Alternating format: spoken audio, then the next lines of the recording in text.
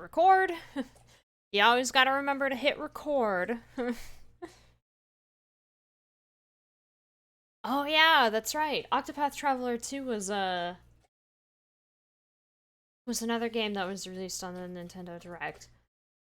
I'd want to play 1 first. I kind of didn't really know that Octopath Traveler was a thing that had happened. I'm just gonna have to wait 1 hour and 45 minutes for more.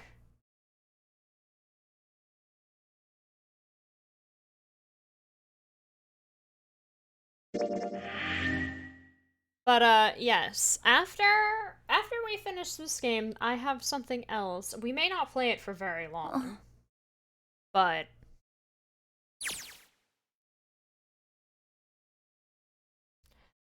uh we'll see. I kind of want to, but at the same time I may end up wanting to play something else. It depends. I definitely don't want to immediately dive into Virtue's Last Reward. I kind of want to give the finale for 999 some breath to let everybody who hasn't seen the ending of the game let it sink into your skin and bones. Think about it. Think about how cool this game is. Sorry. and and then we'll ease that way we can ease everybody into I'm sorry but VLR.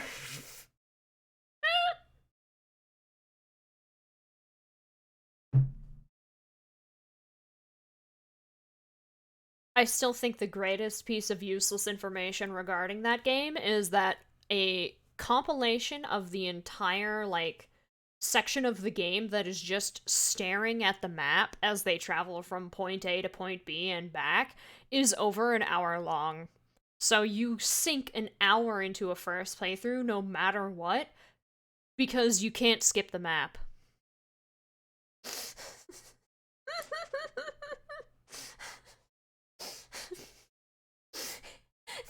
there is a video on YouTube of every time the map screen comes up with the blinking light following them through the map, all of that together is over an hour long.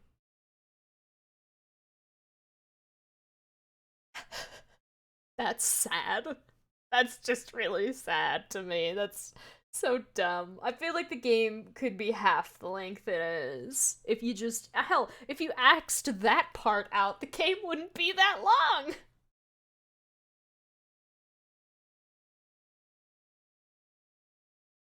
I think it's just because they went full ham on the 3D models.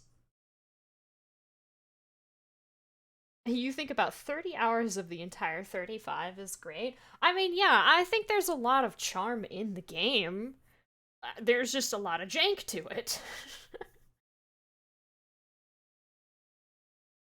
And a lot of that is not even that's not even like the characters. I think the plot drags here and there in the second game for sure, but I still, all in all, I'm like, yeah, it's necessary for those parts to be the way they are. And the game still has Uchikoshi's humor, so the escape rooms are actually fun. I don't mind any of them. I don't think there are any that I particularly dislike. Some are certainly harder than others, and none of them are as easy as the ones that are in the first game. Um, Although I've played this game so many times that maybe not. Maybe they are just as difficult, and it's just because I like this game the most. I've even though I forget exactly how things are solved, I still ultimately solve it a little bit faster because that knowledge is there. Meanwhile, there's like what? How many rooms are there?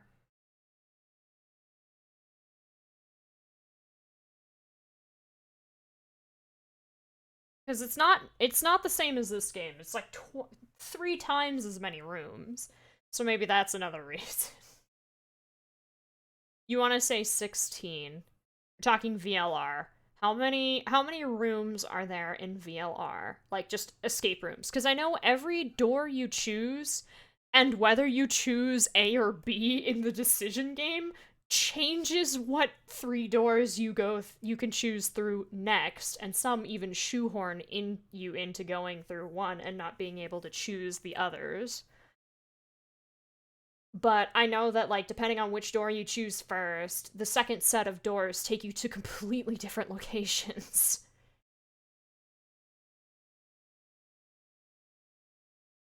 It's just like it's so confusing. I know the like the first 3 doors, those are locked, 3 rooms. And then behind each door is another set of 3 rooms. So 9, we're already at 9. And then the last 3 rooms, maybe there's only 12. Unless I'm remembering wrong.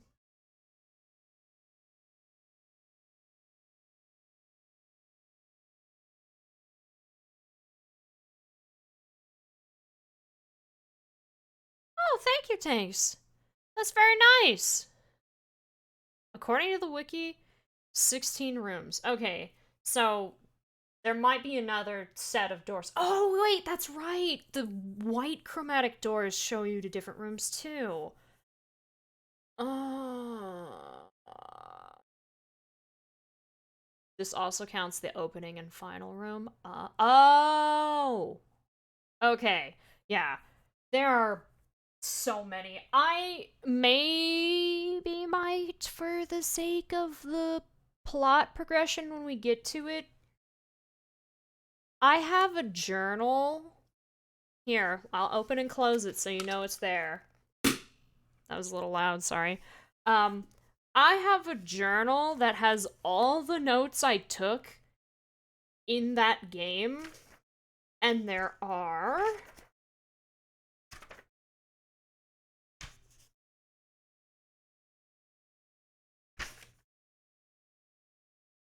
Thank you for the sub, Tanks. I don't know why that was so delayed. I saw that you had the Founder's Badge, but the sub took a second to go through. But, thank you.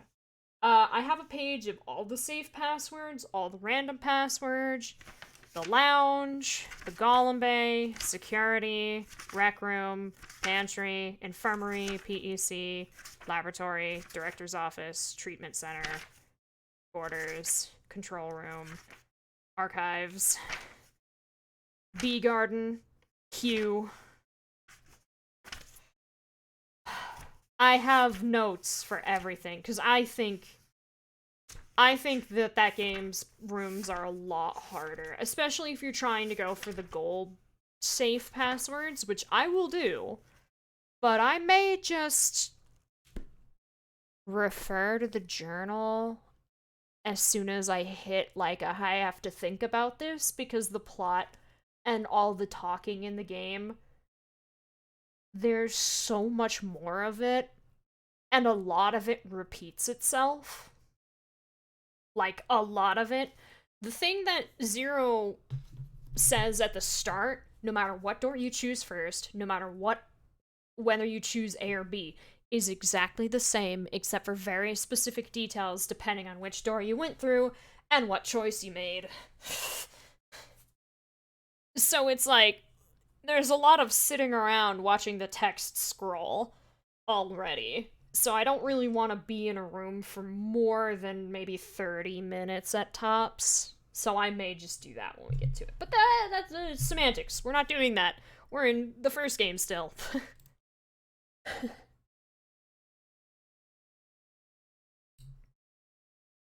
depending on how yeah, if you I do miss a lot of fun dialogue that the characters give for hints. I may actually play on normal, but at the same time, I don't know. I kind of want to get the gold pass. Hmm. What if we do it like this? I'll play on normal. That way we can get the more dialogue. And then once we have completed all rooms, but like the last one, I'll jump to all of the rooms and switch the difficulty to hard and get the gold pass. Because I think the files in the gold safes are very fun and useful. They tell you a little bit more information, but I also know that most of the time it tells you information that you learn in the cutscene after the room. Yeah. Yeah, I think that's what I'll do. I think I'll just. Because the only thing that I didn't write down were the passwords for the safes, but I did write down the solutions that give you the gold passwords. You just start over the room and input the code. Ah.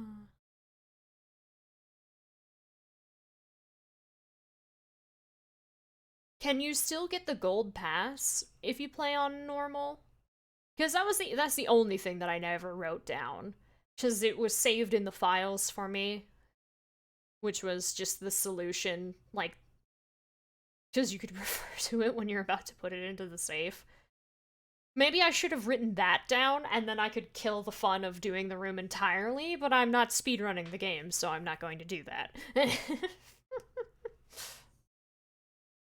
I also think I wrote down most of the phone numbers for the crew quarters.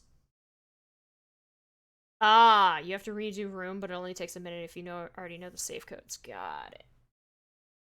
Got it.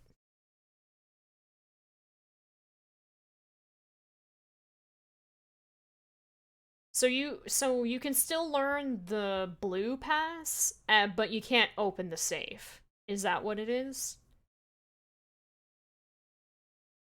Because that was like the one thing that I wasn't sure. Would it give you the passcode, but it wouldn't let you open the safe?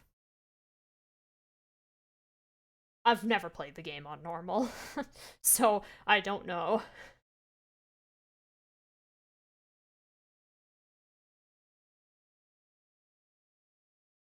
View a normal file. Okay. Understood. That makes sense. Alright, so yeah, we'll just play the entire game on normal, get out of the room, jump back to the room, put in the passcode to get the gold file, and then go back to normal, and so on and so forth. I may have to just memorize or do it right at the end, and then we'll read all the files together. It'll be fun. It is the same save code. Okay, good. That was my only concern. Clover looked down at her hand and traced with her finger the faint blue veins that crisscrossed them. I think this is all the same right now. Blah, blah, blah, blah, blah.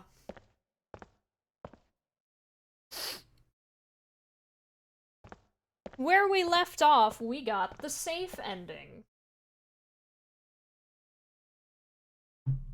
Otherwise known as the "Oh God, Snake died."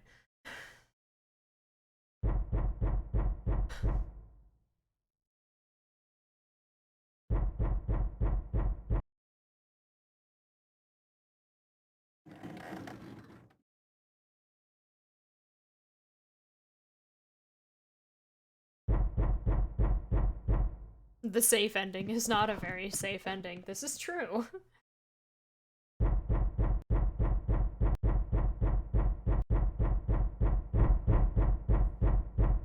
The world blinked.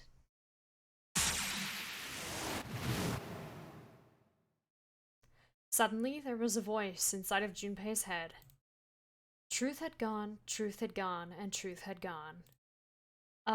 Now truth is asleep in the darkness of the sinister hand. Wait, what? What the hell was that? That voice? Junpei was utterly and completely baffled. Huh? What? What's up?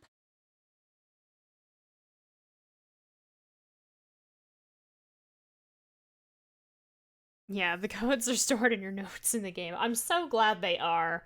Like, Sigma makes it a point to be like, it's all up in here. And, like, can you imagine if the game had made him say that and then didn't give you the safe passwords?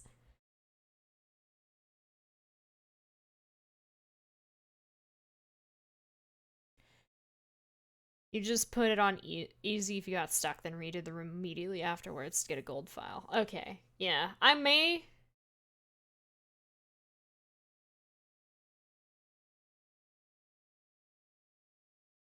Yeah, because that's the main thing why I want to do that is I know you don't get the extra ending where you hear what's his name? Troy Baker's voice for like 30 minutes.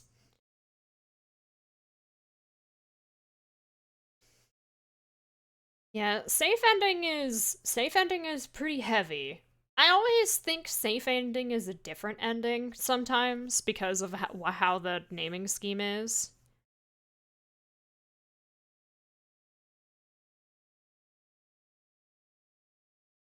Okay, what type of thing would you like the dice to land on? We're pretty early on in that. The mandatory text is to state what type of roll you want. You want to roll to see if it can get 6? Okay, we'll do that. Oh yeah, the 10k channel points for if it landed on a digital root of 5.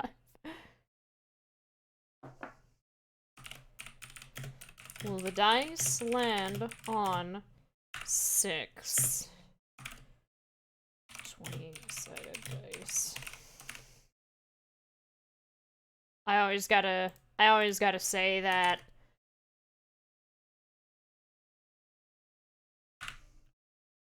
6, not 6. Oops, I almost made that 30 seconds again. I have the prediction go up for 10 minutes. It is up. Go nuts. He will not, he's not the only one. Hart has also been brave enough to state that it will be a specific number. So far, they have been wrong, but, you know, yesterday the dice landed on 14, and the only other thing that it could have landed on that would have given the digital root 5 one was 5. So, mighty impressed that it actually did land. Seven and Clover ran over to him, but Junpei didn't know what to tell them. Huh? If he told them he'd heard a voice, they'd laugh, or worse, think he was going insane. So all he said was, Oh, nothing. he cleared his throat a little too loud and looked pointedly down at his bracelet. There were a pair of small buttons protruding from either side of it. Is this the same? Nope. Junpei? He pressed the buttons. Right, left, right, left, right, left. Yeah, it's unfortunate, because the payout is pretty nice if the thing is skewed a lot, but it's based on how much people put in. So, if no one puts in as much as 100,000, even if it was 99 to 1 and 1% won, they wouldn't get 100,000 points. It would only be on the scale of how much was put into the pool. Which is fair. That way no one would get, like, an insane number of points really quickly by not putting much in at all. Some, like, I base this off of another streamer's thing where he does a coin flip, and he has a lot of viewers. People can get, like, 300,000 points and have put in half that just because of how many people participate. You got 10k. Right, left, right, left, right, left. That was it. 1, 4, 3, 8, 3, 4, 2, 1.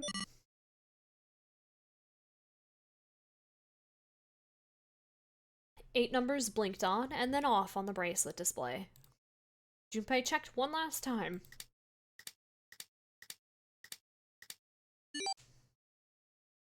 1, 4, 3, 8, 3, 4, 2, 1. 1438342 Huh? Huh? Hey, what the hell were those numbers? Oh my gosh. Are those... Val, why are you so sad? Why are you whining?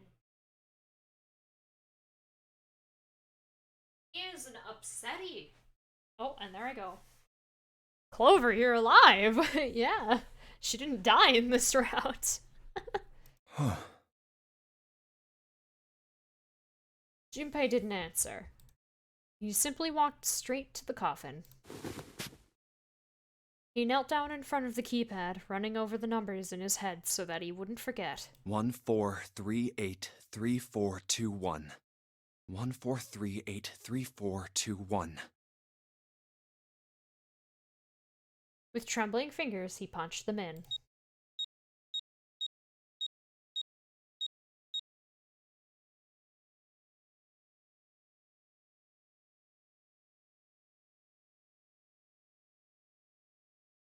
That was all of them. He punched the E button. There was a moment of complete silence.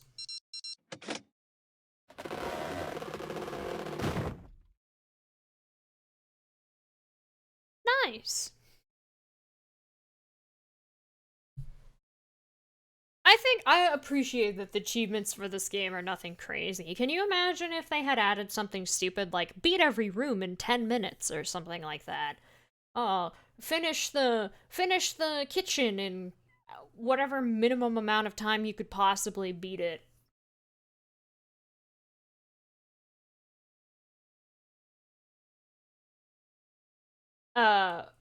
Luckily, while there is a timed mode that skips all the dialogue in the main menu, where you just go into the room and try to solve the puzzle as quickly as possible, there isn't any achievement attached to playing the game like that. Then there was the sound of the coffin lid unlatching. Someone sat up out of it. No way. Nice. That's cool. Even if you became aware and manipulated it to be so, the fact that it was almost just like that naturally is super neat. What? Why are you...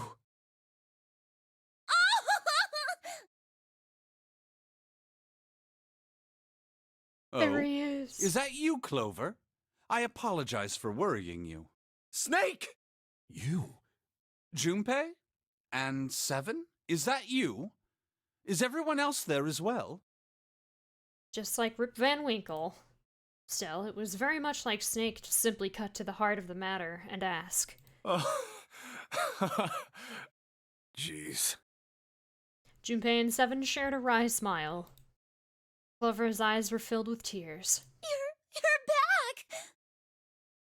With a cry of joy, she leapt into Snake's arms.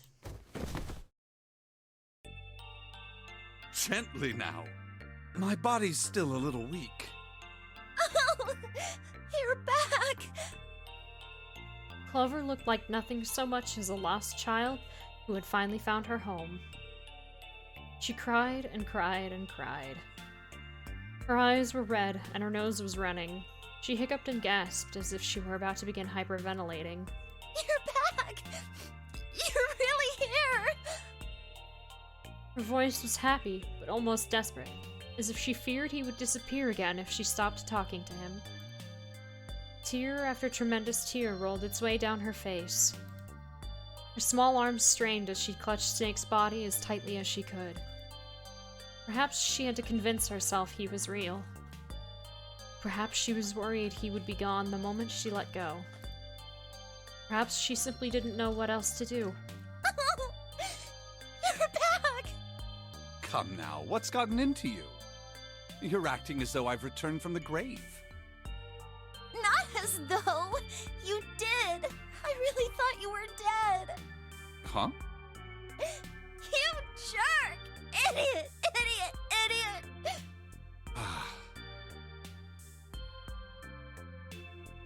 Clover broke into sobs so great she could no longer talk.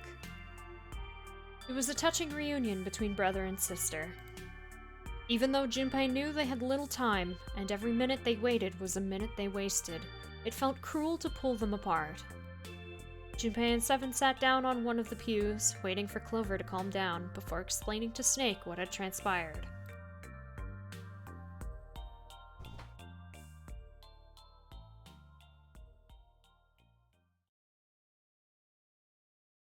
I see. I believe I understand things rather well now, thank you. In the shower room, there is a dead body wearing my clothes. Because of that, you thought that I was dead, correct? He had quickly and neatly summarized the events of several hours. Yeah. Junpei nodded. You also discovered a corpse in the captain's quarters, and Santa turned on you here, in this room. Do I have it straight? Well, the dead body in the captain's quarters is a surprise. Sorry, there wasn't a good time to tell you. Don't worry about it. Well then. I've got a pretty decent idea of what happened while I was indisposed, but it's still something of a mystery who did all this, and why. The corpse in the shower room that looked like me. And the corpse in the captain's quarters. Why were they killed in the way they were? You don't know? No. Why would I? The guy in the shower room. We don't know who he is, so let's just call him Mr. X.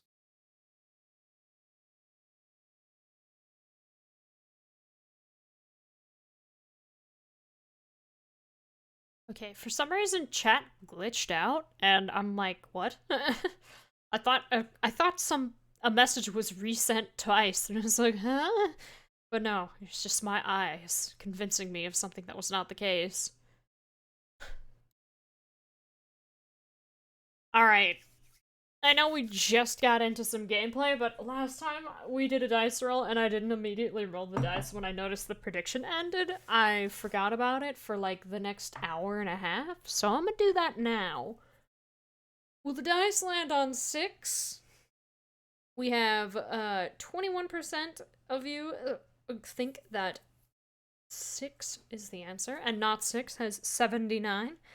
I will roll this dice down the stairs, post a picture of it in the Discord under dice roll results, and then come back up and give everybody their payouts. I will announce it out loud when I get back, but the photo evidence, because I don't have a camera to show you live on stream, will be in the Discord. I'll be back.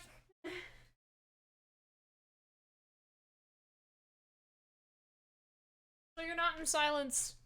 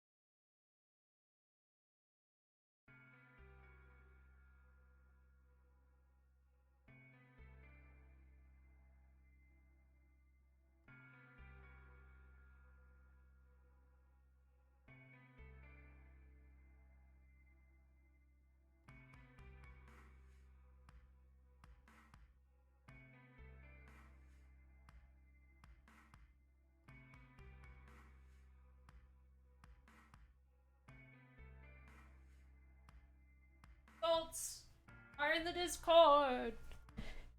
Yeah, I'd have to take the camera with me. Oh.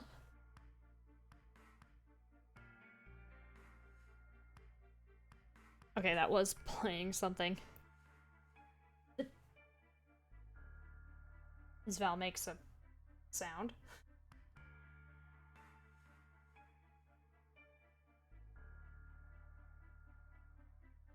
Oof.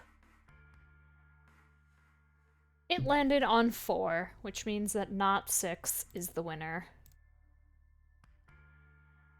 Whew. What were the results of that? 870 channel points to the winners. Congrats. Whew. Alright, pause that. Anyway, this Mr. X is wearing Snake's clothes. But you're wearing some kind of weird robes. Ugh. That means someone took your clothes and put them on Mr. X. Okay. Whew. We need to figure out who that was. I apologize, but I have no idea who might have done this to me. I only just now woke up. I was unconscious during all the events you just described to me. They must have undressed me and changed my clothes during that time. When were you knocked out? You bet 400 and it was 4? Hmm. When we split up to look for the red. Where did they get you? Do you remember? It was a small room in one of the hallways on C deck. What happened? The same thing that happened to every one of us when we were abducted. A canister releasing some sort of gas was thrown into the room. I believe the gas is some sort of incapacitating agent. Then that means it was... 0. Looks that way, huh? There's nothing else I have to tell you. When I woke up, I was in this coffin. Junpei crossed his arms and thought. Why? Why did 0 make Mr. X wear Snake's clothes? How would that benefit 0? I don't get it. What the hell does any of it mean? And I have no idea how I got the passcode for the coffin either. Truth had gone, and truth had gone. Where did those words come from? Why did I feel compelled to push the buttons on the bracelet after hearing them? Seven had asked him about it while they waited for Clover to finish crying. He'd had no answer for him then, and he still didn't. All I know is my fingers moved on their own. It was like I did it subconsciously. I don't get it. What the hell does any of it mean? Hello, Theta! Mr. X more might Mr. 33. Tis. Alright. So, I like this game. This round is when it starts to get funky. You missed us back to the coffin ending. We took the information that we learned in the safe ending, and Junpei remembered the code that Clover had in her hand when she was he remembered the poem, Truth had gone, and truth had gone. Looked at his bracelet, pressed the buttons, and we just freed Snake. But now he's like freaking out because he's like, I don't know how I got that. Where could I have gotten that?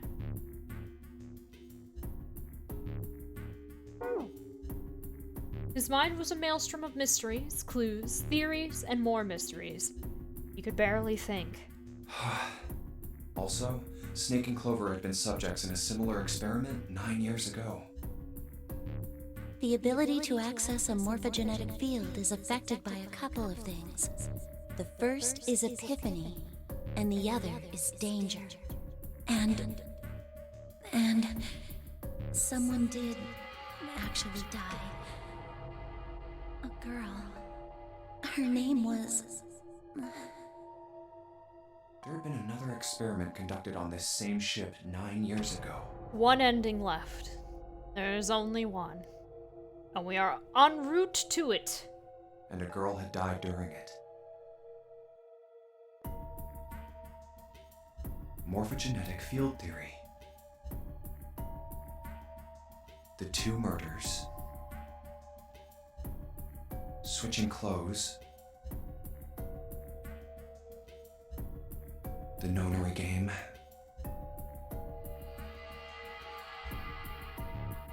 And whatever strange thing was happening to Junpei himself. The maelstrom in his head spat out words and ideas that disappeared back into it almost as soon as he grasped them. But as he struggled through them, Junpei began to realize something. There was something that tied all of them together. And the point connecting the dots. Zero. He's the ringleader. The person who trapped 9 of us on this sinking ship. Zero should know everything. If we can uncover Zero's identity, all of our questions will be answered. Who was Zero? Junpei had the beginnings of a theory. If he could only test it. Or perhaps... At any rate, we'll have plenty of time to decipher the details later. For now, it is of utmost importance that we escape. Junpei, it was 4:30 the last time you checked the clock, yes? That means we have less than an hour. We must hurry. Hey, how are we gonna get out of here? Isn't that obvious? Through the other number 9 door. 5 plus 4 plus 7 plus 2 equals 18. 1 plus 8 equals 9. Oh yeah, you're right. With Snake, we can open the door. Don't tell me you hadn't figured that out. As they sniped back and forth, Junpei glanced at Snake's left hand. He was wearing a bracelet with a 2 on it. Come on, you gotta tell me these things. I, assumed you'd figured it out. Forget it. Let's just get going. 7 stomped off toward the smaller number 9 door. Clover, Snake, and Junpei followed. 7 quickly laid his hand on the red. An asterisk appeared on the screen. Junpei and the others followed suit and laid their hands on the scanner panel. Soon there were 4 asterisks on the screen. 7 glanced at them, then laid his hand on the lever of the red. All right, you guys ready to go? Yes. Yep. Junpei paused for a moment. Not yet. Huh? Before we go in, I'd like to check something. You want to check something? Yeah, but before I do, 7, could you pull the lever? I want to make sure we can verify with just the 4 of us. What do you mean? We don't need...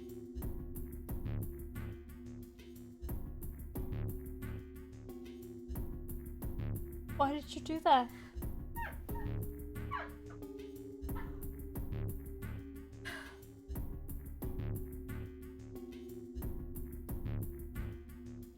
You need something?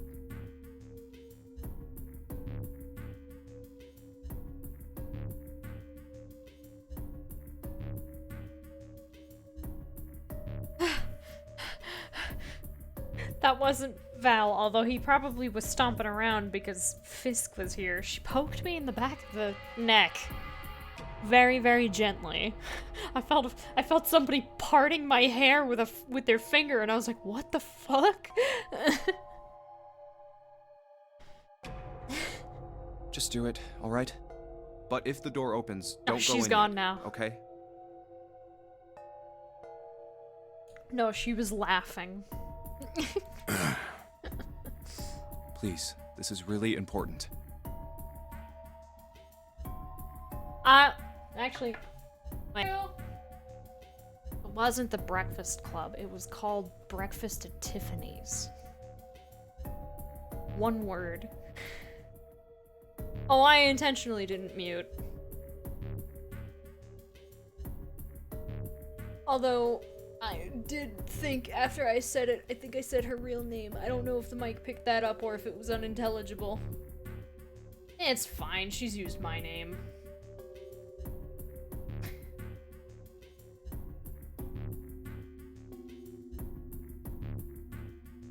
She did that during the Silent Hill, and that's forever up on YouTube, so an eye for an eye.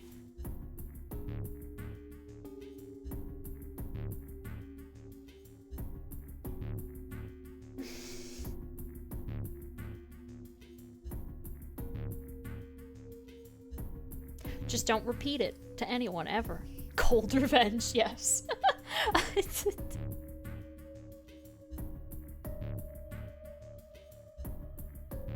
But yeah, the book was Breakfast at Tiffany's, not Breakfast Club. Breakfast was the only word they shared. Tis the risk of live streaming versus pre-recorded. Yes. Well, I mean, I record everything anyway, so this will also wind up on YouTube, but I think it's fine. I really need to check this, okay? Work with me here. Yeah, I probably will.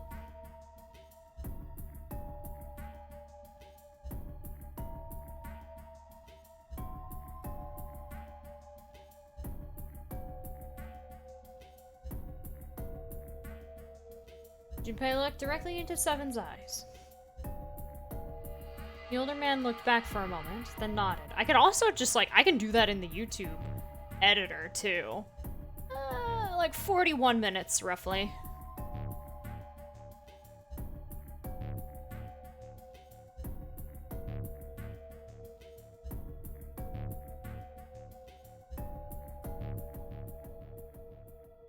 Fine.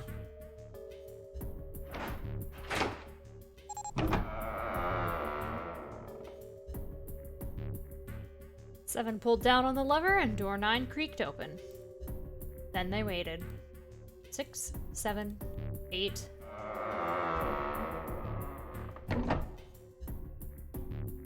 After 9 seconds, the door closed. Huh. Alright. That means the 4 of us can go into door 9. So, we knew that already. It's obvious. Yeah, she was. This is true. She felt really bad. But that was because she was the one who did it. But I've also revealed my name on stream before that point, I think. Because there was a time when I wasn't a VTuber and I showed off a bunch of old drawings, and there was a folder that had my name on it that was holding some stuff, and I was like, ugh. I didn't realize until later, so I like covered it up the rest of the stream, but it was definitely there. That one had my full name, so...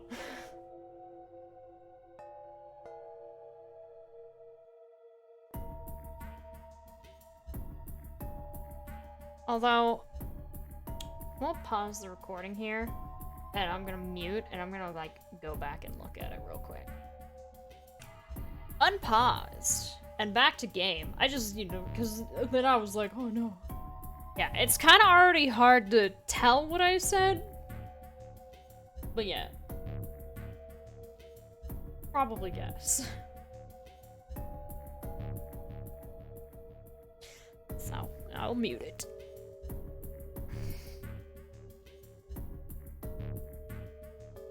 Now, what happens if we add Zero's bracelet? What? Zero's bracelet? Why don't you take it out, Clover? For a moment, Clover looked surprised, but she recovered quickly and stuck her tongue out at Junpei. So you did know I had it. I picked it up because I thought it might be useful sometime.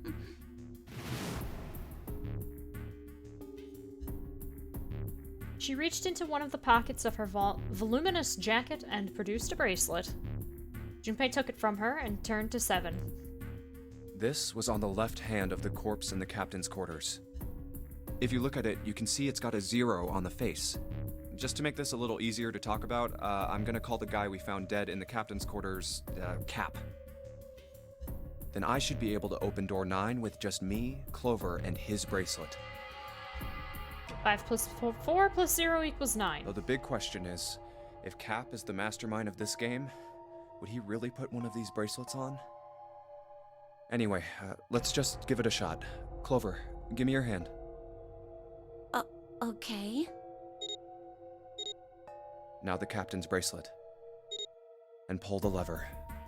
However, the door didn't open. The Reds display read error. I knew it. Now, what does this tell us? Maybe the bracelet has to be on your wrist in order for it to work? No, that's impossible. Did you see how the panel showed a third asterisk when I scanned Cap's bracelet? Whether or not it's on your wrist doesn't matter. All you have to do is put the bracelet near the panel for it to register. 7 waved his bracelet in front of the scanner panel. Sure enough, a single asterisk appeared on the red. Huh. Looks like you're right. See? So what does that mean? There's only one possibility. That bracelet isn't the number 0. Is that what you're saying? That's right. Then what number is it? Let's find out. Junpei, scan the bracelets with this combination. It is 7 Junpei Cap. Let's try 7, me, and Cap. 7 plus 5 equals 12, 1 plus 2 equals 3. If this combination opens the door, then Cap's bracelet is number 6.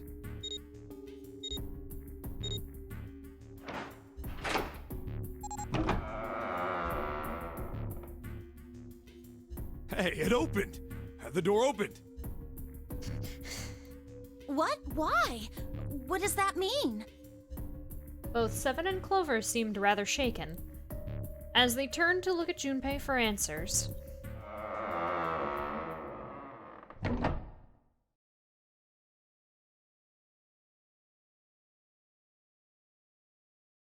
the door slid heavily shut. Junpei raised an eyebrow. Isn't it obvious? Cap's bracelet is number 6. 7 plus 5 plus 6 equals 18. 1 plus 8 equals 9. But doesn't it say 0? This isn't a 0. The symbol on here isn't a number 0. It's a letter O. Because hexadecimal. Oh. There's an explanation right now. Whoa, wait a minute. I don't get it. I mean, we figured out that Cap's bracelet is 6, right? Yeah. Does that mean there are 2 people with 6s? Before Junpei could answer, Snake spoke up. There is most likely only one person with a 6. But I don't get it. What about June? Well, this is only an educated guess, but I think June's number was never 6 to begin with. Her bracelet was flipped. In other words, June's real number is 9. That seems the most likely. Then all this numbered door stuff was just a load of crap? Why would you say that? Because if June is 9, then the numbers wouldn't match up. Clover grabbed Junpei's notebook and began to write furiously in it. Here, look. Junpei leaned over to look at it. List of all the numbered doors June's gone through. I'll let you know what I'm writing, okay, Snake? These are the doors that we went through. And that's everything. I wrote down which door she went into and with whom. And I wrote what all the numbers were. So if you switch 9 in wherever there's a 6, the numbers don't work. If the digital root is 7, then you can't open door 4. If the digital root is 2, then you can't open door 8. At least write in the lines, Clover. This is Clover, true. Do you notice anything interesting on that list? What do you mean? You're talking about 3, right? Well, 8, too. Lotus went with them every single time. 3? Santa's always in the room with her. That's what you're saying, isn't it? Yes, that's right. What about it? That's quite simple, really. You told me that the first time you came to this room, Santa was the first to refuse to leave June behind. Now, doesn't that beg the question why? Why would Santa do such a thing? The answer is easy. Because Santa can't open door 9 with only 7 in Lotus. Of course, there's only one reason for that. His number isn't actually 3. Santa's real number, 7? Would you be so kind as to modify my sister's equations? Yeah, sure. 7 took the pen from a confused Clover and began to adjust her calculations. This is what you were getting at, right, Snake?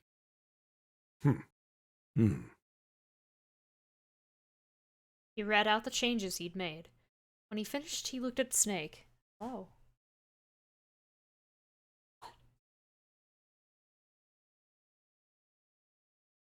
Okay. What? Huh?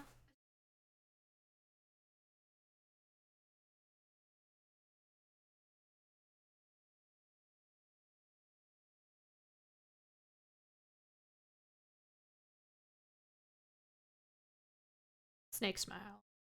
Thank you. That is exactly right, 7. Santa's true number wasn't 3. It was 0. No way. Santa is 0? And June was 9, not 6. Conversely, Santa was 0, not 3. Plus 3 and minus 3, they cancel one another out.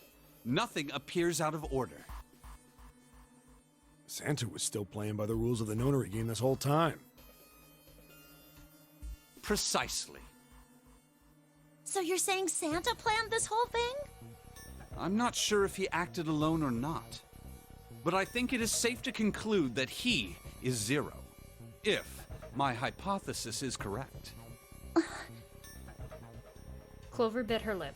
She seemed to be having some difficulty believing her brother's explanation. Junpei? Junpei remained silent and thought. Snake's hypothesis. Something doesn't seem right. June's bracelet being flipped. Even if that were possible, that would mean there are 2 number 9 bracelets. And if that's the case... All right, that's enough talking. Let's go. It's high time we went through that door.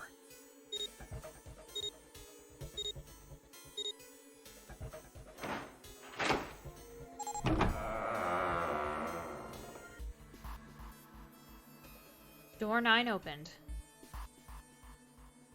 They leapt through. Oh, it's right there. The dead was directly in front of them as they came through the door. Oh my goodness. Swallowed water weirdly. Quickly they scanned their bracelets. Ugh. And the detonator stopped. Oh, After pausing for a moment to catch their collective breath, Junpei and his companions headed down the long hallway in front of them. all right. Let's keep going. At the end was a set of stairs leading down into the ship. I think these stairs go to the bottom deck. They leaned out and looked over the side. Looks dry. Let's head down. After deciding it was safe, they headed down the stairs. Before long, Junpei and his companions found themselves on the bottom deck. Companions? They turned left into another hallway, at the end of which they found another door. Hey, it's a... And of course, there was a symbol engraved over the keyhole.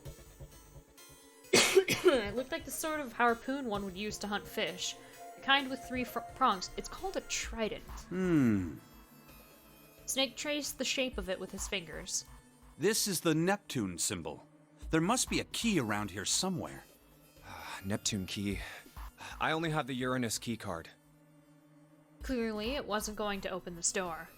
It's a different planet. Plus, it's the wrong kind of key. Let's turn around and go back for now. I mean, it's not like a trident isn't a harpoon, And Junpei is not a fisherman, so I suppose I'll let it slide, but that one was... Yeah. It would have been funnier if you said, it looked like a big fork. It looks like that spear that looks like a fork. Would have been more up his alley.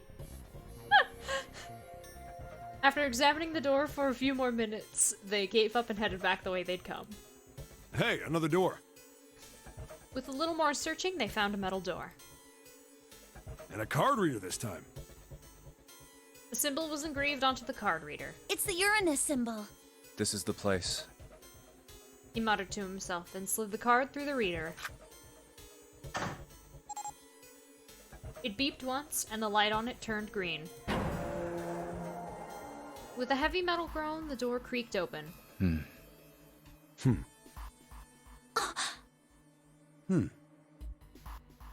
Junpei, Clover, Snake, and Seven looked at one another, nodded, and stepped through.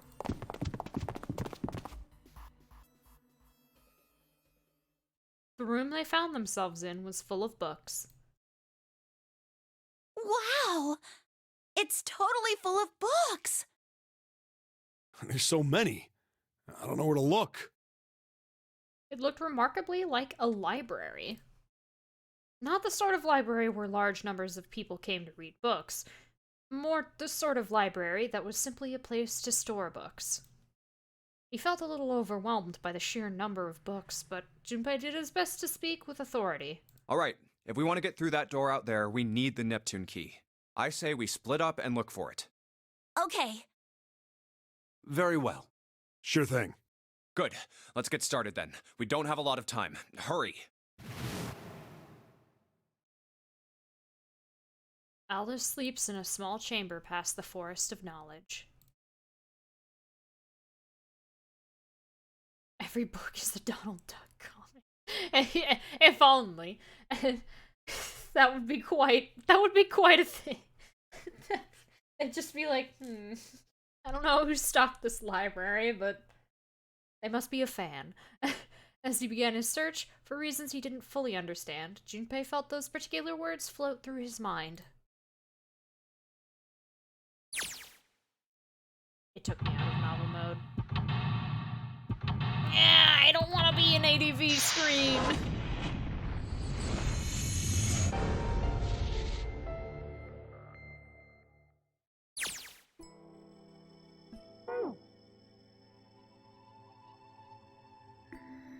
Alright.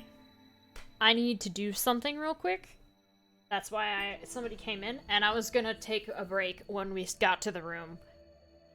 It's been an hour, it's a little early, but it's fine. It'll be a quick one. Yes, I'm gonna refill drinks and do other things. I will return shortly. Okay. But yes, I'm back, and I thought about getting a soda, and then I remembered that we had a different type of drink. I may go down a next break and get a different drink. Fisk has watermelon juice?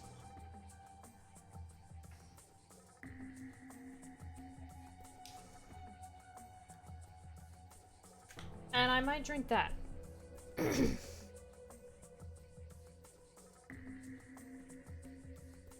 Like, it's a watermelon juice drink. It's not just, like, watermelon squished into liquid form. That would basically be, like, flavored water. The handrail is made of metal. Amazing. There's a note on that table. Lights to the books! Huh, what does that mean? Interesting. Well, intelligence often hides itself in darkness. Have you ever thought about the pages of a book? Each page only sees, what, maybe 2 or 3 minutes of light before the reader is on to the next? They spend the rest of their lives locked in darkness. Rather like myself. That's horrible. Oh, don't get me wrong. I'm not complaining. Not at all. I live in the darkness, yes, but that has gifted me with the ability to catch the truths others might miss. I can hear the voices hidden in the darkness, you might say. Okay.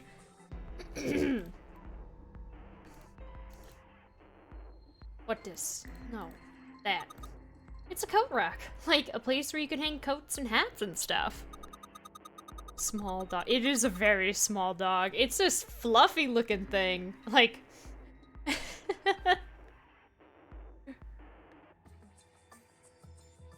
like, really fluffy. What is that type of dog? You know, where they're, like, so small, but they have such long fur that it kind of, like, cloaks the legs of the dog.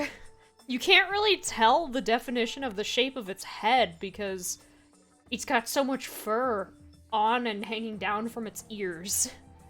I forget what that type of dog is called. I'm gonna look up small but really hairy dog.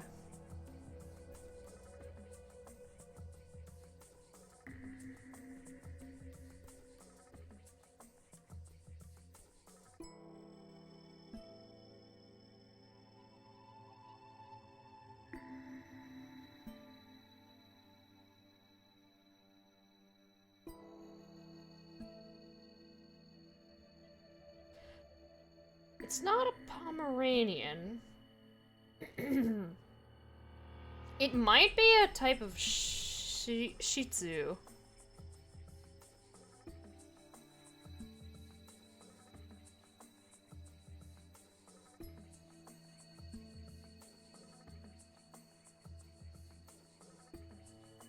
Oh, I think I know what it is.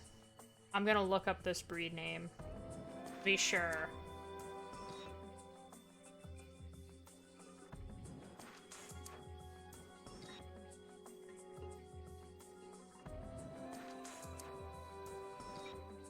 It kind of reminds me of a Maltese. But it's, like, not completely white.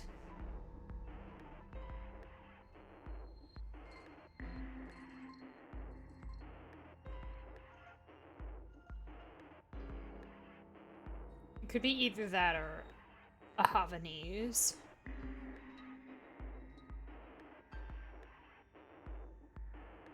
Either way, it's one of those little dogs where you can either trim the fur really short, or you can let it grow really long and it hangs down around their legs and face, kind of like a cloak.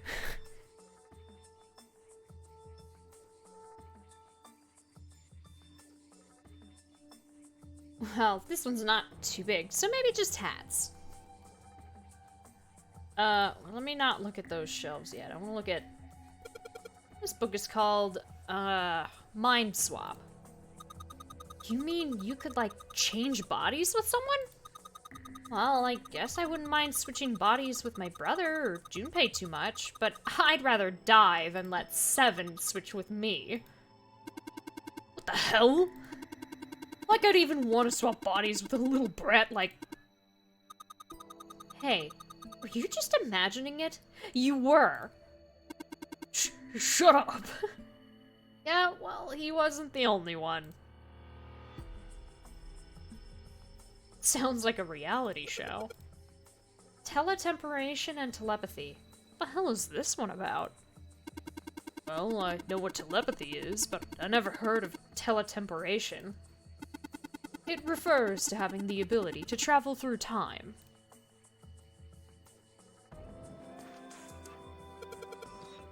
Kitab al-Azif. Man, they've got some weird stuff here. I can't even pronounce this one. Who's that? Some famous guy? It's not a person's name. It's the name of a fictional book, created by Abdul al-Hazred. It's said to be one of the sources used in the creation of the legendary Book of the Dead, the Necronomicon. Oh. So these are all occult books and stuff.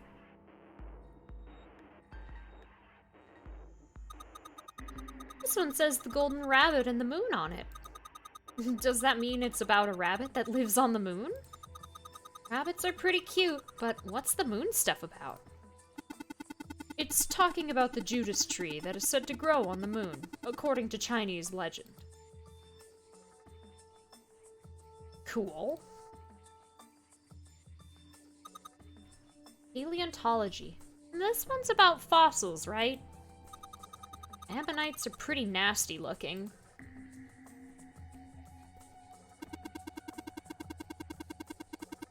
Necronomicon is Evil Dead.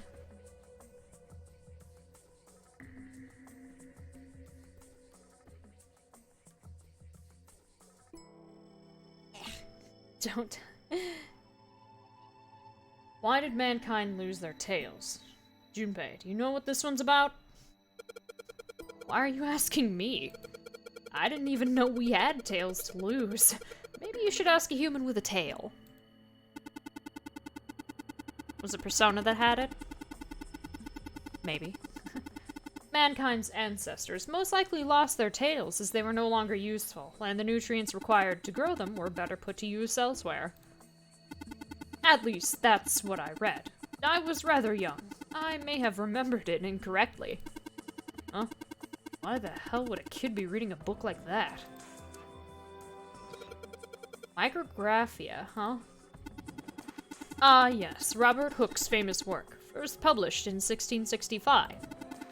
He built a microscope and examined insects, inorganic substances, and other things too small to be seen in detail by human eyes. He then drew pictures of many of the things he'd examined and published them in a book. I'd hazard a guess this shelf is concerned with natural sciences. Creatures of the South Seas, huh? I wonder if this one's got pictures of colorful fish and stuff. This one says transition of extinct species. We need to hurry it up, or we're going to end up in the pages of a book like that. Uh-huh. Introduction to geology, huh? Thinking about the Earth, even when you're on the ocean. Kind of romantic in a way, I guess. Mother Nature. That's some sort of book about hippie chicks? Probably not. Except perhaps tangentially. It's most likely about environmental protection. I was just trying to make a joke. Dude, hippie chicks? Really? Theory of evolution. Heck, even I know this one. This is that Darwin guy, right? Well, yes and no. Charles Darwin wrote a book called On the Origin of the Species. In it, he put forth his theory of evolution. Yeah, I remember that part. He called it natural selection. Exactly. Theories of the Cambrian explosion? Bomb go off near somewhere called Cambria? Wrong kind of explosion. Roughly 500 million years ago, during what is known as the Cambrian period, research suggests that the variety of living organisms increased by an order of magnitude. Why that happened is, however, still something of a mystery. There are a number of theories. This book is most likely a collection of them. And we looked at those, right? Yeah. Right? Yes. So, this left side. Shout out to Trilobites. Energy theory, huh? I don't even understand the damn title. Looks like this shelf's all science and technology.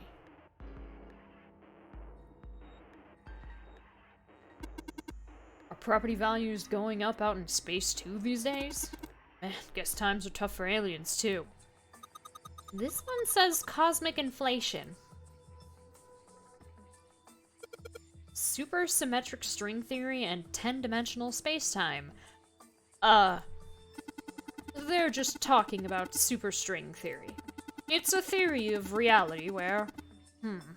how to explain? It says that all elements of the universe are governed by the vibrations and harmonics of tiny supersymmetric strings. What's this? An overview of conformal field theory. Ah, well, it's a theory that posits an invariant quantum field where conformal transformation can take place. Knock it off with this science voodoo stuff. You trying to put me to sleep? All that's here is Faraday's laws of electrolysis. I believe that's going to be about electrolysis in an electrolyte solution. These particular laws were set down by Michael Faraday. Oh. Quantum gravity. Seven, do you have any idea what this is? How about you start by using real words? Then maybe we'll get somewhere. Theory of general relativity, huh? Oh, I know this one! That's Einstein, right?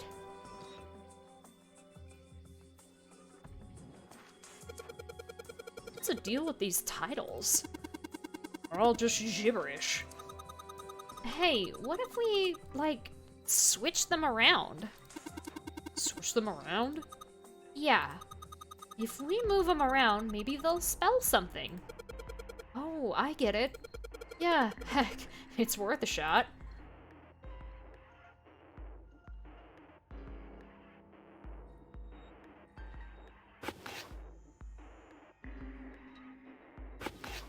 Yeah, life was better before gravity was invented. Open here, find bulb. How about this? Looks like putting those books in the right order opened this thing right up. That was a piece of cake. Hooray! You did it, Junpei! I guess that turned out well enough. So the letters from the titles spell out, open here, find bulb. And what do you know? A powerful light bulb. It looks disgusting, but it must be very powerful. The light bulb looks like it's brand new! And it's really big, so it'll make a lot of light. Anyway.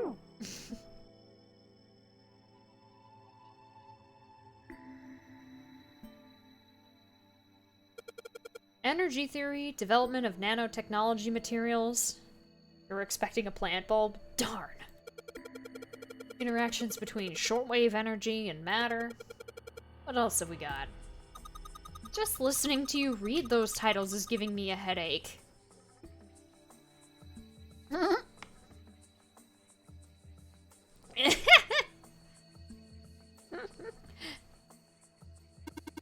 Can't say fancy technology stuff and I get along real well. Keep on talking about that stuff, and you're gonna put me to sleep. Oh, we're just on the other side of this. A history of Buddhism.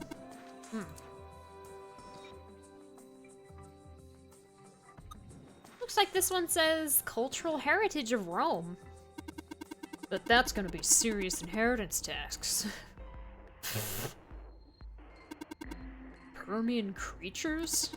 Seems a little fancy for some kind of prehistoric critter. Not to mention most of them were likely reptiles and amphibians. Without hair, I can't imagine they had much need of perms. That's got nothing to do with this. What's Hellenism? I think it's something like a fusion of Greek and Oriental culture.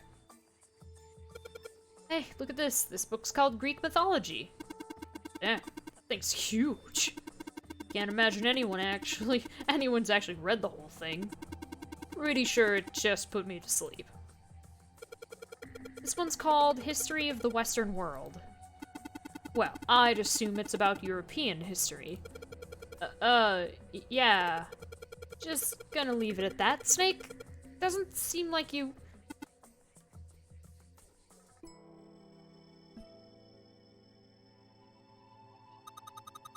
Oriental history. Maybe this one's about China's 4,000 years of history or something. Let me tell you about that T-Rex in Q2. Hey, Chinese history and Oriental history aren't the same thing. History of the medieval period. Maybe it's about Sir Lancelot. Isn't he just a story? I don't think you're gonna find a guy who didn't really exist in a history book. Kids' book here? Looks like it's a children's story about Native Americans. Don't you think a random book like this is kind of suspicious? Like that, rather? Maybe you ought to hold on to it. It's titled Cowboys and Indians, but you can barely read the title. This one has some Native Americans on the cover.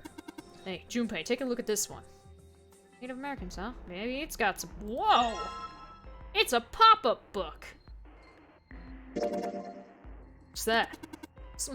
This one of them pop-up books? LRK? That doesn't mean anything, doesn't it? Well, you could make them KRL, like Curl or Carl. Where did you find the R, dude?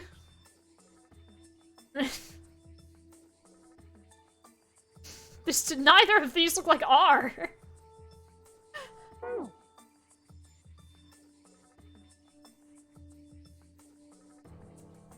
This handrail is made of metal, probably a wise choice of building material.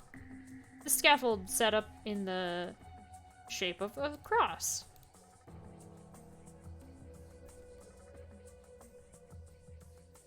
It's a scaffold. This handrail is made of metal.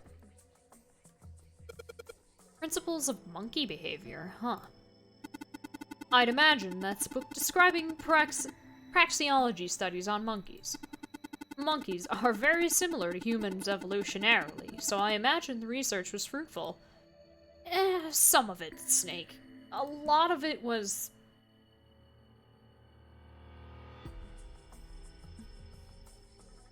people doing things to write down what would happen, and it wasn't for the sake of applying it to anything.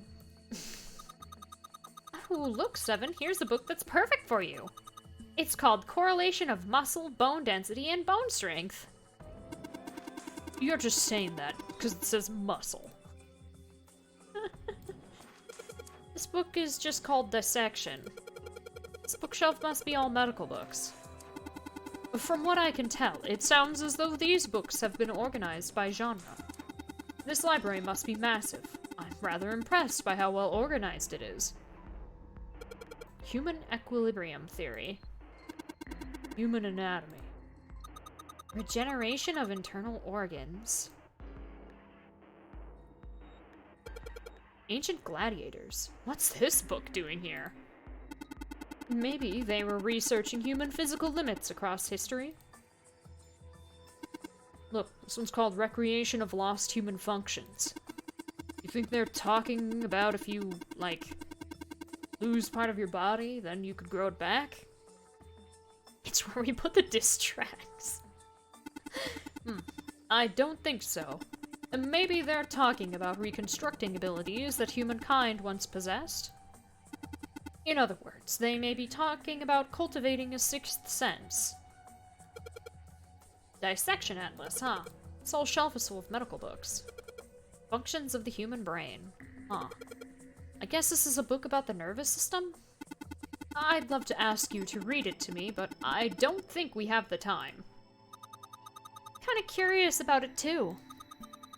There's gotta be a reason why people connect with each other, you know? This one, it looks like that, just like that picture book from earlier, the one with the pop-ups.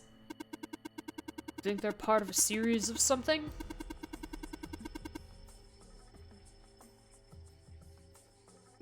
Good luck.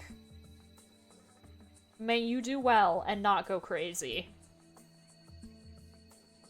Yes, pack them all up in Junpei's Silent Hill Origins-esque Travis pockets. Do have the same binding. Book! Fundamentals of Baseball. There's a baseball in this one. Come on, Junpei, let's see what's in it. I'm gonna go out on a limb here and say it's probably a baseball Whoa! Head! And this is a pop-up book. It's got the letters H-E-A-D popping out of it. Head, Lilk, and a light bulb.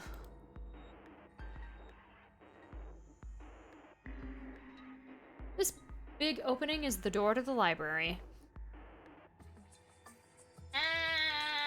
It's cold now. It's pretty impressive. Almost looks like the door to a shrine or a church or something. There's another door after it, and then a passageway beyond that.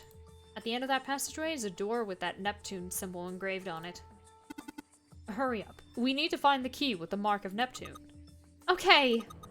This sounds like a job for the best brother and sister team in the world. Man, it's like Seven and I don't even exist. This one has... Oh, yes. This one... This is just the other side of...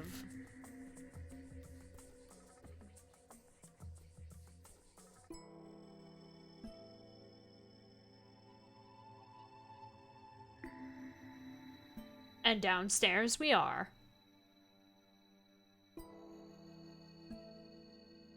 The Pythagorean theorem. This is a famous one. Sounds like there are a number of math books in this section. Algebraic number theory. Math, huh? There's another one like that over here. You mean something like primary number theory, or analytical number theory, or geometry? Oh my gosh, how did you know? Nobody said anything about those. Well, number theory is usually split into 4 chief disciplines. If there was a book named Algebraic Number Theory, I took a wild guess that the other 3 would be there as well. Looks like I was right. This one's Goldbach's Conjecture. Conjecture? What's it about? Like magic or psychic stuff or something? Right, I bet it's about jewelry, isn't it? It may have an odd title, but it's actually a very respectable mathematics book. It deals with one of the unsolved problems of additive number theory. Sorry I said anything. Look, let's not get into this right now, okay?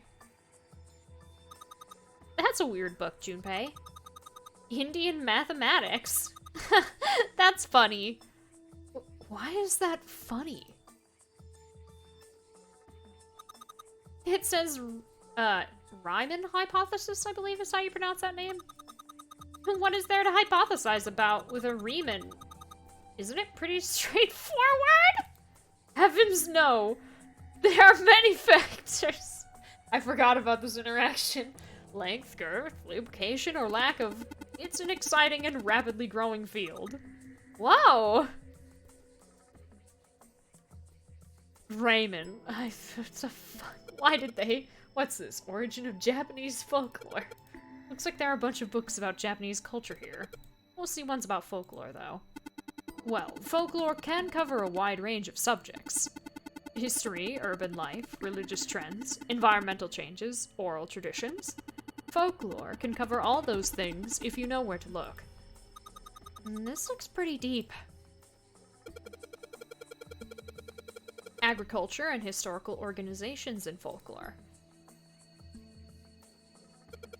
Modern Japanese literature, huh? Hey, there's another one of those picture books here. Something about these things feels kinda nice, you know? Brings back good memories. I guess even people like Seven were kids once. No shit, you little brat. Hey guys, cool it.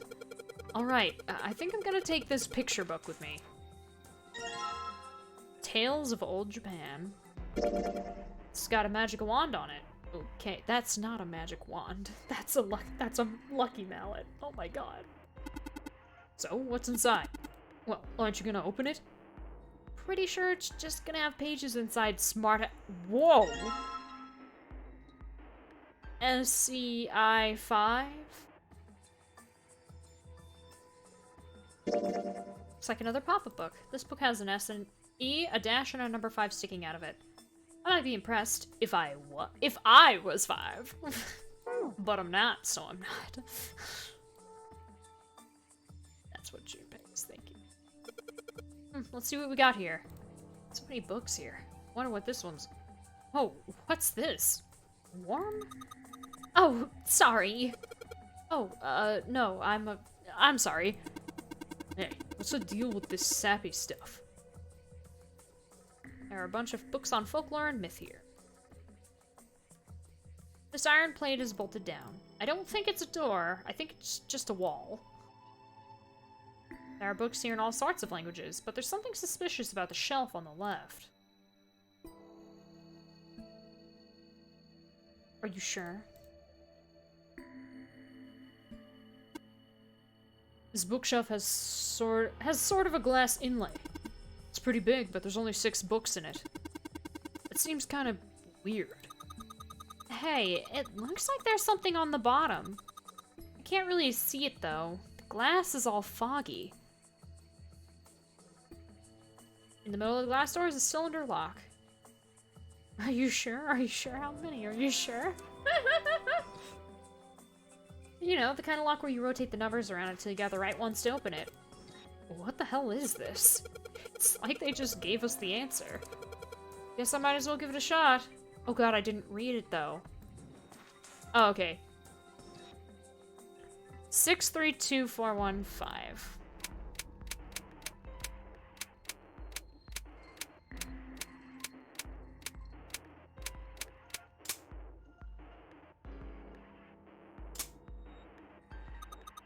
You did it, Junpei!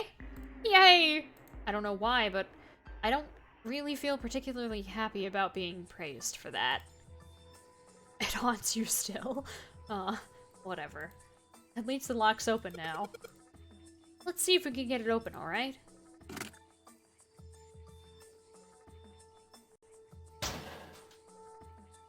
All 6 books seem to be pointing at the cylinder number lock. I will take this powerful light bulb. Feels like a light bulb. Pretty high wattage too, unless I miss my guess. It should generate quite a bit of light.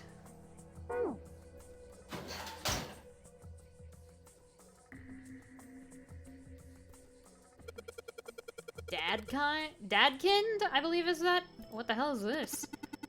Wasn't that a German mathematician? Maybe it's a compilation of his work. Dadkind. Livernis? This book is in German. It looks like it's the complete works of something. I've never heard of it. Well, if Snake doesn't know what it is, I don't think we'll ever know. Owen, huh? Owen isn't enough to go on. Perhaps it's about the English Revolutionary. Sheldrake? Sheldrake. Isn't Sheldrake...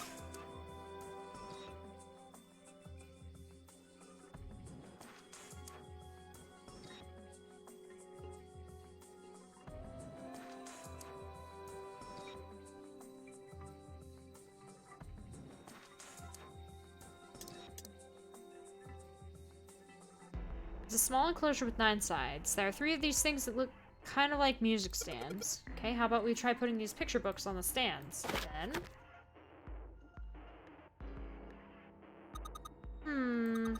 This is a little weird. You can sort of see the letters. It's too dark in here to really tell, though. Well, that probably means our light isn't bright enough. Okay, put the pop-up books on top of the stands. Wrong button. I'm trying to remember what the shortcuts were. Item is tab. Okay.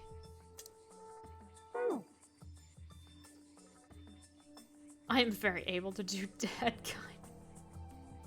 There are 3 lights in this thing. They are very bright, though. Hey, didn't we find some kind of really powerful light bulb earlier? Why don't you put it into one of those lights? Yeah. Well, it'll get a lot brighter, but if there are 3 lights, that means 3 light bulbs. There won't be much point unless we can replace all 3 bulbs. We need 3 light bulbs, huh? Okay, I need to find the 3rd one, but I don't remember where it is.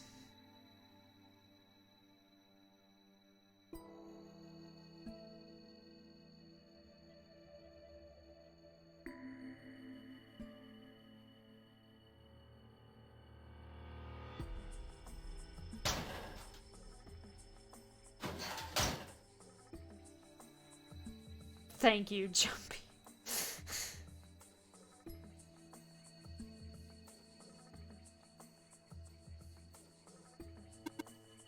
Don't shove.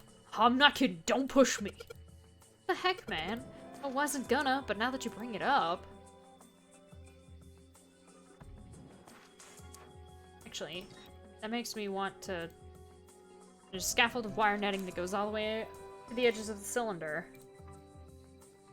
Scaffold on the top floor.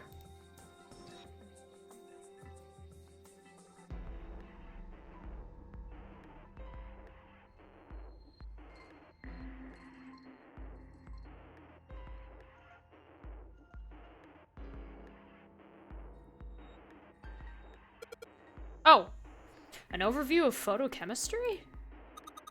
I think whoever set this up wanted us to see the cover, not the spine.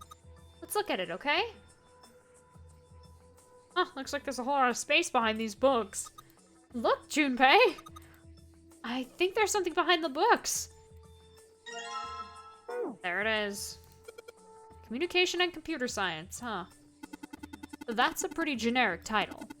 To be honest, it's so vague, I don't really know what it might be about. Automated robotic assembly line techniques. Huh. What's that? Some sort of comic book? Jeez, I guess boys really like that stuff, huh? No, you're thinking of a different sort of robot. This book is talking about automated machinery that's used to build things like cars. What's that one called? It says Foundations of DNA and Genetic Engineering. Well, there was a light bulb here. There isn't anything else here now. Okay, so I started on the left, and then accidentally didn't look on the... I started on the right and accidentally didn't look on the left. Or at least, apparently I did, but I only looked at the bottom one. Oops.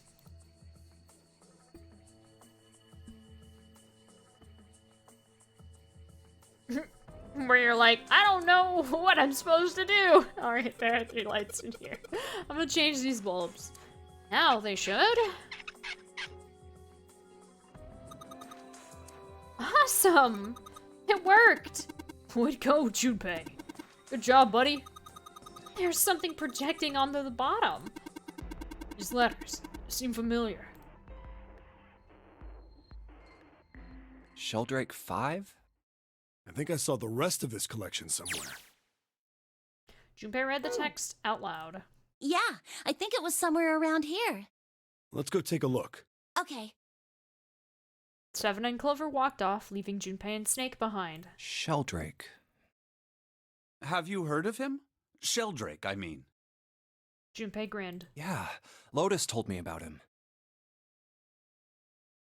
There's a British biochemist named Sheldrake.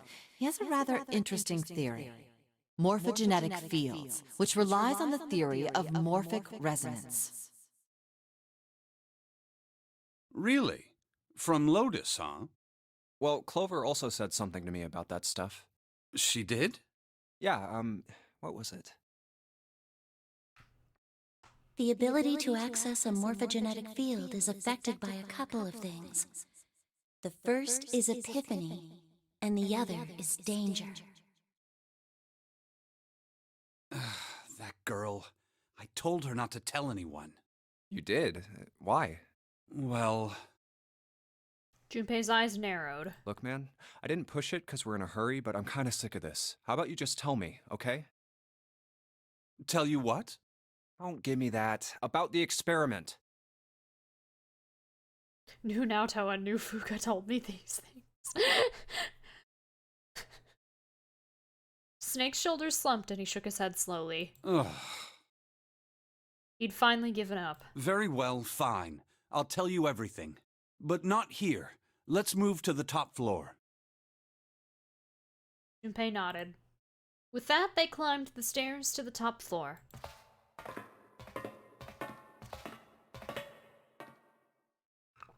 Snake was silent for a moment after they arrived, then finally crossed his arms and spoke. I suppose I might as well start by telling you why I kept quiet, and why I made sure Clover did as well. To be honest, the explanation is quite simple. Zero told me not to. I had little choice. He didn't walk up and tell me, of course. He gave me a message engraved on a card. Snake reached into his sleeve and pulled out a small, stiff piece of paper. That's a Braille card. It looks just like the one you showed us earlier. So you had 2 cards?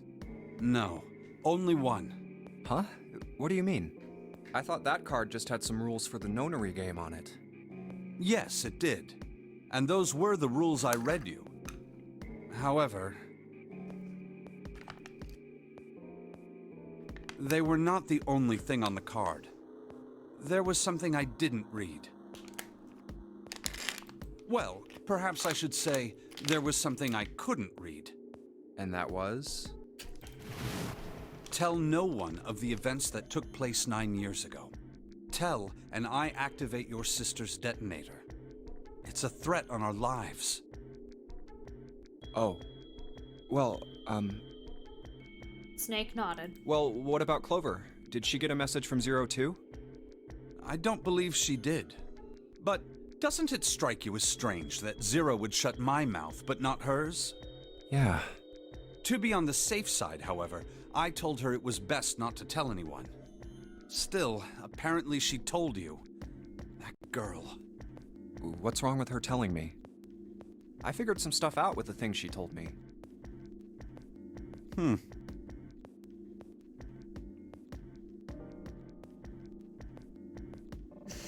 I mean, it looks like the whole activate her detonator thing was just a bluff.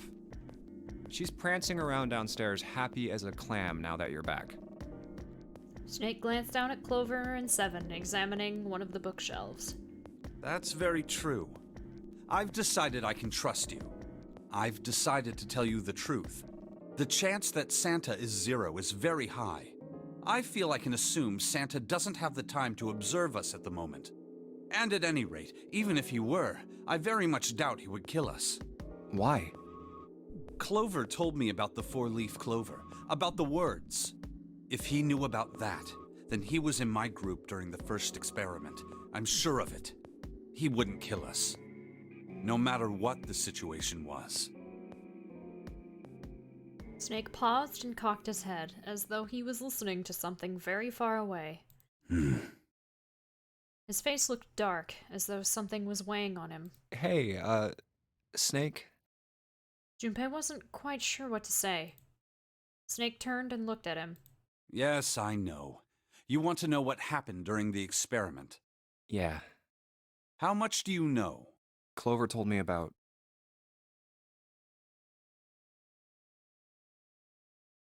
I see.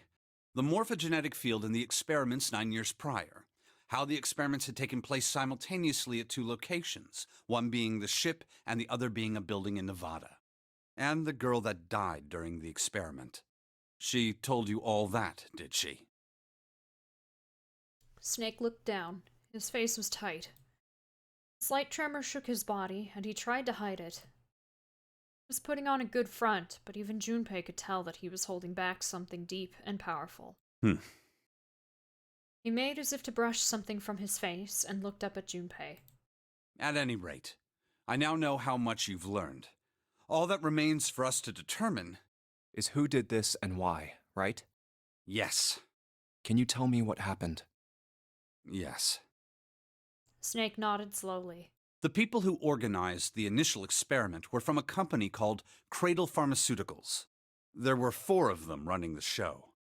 Gentaro Hongo, Nagisa Nijisaki, Teruaki Kubota, Kagechika Musashido. Hongo was the CEO of Cradle Pharmaceuticals. Nijisaki was his right-hand man and did the lion's share of the planning. Kubota led the company's research and development division. Musashido was their majority stockholder. It was these 4 people who planned the initial experiment. Let me simplify it for you. Hongo designed it, and Nijisaki put it all together. Kubota developed the technology required, and Musashido provided the cash. So it's Hongo, Nijisaki, Kubota, Musashido... Junpei couldn't shake the sense that he had heard those 4 names somewhere before. Of course, more than 4 people were required to conduct an experiment of this scale. To that end, they organized a top-secret team to assist them with their research. All in all, they gathered 10 people or so. Those 10 completed their team, and they were able to begin the project. They named it the Nonary Project. The purpose of the experiment was to research the prospect of controlling a human mind through sheer will. The vessel, I suppose you could say, for this control was the morphogenetic field. Huh. Why did the glycerin suddenly begin to crystallize? Why did the crystal structure of EDT undergo a sudden change? Why did the rats improve their puzzle-solving skills with each generation? Experiments with humans produce the same results. The more people who knew the answer to a question, the more there were who could answer correctly without having seen the problem before. Why is that? How could it happen? The answer is that the shape of the answer has been stored in a field invisible to the naked eye. And through that field, the resonant event transmits information related to that answer. That's essentially the idea behind morphogenetic fields. But that's just a theory. Can't bring yourself to believe it? Yeah, Let's say someone killed another person because the devil told them to do it. Whether the devil exists or not has no relevance to the murder. They believe the devil exists. Whether or not he does is immaterial.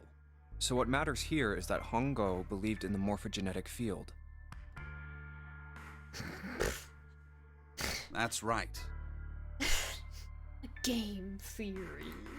It's been so long since I've watched one of those videos. But I still don't get it. You said they wanted to figure out how to control people, right? That is what you were saying. Yes. So how are they going to do that with a morphogenetic field? I'll keep it simple. Let's suppose 10,000 people have solved a certain problem. The chance of you knowing that answer, even if no one has told you, will go up.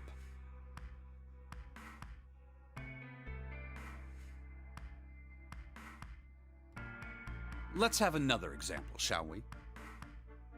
I think it was when there were videos for games that I don't think there needed to be much to theorize. Or, even though you could theorize, I don't think there was something where you could, like, have a form of answer towards it.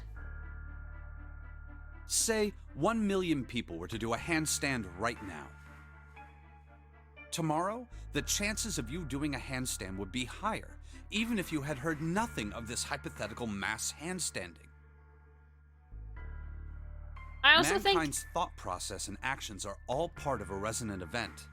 I also think that if you want to formulate, like, theories about games, while his content is exclusive, or pretty much exclusively generating that type of thing, I think when it comes to video games and books and movies, it's better for a consumer to formulate a theory themselves than watching a video of someone talking about what their theory is, and then everyone going, yes, that is the correct theory. Because that's the thing with theories, is that they aren't, and by definition, in a sense, can't be correct 100%. It's just we use this and accept this as a possibility, but there are other possibilities, and that possibility that we are using is subject to change. Kind of like science. A lot of science is built on theories and hypotheses that, as technology and research grows and gets better,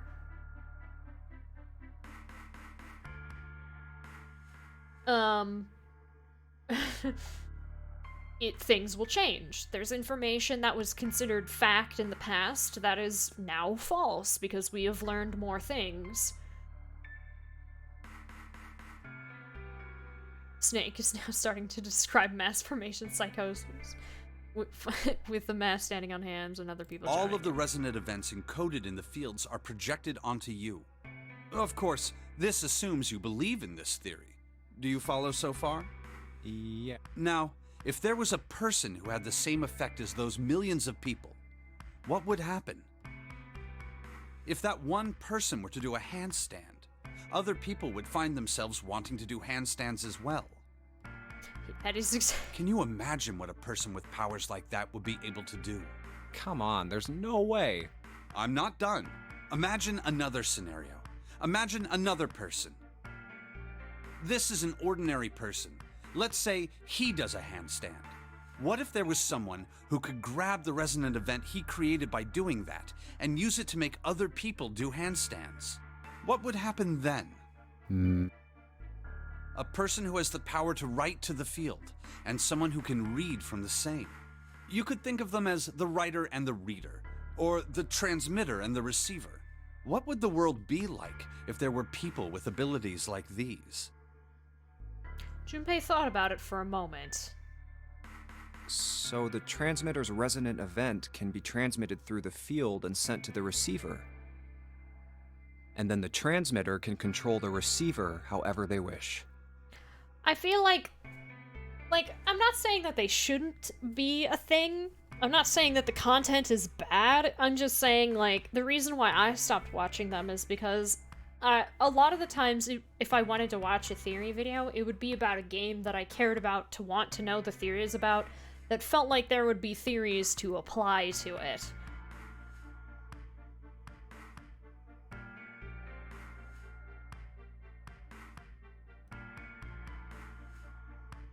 But, of course, I would only go to those videos once I had formed and had thoughts about my own theories on those things.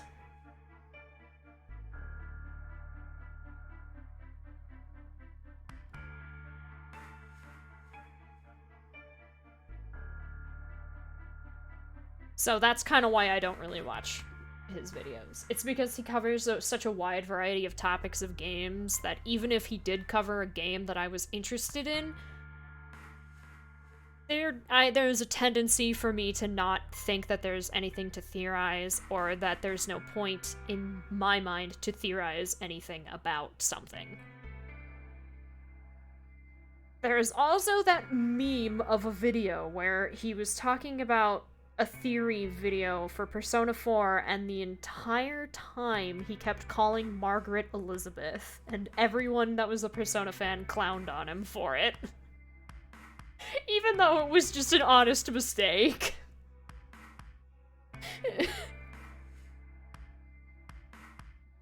That's what you're saying, right? Yes. Close enough, at least. Come on, that's just crazy. Well, if you want to prove that, then you'll have to test it first. At least, that was how they thought. That was why they decided to do their experiment.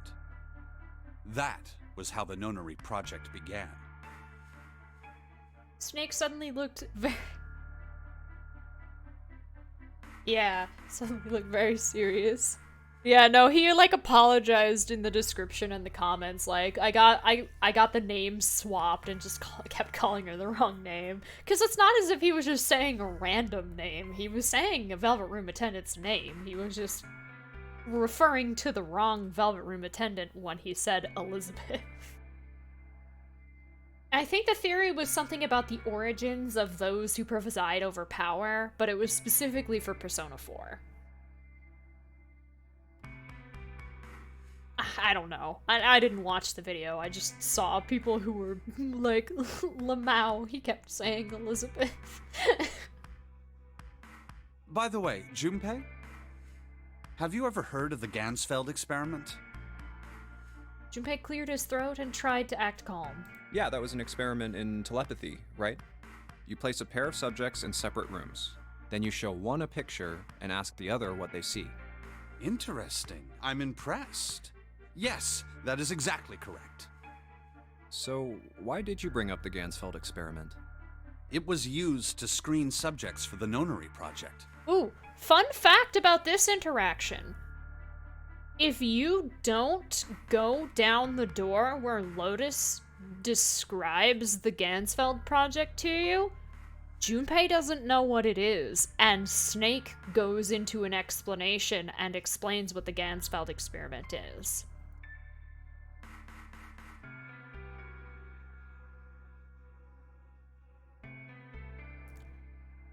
This game does a really good job of covering their bases when it comes to stuff like this, because you could, like, if you did like a story game speedrun, which why would you do that?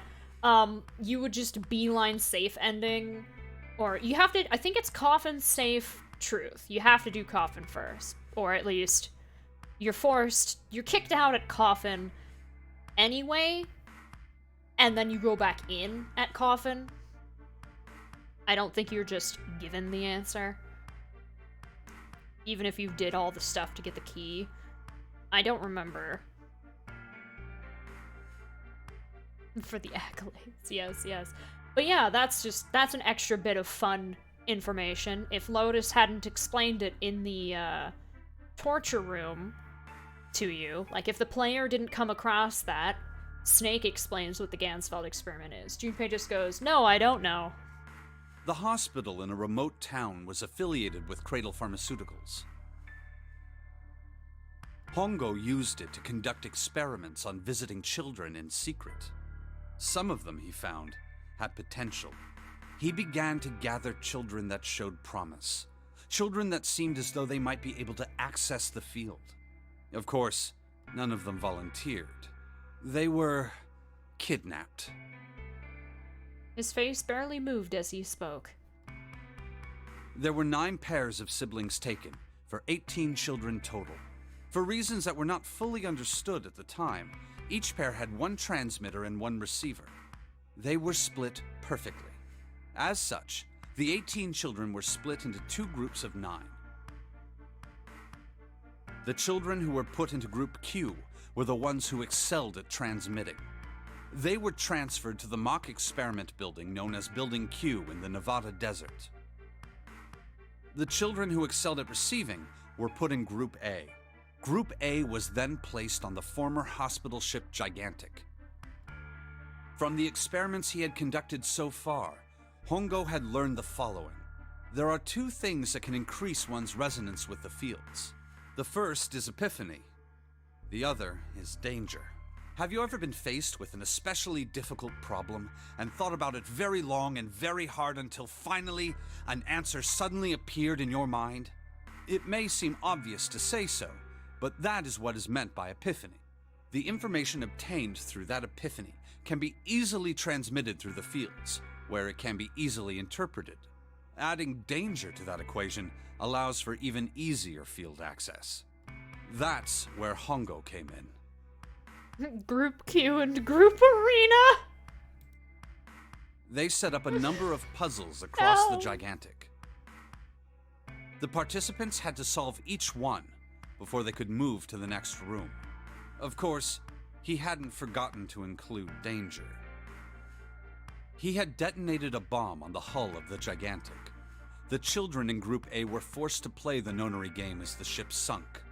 By forcing the children into a life-or-death situation, Hongo hoped to increase the likelihood of their tapping into the fields. The children from Group Q, on the other hand, were confined to the mock experiment building, Building Q. Building Q duplicated the interior and puzzles of the Gigantic exactly. Every detail was exactly the same. Hongo explained the situation to the children in Group Q. Solve the puzzles you find throughout the rooms. When you have the answers, transmit that information to the children in Group A. If you succeed, all my groups they at will be once. able to solve the puzzles and escape. But if you fail, then the Gigantic will sink, and your brothers and sisters will drown. Yeah, he is the one who... Hongo is the one who spearheaded the Nonary project, the experiment 9 years ago. Those were his orders. Do you know why the astronauts of Apollo 13 were able to return to Earth safely?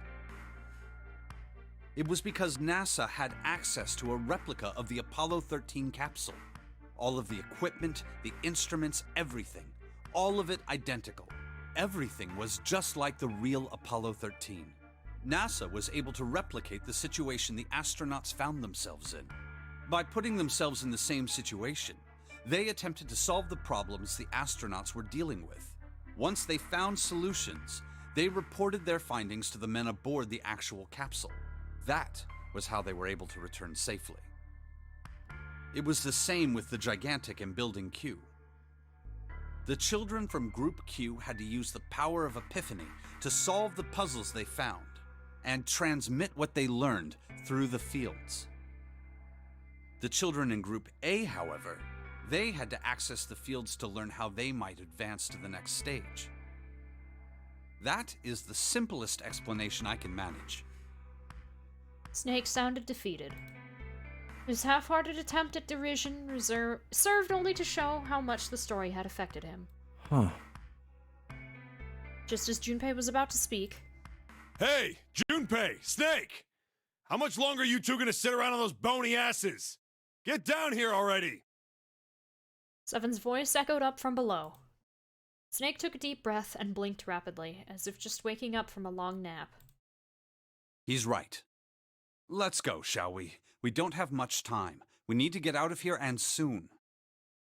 Snake headed for the stairs, but Junpei put out an arm to stop him. Hold it. There's one more thing I want to ask you. Hmm? Are you sure that there were 18 kids? Why? Well, I thought it was only 16. Oh, yes. That was what they said on the news, wasn't it? Yes, I have no doubt that 18 children were abducted and used in Hongo's experiment. After all, you couldn't exactly play a nonary game with any less, could you? Well, yeah, but are you saying that the news got it wrong? Yes, I am. There were 2 more children. However, they had no relatives that I'm aware of. I imagine no one filed a police report when they went missing.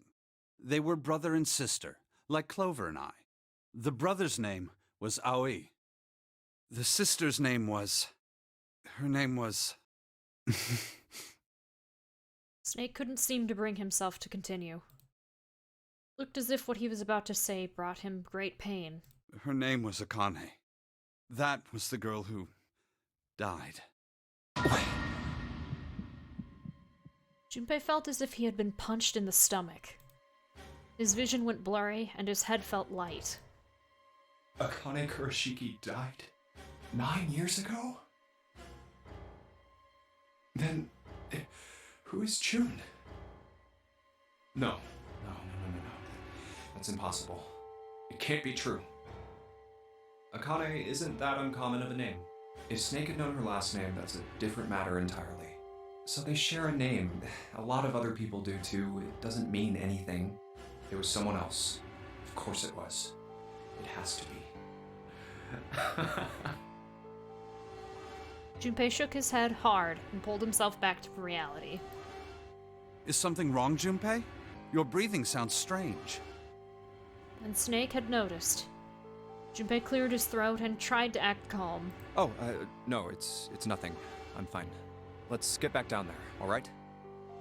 Snake raised an eyebrow but said nothing. He headed down the stairs, Junpei bringing up the rear. I couldn't do it.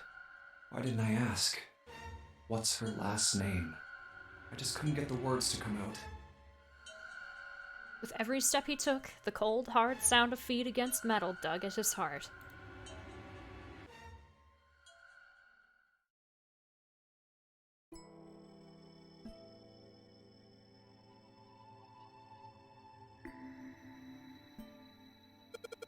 Sheldrake. This is it. This is what the shadow picture was pointing to. But didn't it say 5 at the end of the shadow picture? Yes, I think we need to find the 5th volume. Well, would you look at that? There's a big red button behind this book. I guess we should press this button.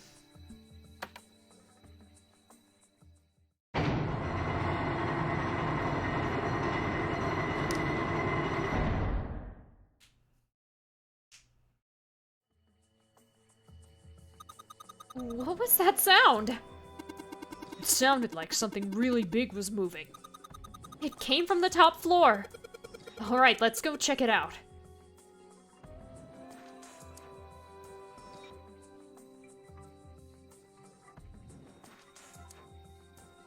Alright, this handle's gotta open the door for me.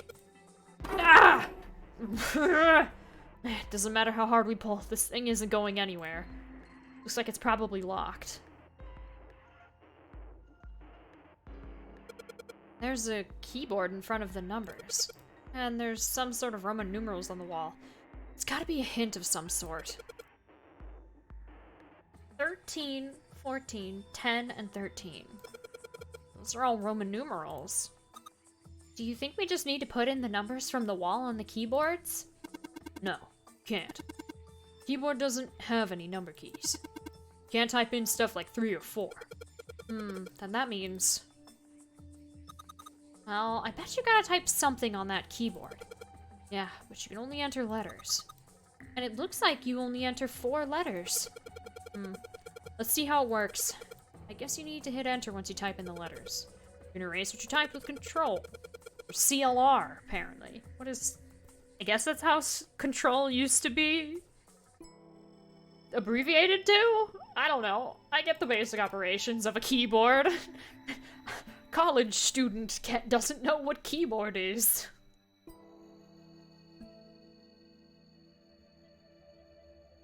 Nine.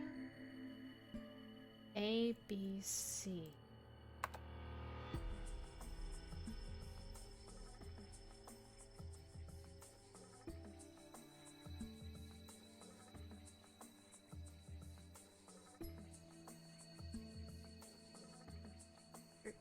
Oh, D, not that.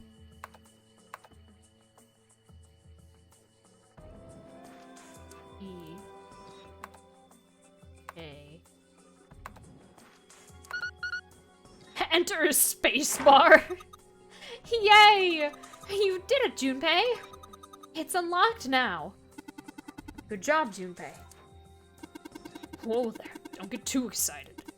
The password was dead, remember? Just makes me think whatever's waiting for us isn't good. So what? Jeez, you're such an old lady. We can't be worrying about stuff like that. I mean, come on. We got it to unlock, didn't we? Let's go. Hurry up. All right, let's get this thing open.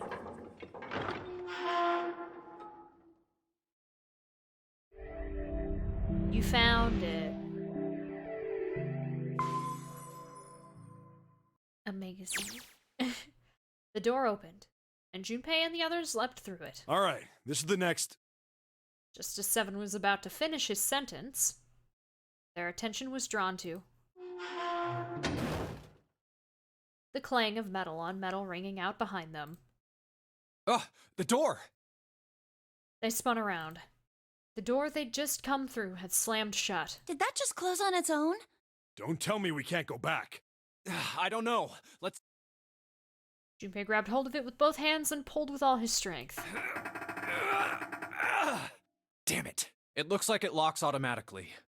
Is there any other way out? Well, there's another door over on the right. There's a card reader next to it. It's got a red light on it, though, so I'm pretty sure it's locked, too. But there is a card reader, right? Yeah. Then perhaps if we find a key card, we could open the door and leave? Well, yeah, that might work, but...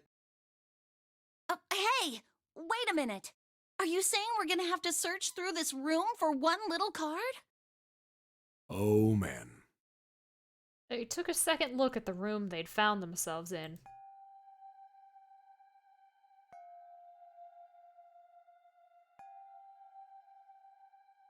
It was filled with piles upon piles of all manner of things.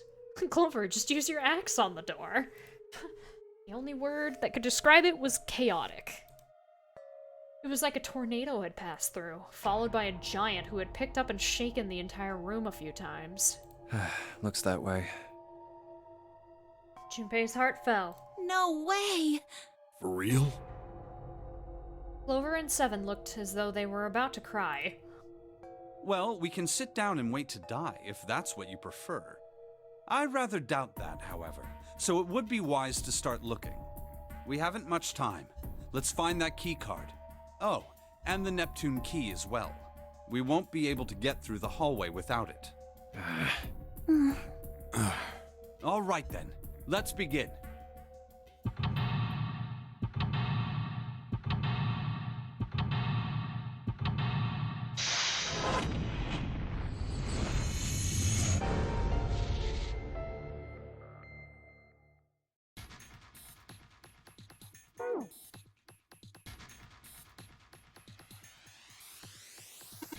I think these fans are for ventilation.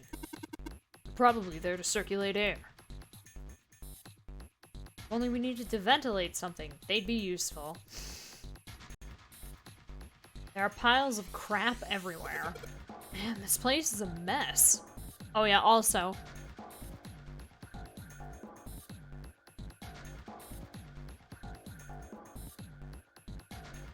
I dropped about 48.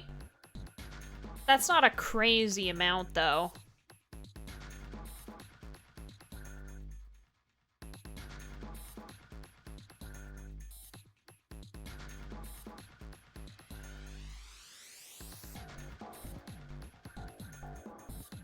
Just enjoying the game music. Don't mind me. It's so messy. I don't know where to start. Some of this crap looks familiar. I think a lot of these are parts of the puzzles we've solved in the other rooms. If that's true, then this room could be Zero's laboratory. Perhaps Zero would shut himself in this room to devise the machines and puzzles he'd need to see his plan come to fruition. I knew he was gonna say that word. It's just a pile of junk. There's nothing useful here. Look, Junpei! The rust on here looks like Elvis's face! Yeah. How exciting.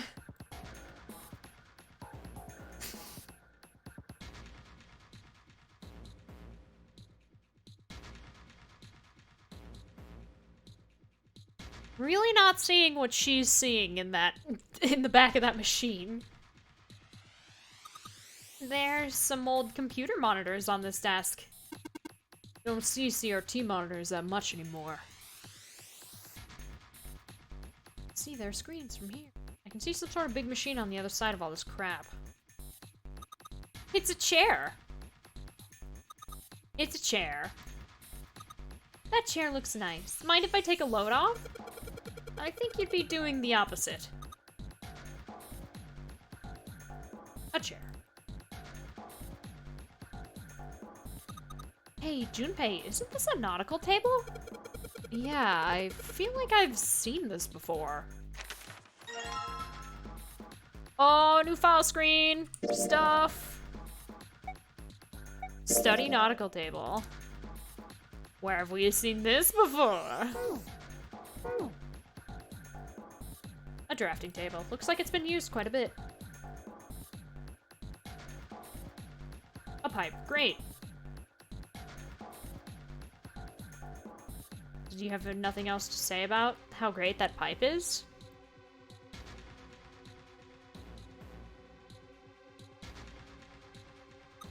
That's a pipe. There's a cabinet underneath it.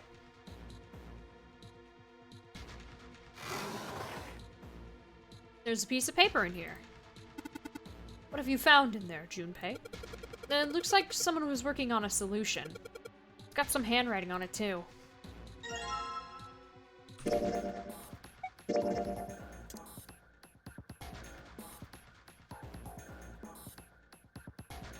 Do not calculate the areas that are colored in.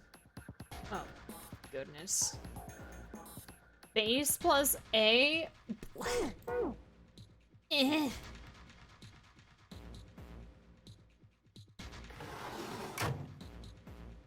These fans must be for ventilation. I can see walls on the other side of them. There are metal bars in front of the fan openings. I don't think we can get out that way. There are 4 indentations on the desk. I wonder if I'm supposed to put something into them. There are 3 monitors here. The power is on, but there's nothing on any of the screens. Mouse. Nothing happens when I mess with it, though. Looks like the mouse. Squeak, squeak! I knew that was coming. This seemed... No! Do you think perhaps this is a laboratory mouse? I accidentally skipped what he said. I think that's the worst joke I've ever heard. Too bad we didn't get to hear it because I can't scroll up when we're in puzzle rooms. A mouse. Nothing happens when I mess with it. It's so small. I wonder what it is. I got no idea. Some kind of little machine. If I turn it upside down, it looks like a robot with its eyes popped out. A small machine. I messed around with it a bit, but I couldn't get it to do anything.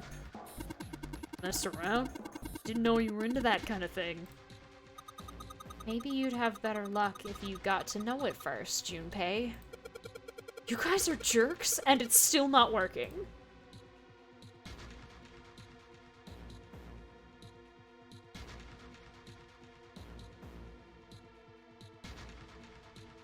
The keyboard. Let's just tap a few keys to see if we can wake this thing up. Damn, no dice. A keyboard. Nothing happens when I hit the keys. Damn, looks like this thing's locked. It's not moving. Well, it's pretty obvious how we're supposed to open it.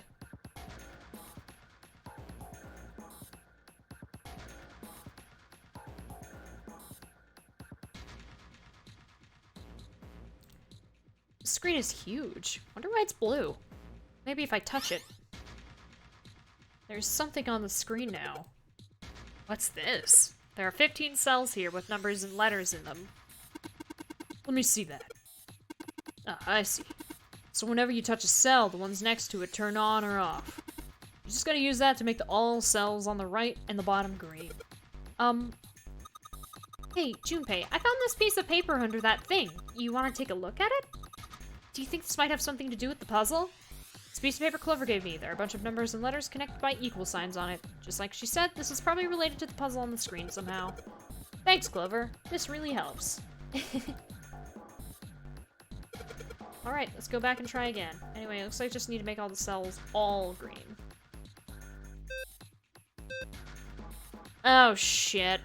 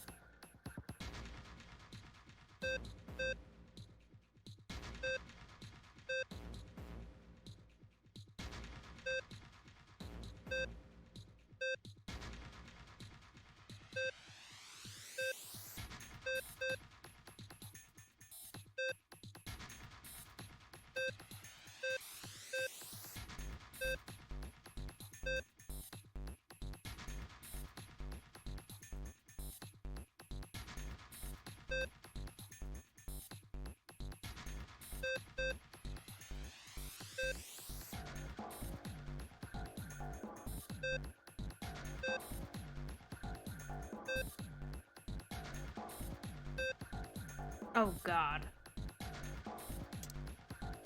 Do I have this written? I mean, I know what the solution is, but I don't remember which buttons you press.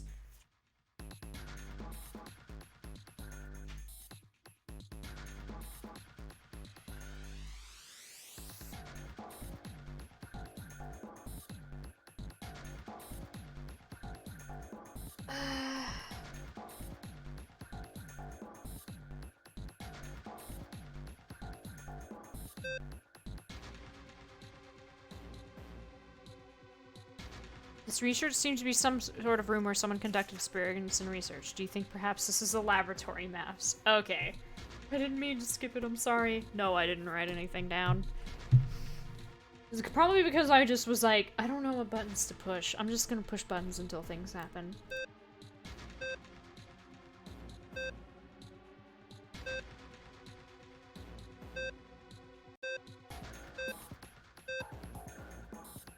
Okay, so all three of these need to be on, only these two need to be on. I think... Yeah, this one's correct. And then all needs... just 6 and F. Got it.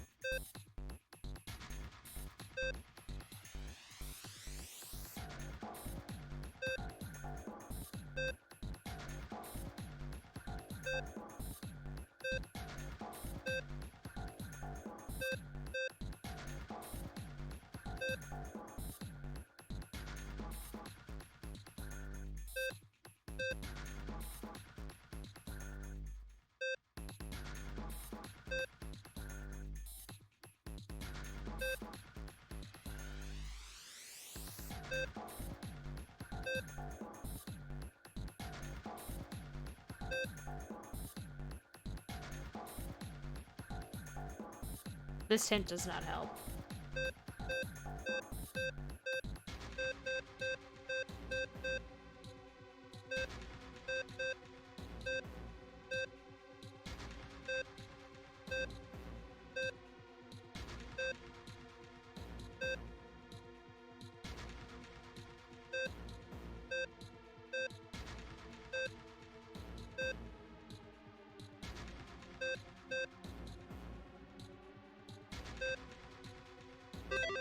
There we go! That's the solution. Press buttons until things turn green. You don't need to math it out, you just need to mash! You did it, Junpei! You're so smart! You seem to have done an excellent job and solved the puzzle. Just what I would have expected of you, Junpei. Hey, come on, you're embarrassing me. Whoa, whoa, don't get cocky, kid. We don't got time for that. Look at this. Check on the right edge of the control panel. Lid slid open and something came out. Cross emblem. Metal plate shaped like a shield. There's a cross engraved on it. Mashematics, exactly.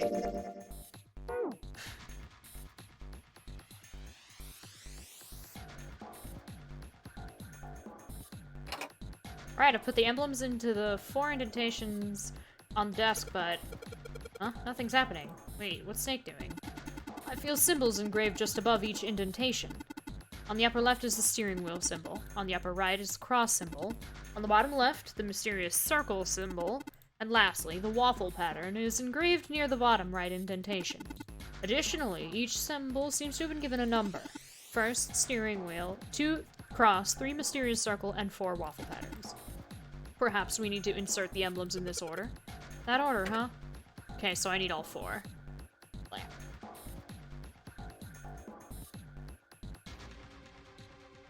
A steel cabinet with a double door.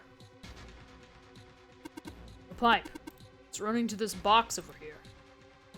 A pipe. It's running to the box over here. The metal shutter looks pretty sturdy. It's framed with black and yellow warning stripes. Got a bad feeling about this.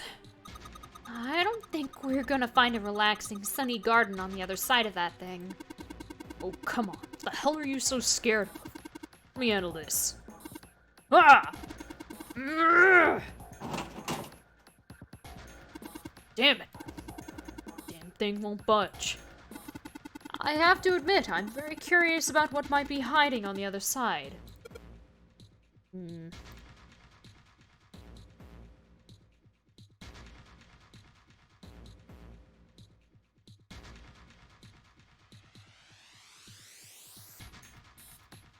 I'm trying to find the thing. But I guess it's not the correct angle. Junpei, it looks like there's a compass on there. Ah, now I get it. What do you mean? Guess you weren't there, Clover, but I solved the puzzle like this one in the wheelhouse. I think I just need to do the same thing here. The same thing? The important part is this nautical table we just found. We just have to match up the directions on the compass with the lines on the nautical table. I used the steering wheel in the wheelhouse, but this time I think I'm gonna use the wheel attached to the side here. Okay then, show me, now. Of course. Maybe I had to run through the instructions. It looks like it probably works the same way the steering wheel in the wheelhouse did. If I just touch the direction I want it to turn to, the compass will turn that direction. And I just gotta press stop when the compass is pointing where I want it to. I'm betting something will happen if I can do it right. Alright, let's do this. south.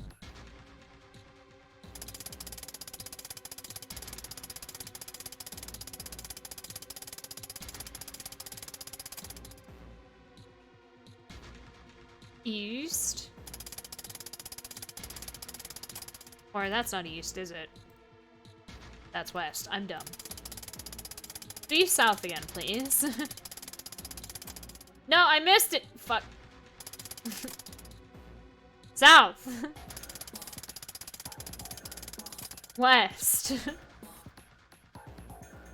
Southeast.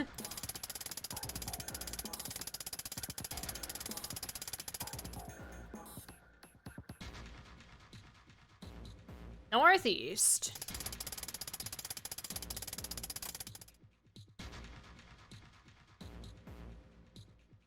East. North, east. Okay.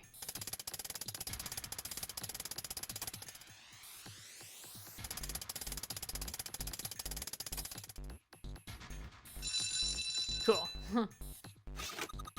Yay! You did it, Junpei! Good boy. Who's a good boy? Ah, knock it off! Hey, you don't have time for screwing around right now. Check out the right side of the monitor. It's just kind of slid open and something came out. Oh, yeah. I heard a noise too. You know that big box in the hall by the exit? I think it made a noise. Like something unlocking, you know? Noise, huh? Metal plate shaped like a shield. There's a symbol on it that looks like a steering wheel engraved on it. There are some monitors hanging down from the ceiling here. Hey, Clover, why don't you hang off those monitors? No way! Why should I have to do something like that? Oh, I get it. You're gonna try and sneak a peek inside my underwear, aren't you? That's impossible. How could I see inside them? What? You pervert! You're a dirty old man! Oh, hey! Lay off, alright? Not an old man. You should be saying you're not dirty. This monitor is part of this machine. It's really dim, though. It's got a map of the world on it, but I can barely see it.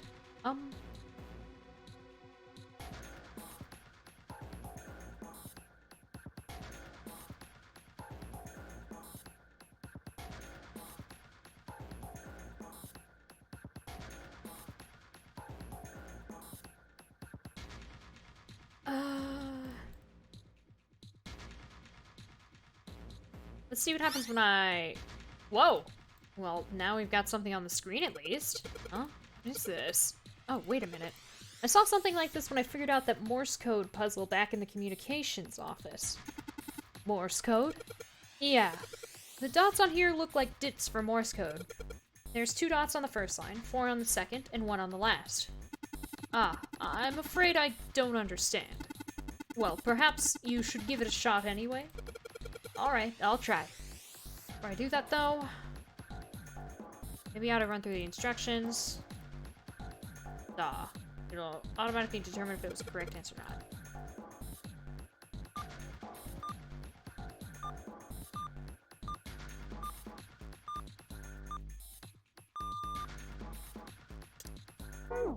I don't have enough information.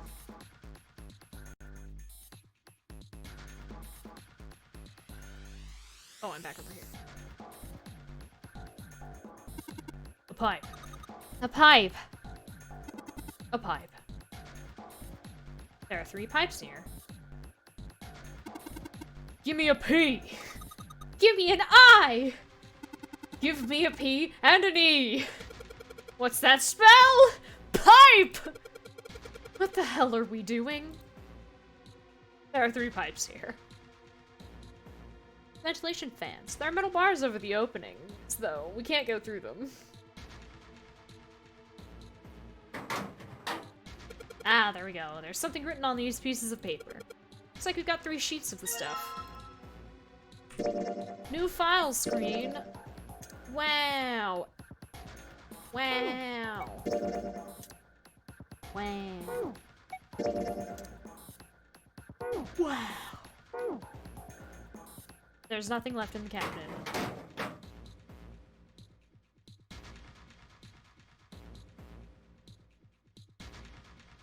The metal shutter looks pretty sturdy. It's framed with black and yellow warning stripes. Alright, let's open it. Oh, holy shit. That is pretty damn creepy. There's a coffin in there. A coffin. Coffin. Oh man, does Seven think? Yeah, he's all pale. He's thinking the same thing I am. No way. This be... I'm sorry, but what's going on? It's a coffin. I wonder if there's a vampire in it. Right, I guess Clover and Snake don't know the story. Man, I can't bring myself to tell them. Well, at any rate, let's have a look around. There's a metal plaque on the coffin. Snake's touching it. All ice. Ah, the two machines. Holy shit. Man, this is serious. Ah, well, let's open it, shall we? Vampires and Sunlight mix like Z and ADV mode. Yeah, I hate ADV mode. Oh, let's open it, shall we? Clover, if you could give me a hand. Okay, I got it. Ready? 3, 2, 1. Ah! Ugh. No luck. It doesn't seem to be ready to open. Yeah, but it's not like it's screwed shut or something. Yes, I believe it's locked in some other way. Hey, Seven, you think you could open it up with your superhuman strength? No, What's wrong? I think I'll just pass on this, okay? What the heck? Very well. We'll just have to give up on the coffin for now. Let's look around the room a little more, shall we? Alice sleeps in a small chamber past the forest of knowledge beneath the navel of the gigantic. Is that actually true?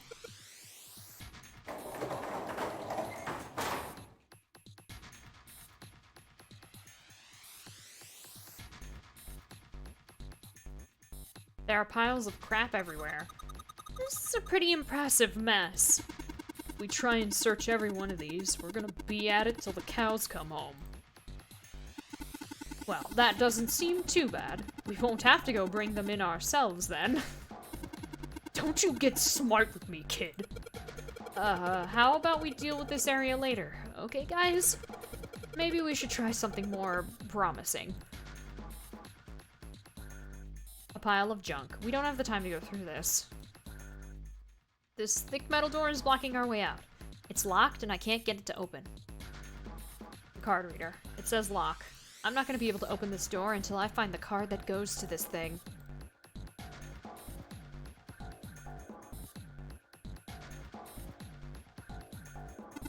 Have you figured out what you're supposed to enter here, Junpei? It looks like the word that's supposed to go here has 3 letters. It's got 3 lines, and I think each line is 1 letter. I see. Well, if that's the case, then perhaps the letters you need are made up of 2 symbols, 4 symbol, and 1 symbol, respectively. After all, isn't that what you just said? One line has 2 spaces, the next 4, and the last only a single space. I see. So in other words, I gotta enter the dots or the dashes. In a set of 2, then a set of 4, and then just 1.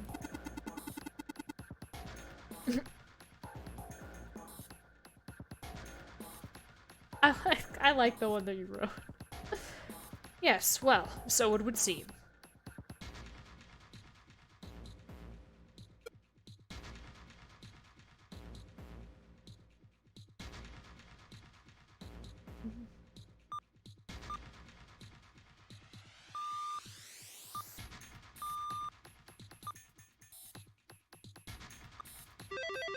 I like how there's 3 pages of it, but you only need the A page. I see. It seems you have solved the puzzle, Junpei. Excellent work. It's spelled ice, by the way. The answer was ice. How did you know? All I had to do was listen to the sounds the machine made. After that, it was a trivial matter to decode them. Ah, yes. I believe I heard a noise from somewhere on the right of the device after you solved the puzzle. Mixing like Z and ADV mode could be a new idiom. Yes. I found a magnet at the store today.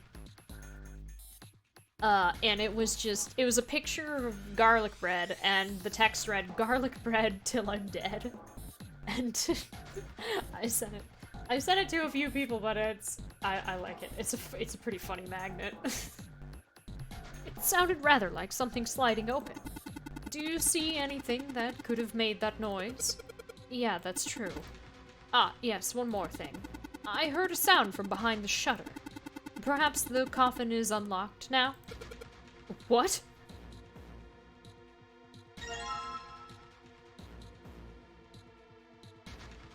Do you... do you know the meaning behind that message? I mean, garlic bread is good, but... metal plate shaped like a shield. It has some sort of weird pattern engraved on it. I don't know how to describe it. Considering where I found it, it's probably a code. Bum, bum.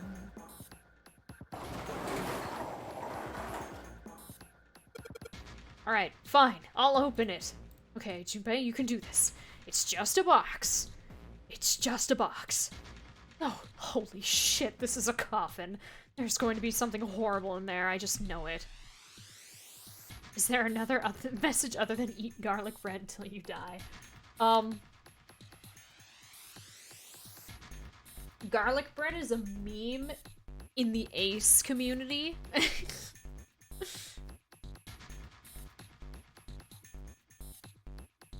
So it's an Ace meme. As in asexual, not Ace as in the character in this game. It means until you turn into a vampire. No.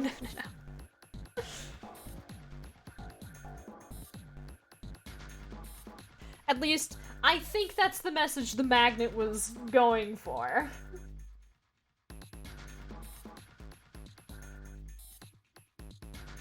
Okay, deep breaths. Here we go.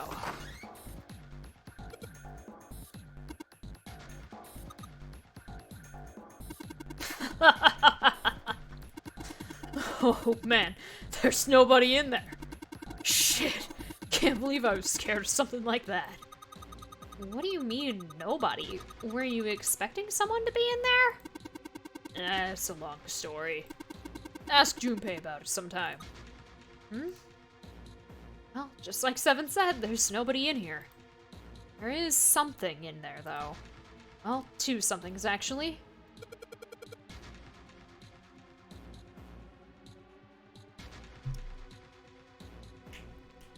If you look up stuff under r/ace memes, you'll probably find something pretty quickly pertaining to garlic bread. It's like... I have to make sure I'm spelling it right and pronouncing it right. I'm gonna look it up real quick. It's like how,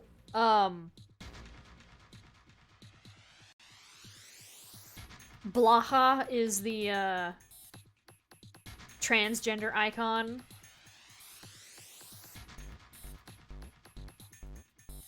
I believe it's the one with underscore, but it might be the one without it.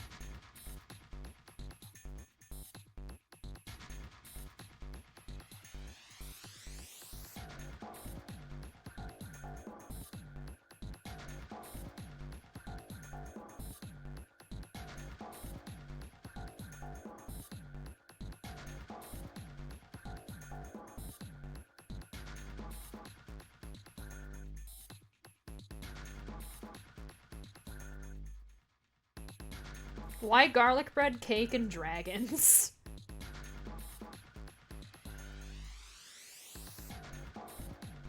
I love that all three are Ace staples because I love both cake and garlic bread, and what crazy person doesn't like dragons?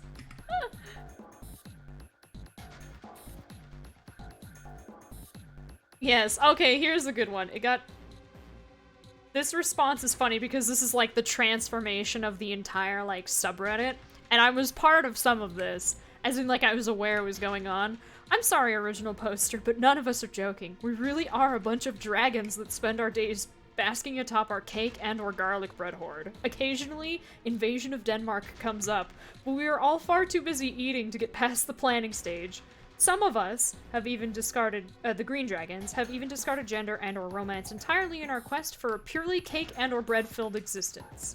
Some of us, the Grey Dragons, sometimes partake in other things. Some of us, Purple Striped Dragons, are only disturbed from our garlicky slumber if someone truly special comes along.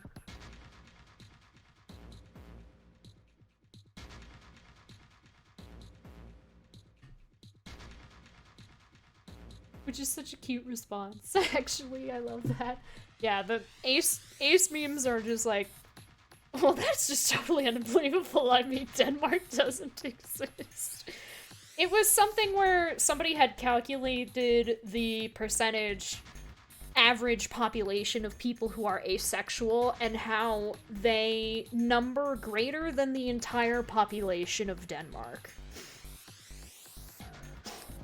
So there was a joke meme going around that we were going to invade and take over Denmark.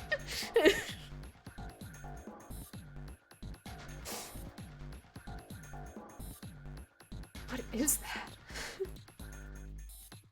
There are two things on the bottom of the coffin. Looks like we've got a plate with an emblem on it, and the Neptune key! Yes, we finally found it! That's better than the frying pan jokes. Now we can get through the hallway. That's correct, Clover. But we do need to get out of this room first, you know. Yeah, I know. Okay, well, let's get the hell out of here as quickly as possible. It's funny because your family came from Denmark to the States. I don't have any objections to that. I don't think we'll use the Neptune key in this room. It's really important though, so I'll keep it in my pocket for now. Ah, pansexual. Ah. As far as this other thing goes... Coffin emblem. Metal plate shaped like a shield. There's a sort of crosshatch pattern on it, like a waffle. The waffle pattern looks just like the lid of the coffin. I mean, if that's the memes that the pansexuals have, then it makes sense. But you want garlic bread. You don't have to be ace to like garlic bread. It's just memery. Oh, right. Steering wheel, cross, circle, waffle.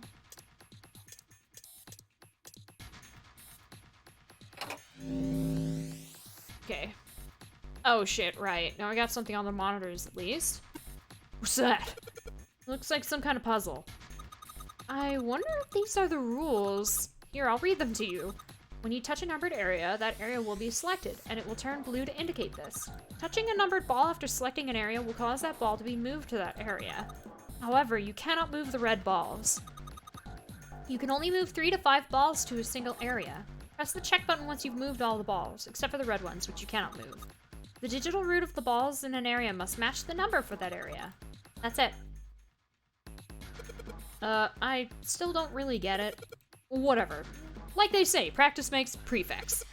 Let's give it a shot. Don't you mean practice makes perfect? Hey, let's see you solve the next one. Then you can make fun of me. Did I write the solution for this? I don't like math.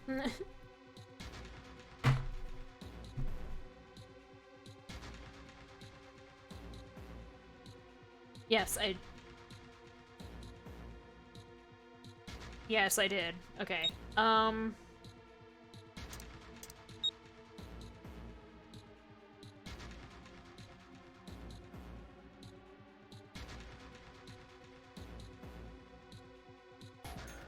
Wait, did I? No, not really.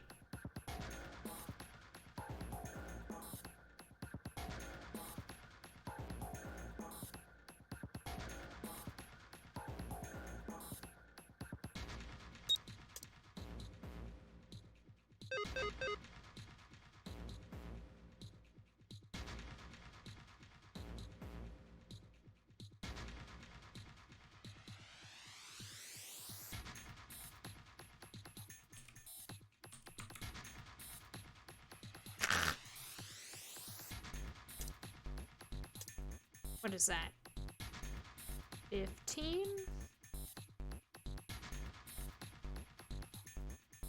No. Yes. So that would be 6.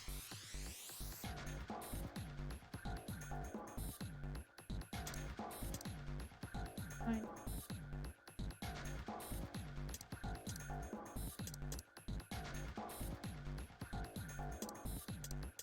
Oh, wait. 9. 9. Oh.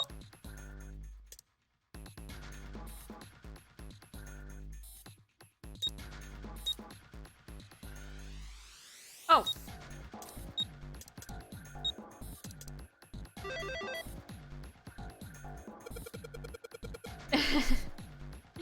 Okay, this is it, right?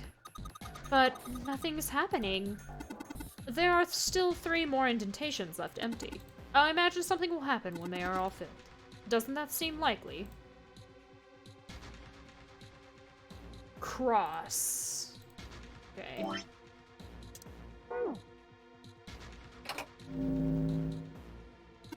Hey, Junpei, something just showed up on the screen. And this puzzle sure looks a lot like the last one. Yeah, but there's more of those red balls you can't move. The numbers for each area are different too.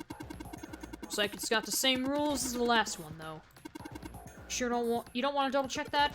No, I'll be fine. If I get confused, I can just look at the screen over there, right? Anyway, like they say, a picture is worth 1,000 words. Let's give it a shot.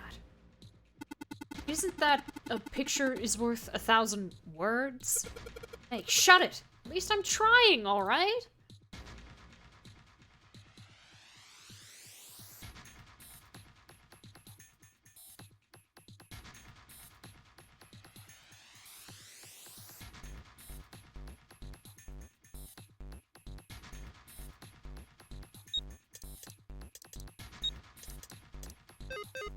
Oh, nope.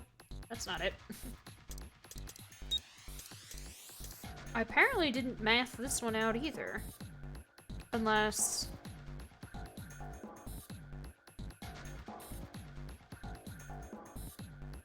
maybe I do another thing with making these both 9.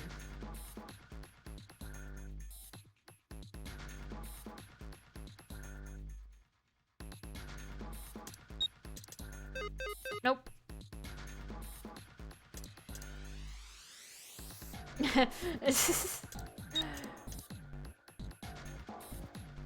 Hmm.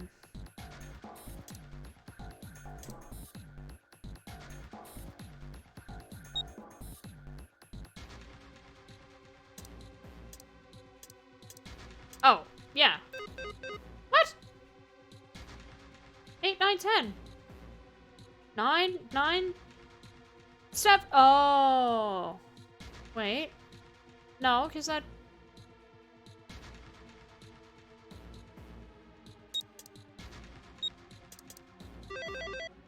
aha! Okay. It's awesome, Junpei. There's only 2 left now. You can do it.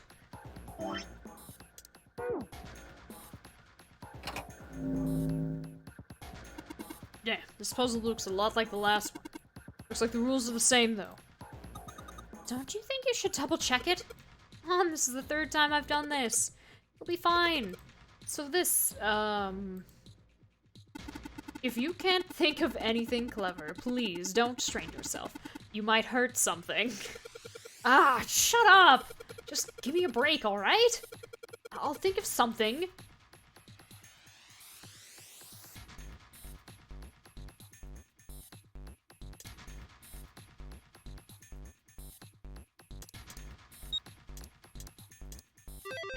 That one was easy. I see why that one wasn't written down anywhere. Excellent work, Junpei. You've only got 1 left. I can see the light at the end of the tunnel.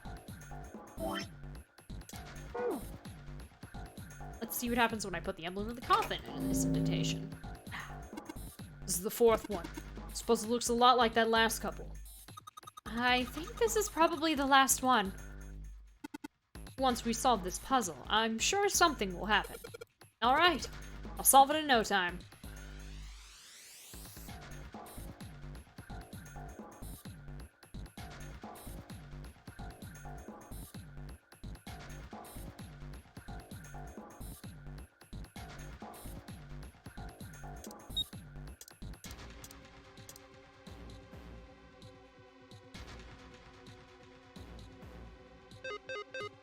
Oh, right.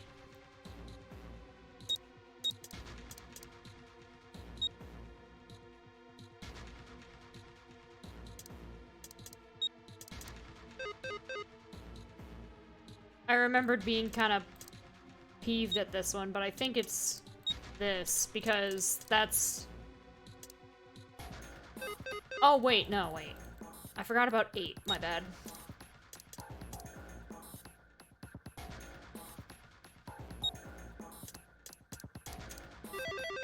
Yeah, there we go. It was in the wrong one. Huh, where did that noise come from? Underneath the keyboard? Way to go, Junpei! You answered all the questions! Damn, Junpei, good job! Hey, did you hear something just now? Yes, I heard that as well. From the bottom left corner of the desk, I believe. A picture. In the drawer was a single picture. He picked it up. It was a photograph of 4 men. What the? Involuntarily, Junpei's eyebrows shot up. He'd seen 3 of them before. What the hell is this? This man with a mustache on the right. He's the same guy we found murdered in the captain's quarters. He had the zero bracelet on his left arm. And this second man, with the glasses and a doctor's coat. He's the 9th man, the one with bracelet number 9. He's spilling wine. He died after he went into door 5. But this guy? This is the one in true. the striped He's got the suit. glass angled in a way where it's probably just running down the inside of his sleeve.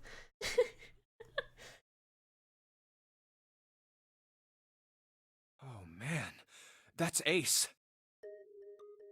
Yeah, I guess it is. No doubt about it. 7 and Clover had come to peer over Junpei's shoulders. But what does it mean? What is Ace doing in this picture? Not only Ace, the 9th man and Cap too. As Junpei looked closer, he noticed the expression on each man's face. Their smiles suggested that they were close, at least to some degree. The ace up his sleeve was really wine the whole time. It's like pocket sand. He just throws his arm out and it just sprays wine in the face of his enemies. Ah! I can't see! And they look happy, like they knew each other well. Why? How? How in the world are these 4 men connected?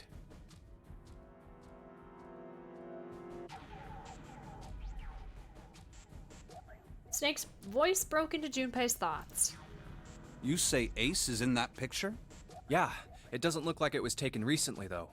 Ace, the 9th man, and Cap all look about 10 years younger. Okay. What? I was informed that dinner is ready. It's a cheap trick, but it would get you out of most problems. Ah, so the 9th man and the man you found murdered in the captain's quarters are also in the picture? Yeah. Is there anyone else? Or are there only 3 people in the picture? I'm afraid I can't see it. Oh yeah, we should probably take a break, but we're like in the middle of a conversation. Are you guys okay with that?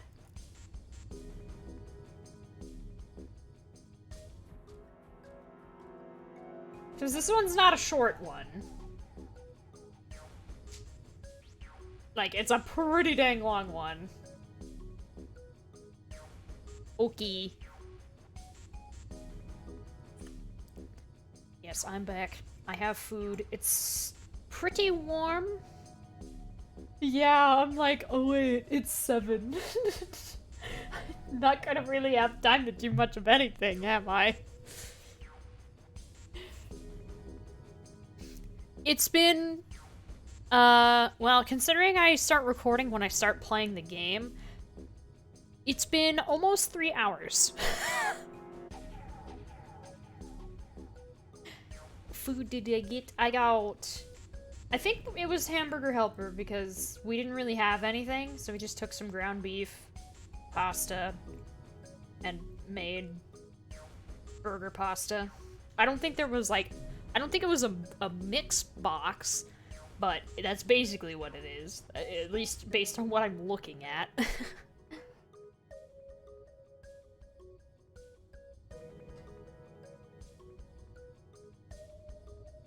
No, there's one more guy. He's got kinda long hair, he looks smart but a little cold. He's the only one I don't recognize. Snake knit his eyebrows. What's the date of the photograph? It doesn't have one. Did you look on the back? The back? Yes, the reverse. The other side. Junpei flipped the picture over. Huh. There it was.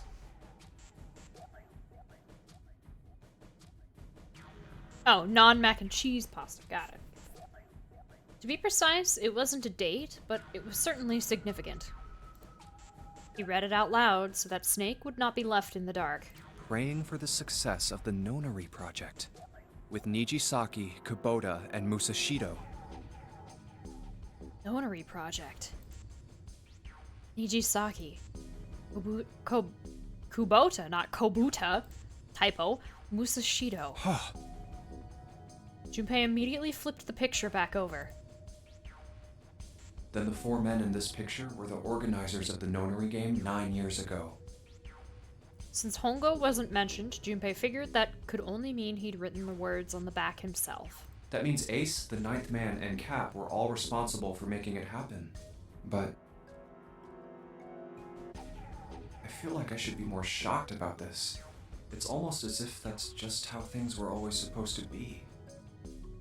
That their true identities did not come as a surprise was what Junpei found most surprising. Why? Why am I not surprised? Ace was the one in charge of the Nonary project. But then why? Why am I so calm? It's like I already knew. Ah, of course. I understand now. Junpei looked over at Snake. In his own confusion, he had missed the dark look on the other man's face. Ace was the CEO of Cradle Pharmaceuticals. He was the one who invented the game 9 years ago. He was Gentaro Hongo. Ace is Hongo? Even as he asked, Junpei felt as though he'd already known. Almost as if someone had whispered into his head that, yes, of course Ace was Hongo. I had my suspicions from the beginning. Their voices were similar. Too similar to be a coincidence. I could never forget his voice. It was the voice of the devil. I couldn't be sure, though. After all, I had no way to check. I certainly couldn't ask him. Even if I had known, however, I would never have told you. Zero made it quite clear what would have happened if I did. Oh my gosh, I had no idea. Huh? I didn't know that Ace was Hongo. Oh, yes. I suppose you wouldn't have. 9 years ago, you were in Building Q in Nevada, but Hongo was in the Gigantic with us. I know. That's why I didn't know what Hongo looked like. But why? Why didn't you tell me? I mean, I'm your sister, right? You could have told me. I'm sorry. I apologize for keeping this from you. But if I'd told you, Clover, you would have told everyone else. And if you did, then I would have been forced to tell them about what happened 9 years ago. I had to prevent that. Clover and Snake's conversation wasn't of particular interest to Junpei. He still couldn't make sense out of his strange feelings of knowledge. He was trying to organize his thoughts when he heard Seven's voice. Hey, Junpei. You think I could borrow that picture for a sec? Sure. He had no reason to say no, so Junpei handed the picture over. Seven stared at the picture and began to mutter the 4 names of the project's leaders over and over to himself. Hongo, Kubota, Nijisaki, Musashido. His brow was furrowed and his face was flushed. Hongo, Kubota, Nijisaki, Musashido. He chanted their names to himself, pacing back and forth across the floor. Hongo, Kubota, Nijisaki, Musashido. Seven shouldn't have known their names. After all, he hadn't been there when Junpei and Snake had spoken of them in the library. But as Junpei watched him pace, it was clear that he did know them. Hey, Seven, do you... Shut it! Just be quiet. His eyes were red, and Junpei could see sweat beginning to bead on his forehead. I'm this close to remembering. This close. He was sweating heavily now, but his lips were dry. Hongo, Kubota, Nijisaki, Musashiro. Cradle Pharmaceuticals. Nonary Project. Then he stopped. Seven set down the picture and looked at the red light near his feet. His eyes narrowed. Then suddenly his eyes went wide, and he shot up straight. Shit. What? What's wrong? Holy shit, this is nuts. What's nuts? I remember Remember what? everything. Everything? Yeah, I remember all of it. My memory's back. I remember what happened before I got snatched. Seven's voice was filled with excitement. What? Shock and excitement had frozen Junpei in place, along with Snake and Clover. Let me tell you what happened. Seven hastily drew a shaking hand across his mouth and began to speak. Like Snake said, Ace is Hongo. From the right, the other three are Musashido, Nijisaki, and Kubota. Musashido was the man with the cash. Nijisaki was Hongo's right-hand man, and Kubota developed the actual technical details of the experiments. Realization began to dawn on Junpei, along with a pressing question. How do you know all this?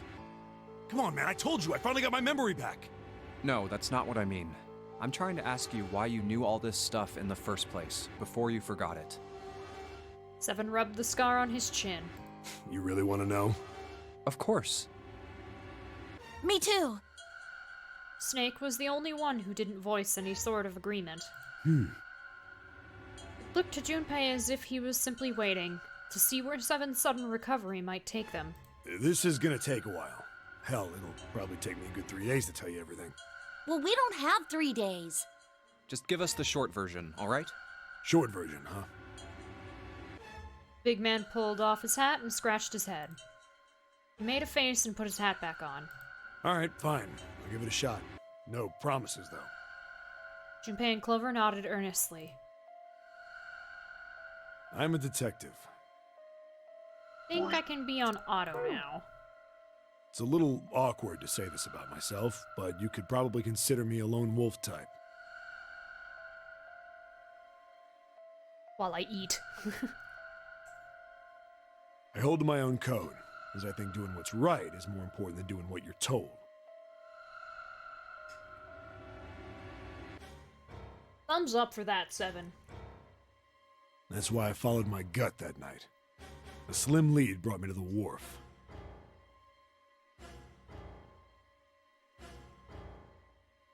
It was 9 years ago.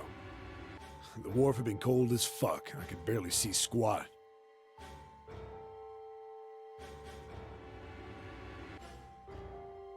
I was investigating a mess of kidnappings, all of them children. It all had one thing in common: a history of visits to one particular hospital.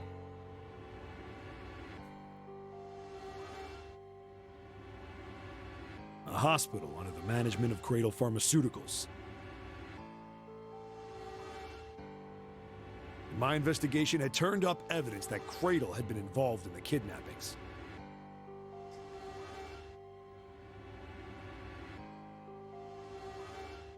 After a little sweet talking, I managed to finally get a real lead from someone inside Cradle.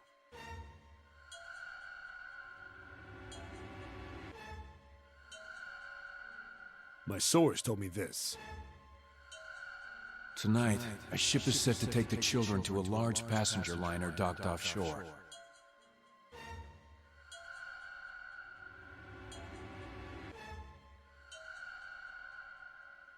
So I headed to the wharf. From the shadows, I searched the harbor until I found the ship he was talking about.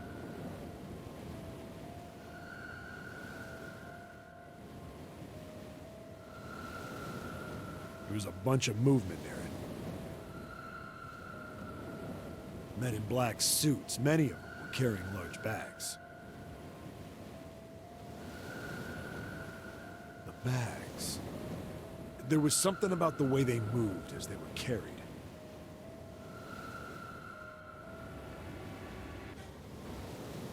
No doubt about it. There were human beings in those bags.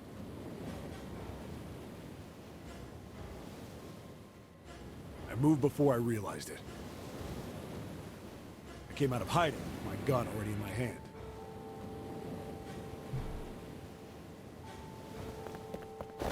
Don't move. Okay, I felt metal touch the back of my some head. of this is the same as what we heard before the sub ending, so I might skim it a little. Drop the gun. I just needed time to eat. I could kill you right now. It'd be easy to get away with it, too. Just tie an anchor to your feet, and no one would find you for a week. That what you want?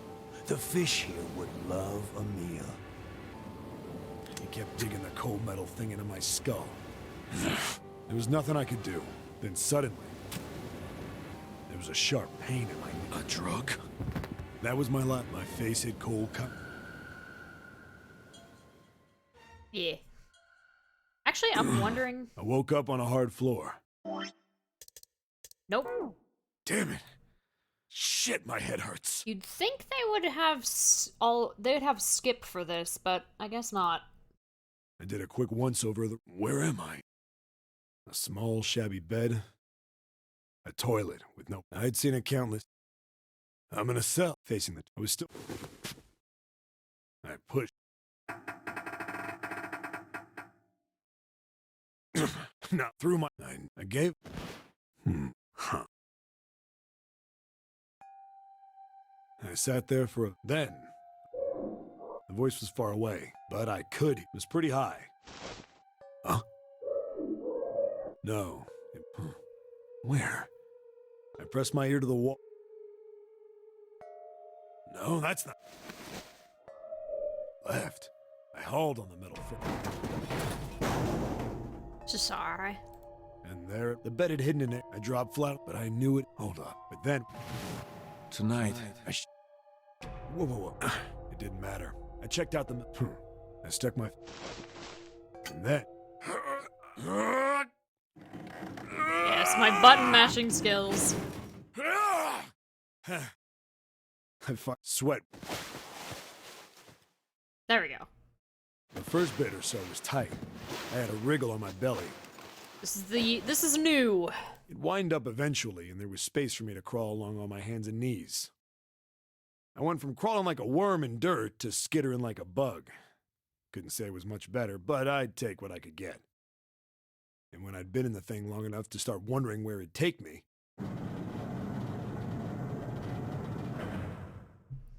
a massive sound nearly scared the piss out of me. It was like a heavy metal door had just been slammed shut. Then there was a voice.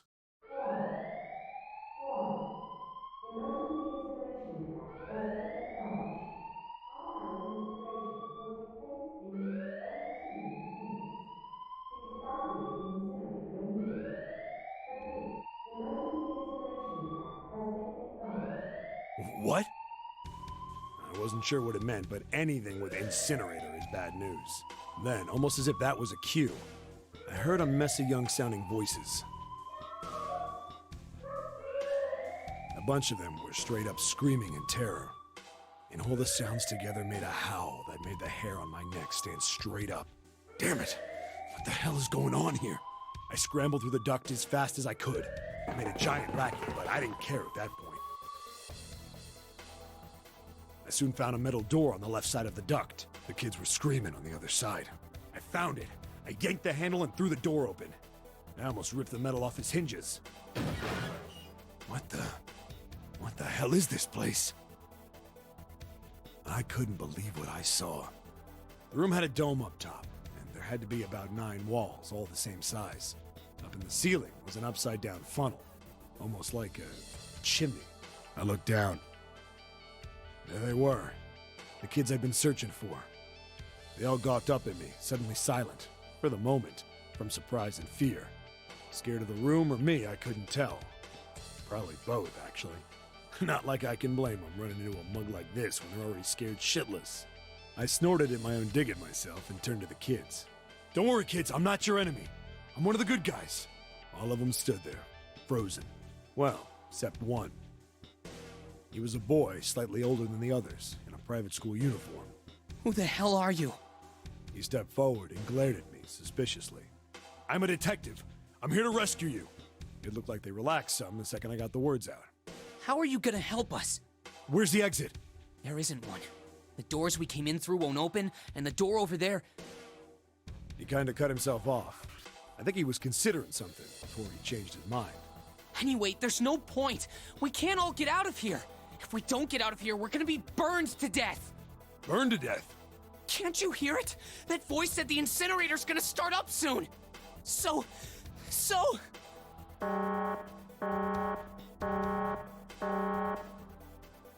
The voice spoke again. Incineration will begin in 15 minutes. They only had 15 minutes. I looked back down at the kids. Looks like a good 20 or 30 feet to the floor. No way I could pull them up. Too big of a distance for any of us to reach.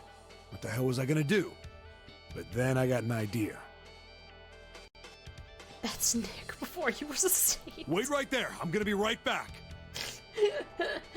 I wasn't gonna say anything, but you know, it's not as if it's like hidden. What? Where is he going? Are you just gonna leave us here? They just got frightened again. I'm not the best at that kind of thing, but I tried to reassure them with a smile. Don't worry, all right? I'll be back, I promise. So just stay calm and wait right there. Got it? I didn't wait to hear them respond. There wasn't time. I had to hurry. Well, as fast as a guy could on his hands and knees. Didn't take me long to get back to my cell. Still no way out of there, but I had a plan. I needed something from the room. When I got it, I dove back into the hole and took off towards the incinerator.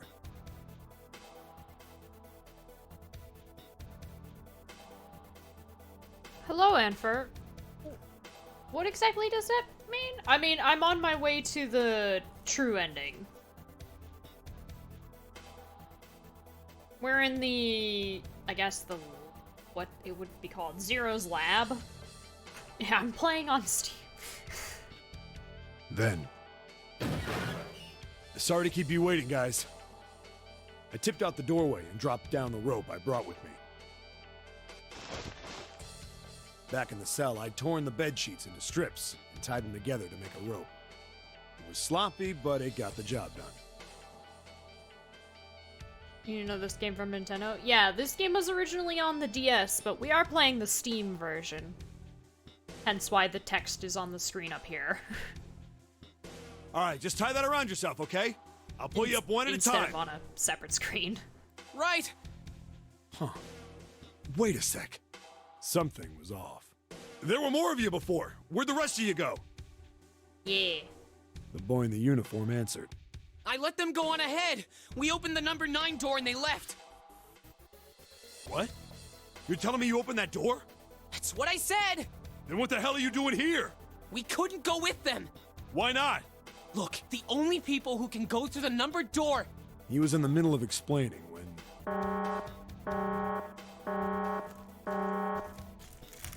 Incineration will begin in... I have a big thing of chocolate that I'm gonna start tearing into now. 5 minutes.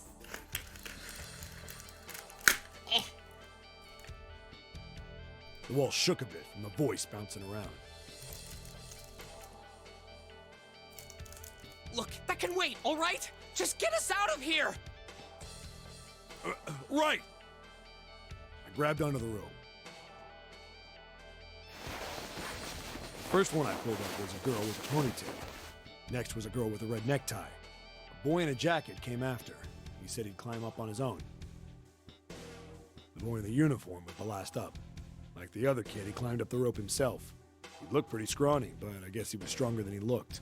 He moved fast, but when he was almost to me, we heard some knocking. Everyone looked at the door. It had a thick, square window set into it. On the other side, An angry face was staring in. God damn it! What's going on here? Why is the room empty? Where the hell are those fucking kids?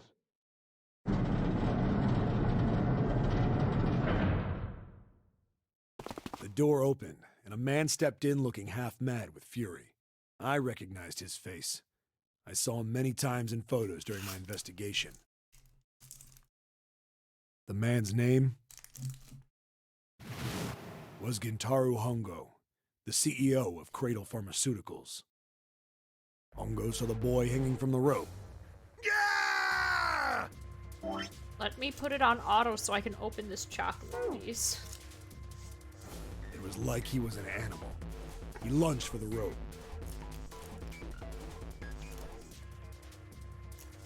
Hurry! I know! The boy in the uniform booked it up the rope. You son of a bitch! Get back here, you little shit! No. 15 feet. 10. The second I could reach the kid, I grabbed him. I hauled him up and tossed him into the duct behind me. No! No! Hongo had lost it. His face didn't even look human. It was like the bastard pulled off his fake face. He was really a terrifying devil or some kind of damn monster.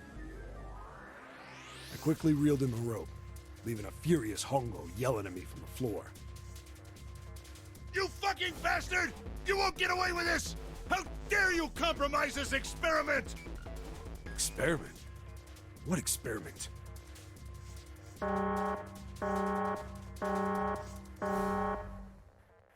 Incineration will begin in 1 minute. Hey, old man! What the hell are you doing? Hurry up! The boy in the uniform was trying to get my attention. I may have thrown a salute in the raging asshole's face before I closed the door behind me. No point to going back to the cell, so we went down the other direction instead. After about 30 feet, we came across another duct on the left. This one was heading down. Everybody nodded and took turns sliding down it. The duct emptied us out into a narrow hallway. There was a door on either side. The one on the left was a normal double door. But the one on the right was familiar. It had black and yellow stripes, and a device next to it on the wall. A plate on it read, Incinerator. Incinerator? Yeah, that's where we were. It was the girl with the red tie who answered me. We were inside an incinerator? Yeah, Hongo might still be there. It looks like it's been shut off, though. Wait, what? If he's still in there... Yeah, that's not good. That meant we better. We gotta get out of here. Go to the other door, hurry! The kids started running, and I was close on their heels. On the other side of the door was a large spiral staircase. Run! Didn't need to tell them twice. We went up and up and up. Our feet pounded the steps, our arms pumping fast. We went round and round and round. The devil was on our tail. The stairway kept going. We passed a couple of landings when the boy in the uniform suddenly spoke. Something's up. Akane's not catching up to us. Akane? My kid's sister. The girl with the red necktie. Akane. Akane. That's strange. I didn't remember seeing that name on the list of missing kids. Hey! Akane! He kept his hands around his mouth and yelled. Nobody answered him. I forgot that. Maybe we outran her. The boy in the uniform skidded to a stop. I stopped too, and so did the other two kids. When did we do that? Well, we passed a couple big rooms on the way here. Maybe she took a rest in one of them? No, that's impossible. Sorry, Grandpa. You keep going. I gotta go look for her downstairs. He turned to go. Hey, kid, wait! God damn it, I said wait! I don't think the kid even heard me. Fuck! I spun around to the boy in the jacket and the girl with the ponytail. I'm going after him. You two keep going, all right? You got it? The girl nodded and ran up the stairs. But the boy... I'm going with you. I didn't have time to argue. I just nodded and took off down the stairs. I could hear him following me. We ran all the way to the bottom floor, calling for her. Akane was nowhere to be found. God damn it, where the hell did she go? I could tell the kid was frustrated. And then suddenly... Help me! Somebody help me! We heard a girl's voice. Akane! The boy in the uniform threw open the door and leapt into the hallway by the incinerator. We rushed in after him. I couldn't for the life of me believe what we were seeing. That bastard Hongo had Akane by the arm and was forcing her into the incinerator. Come on, goddammit, move! No, I don't want to! Let me go, please! Let go of me! She planted her feet squarely on the floor and was struggling to get away. But Hongo was bigger and stronger. She wasn't gonna win. Akane! My brother roared with anger and charged toward Hongo. Help me! Ah! You're too late, idiot! Hongo lifted Akane bodily into the air and threw her, still fighting him, into the incinerator. Ah!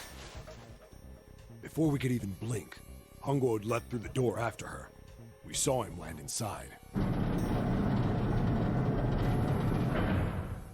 And then, the door slammed shut. We ran to the door. We did everything we could think of to get the thing open. But... Ah! Fuck! It's no use! The goddamn thing won't move an inch!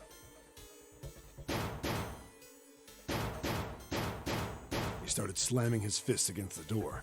He was close to shattering his knuckles with how hard he pounded on it. Akane! Akane! Are you okay? You came back! Her voice was muffled, but all of us could hear the sheer terror in it. What should I do? I think I'm trapped in here! Where's Hongo? He went out the other door! What? Warning. Warning. Emergency incineration command has been acknowledged. Automatic incineration will take place in 18 minutes. Please evacuate the incinerator immediately. Repeat. Emergency incineration command has been acknowledged. Are you fucking kidding me? It's the same damn thing! Are you there? Yeah, we're here. Just hang on, alright? We're gonna figure out a way to save you. His words would have seemed like a sick joke to her if she'd been able to see how white and bloodless his face was right then.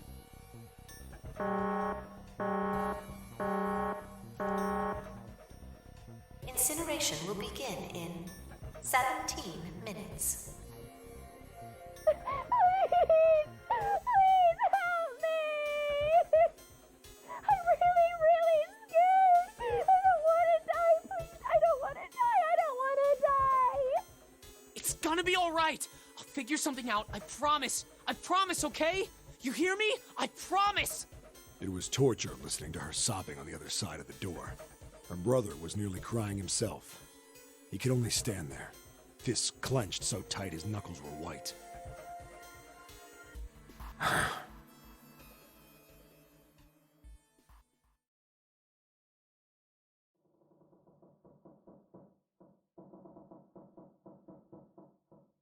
It was silent. All they could hear was the creaking of the boat as it shifted in the water.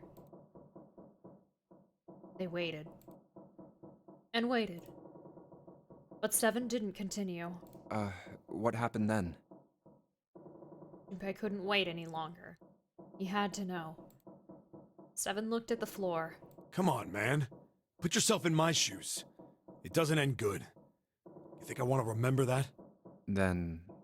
Yeah. Shit.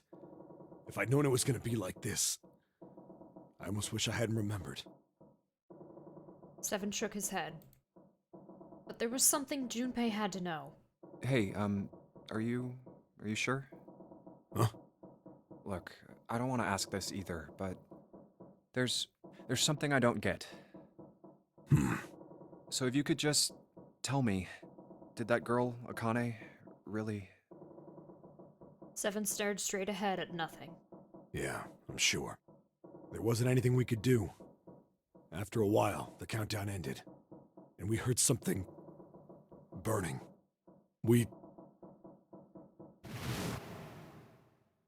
The fire stopped, but we still didn't move. Me and the jacket kid were frozen. The boy in the uniform collapsed as if he couldn't hold himself up anymore. A few minutes passed. The door opened.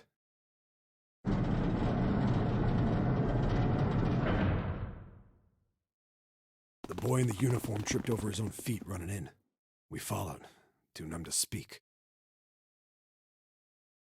The air in the incinerator was hot. Every breath made my lungs feel like they were on fire. It was like standing on hot asphalt.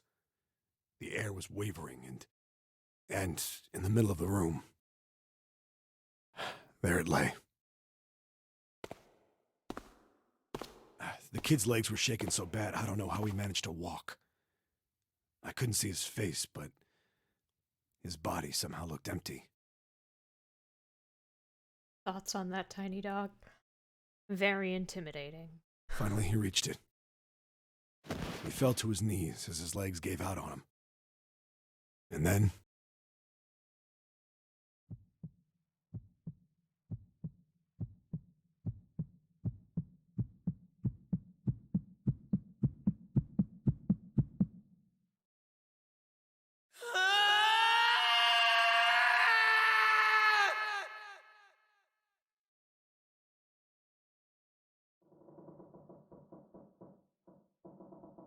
Junpei felt a cold lump form in the pit of his stomach.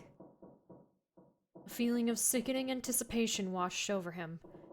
He could feel his body shivering. Well,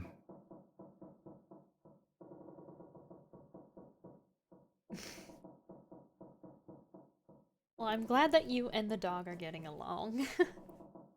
Ugh. Just that ominous picture that's in the Discord. He desperately did not want to know the answer he feared he knew already, but he had to ask. He had to know for sure. Can I ask you one more thing? What's that? The girl, Akane. What was her last name? What does it matter to you? Just tell me, okay? Please? Seven looked at Junpei curiously and ran his tongue quickly over his dry lips. Kurashiki. Her name was Akane Kurashiki.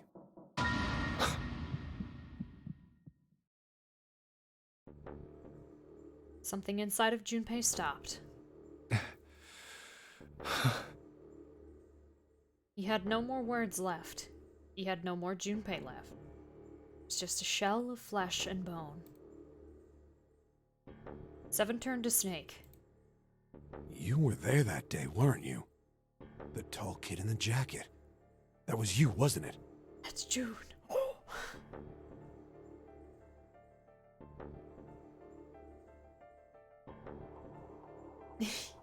Wasn't sure what to make of you at first, I guess. Yes, it was. You are correct, Detective. Junpei's mind was blank, drawn from the world. Somewhere far away, he could hear Seven and Snake talking. Don't misunderstand me.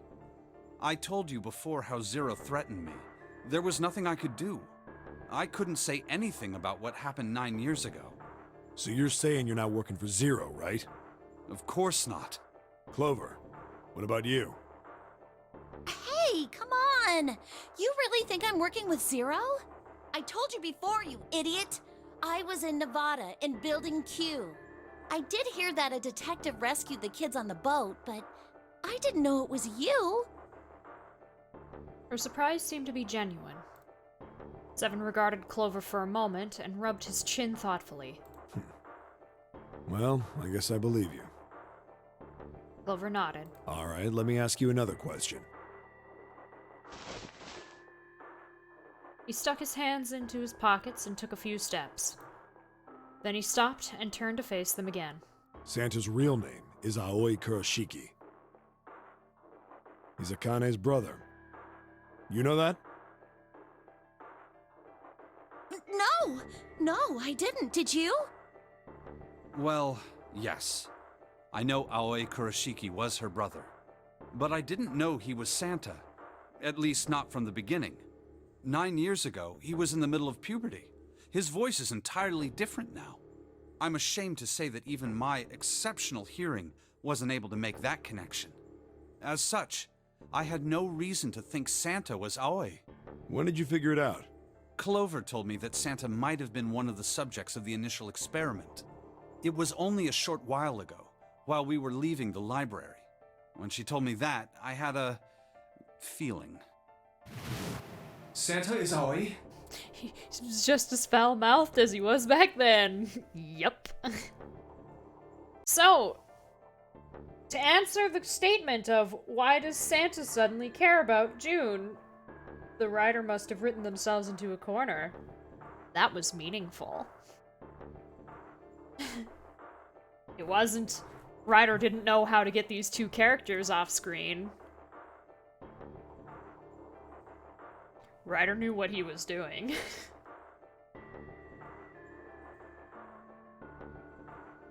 Akane Kurashiki, June's brother? That spark caught flame in Junpei's leaden mind, and the fog began to clear.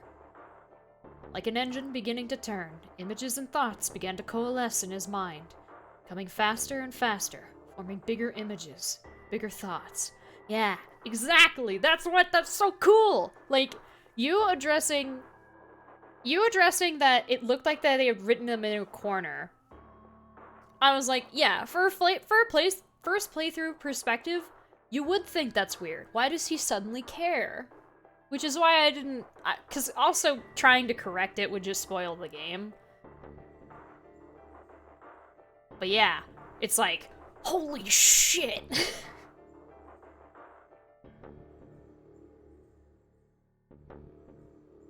Junpei blinked. He was back. There's still a lot we don't know. I mean, like, a lot. But there is one thing I think we can say we know. What's that?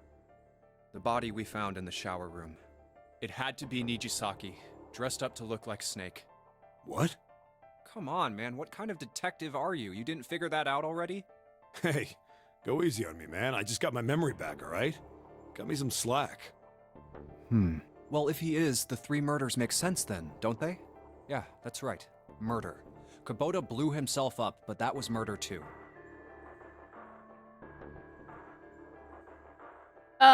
No. June... There's not right now there isn't an explanation for June. The situation is that Akane Kurashiki, Aoi Kurashiki's sister, died in the Nonary Project 9 years ago.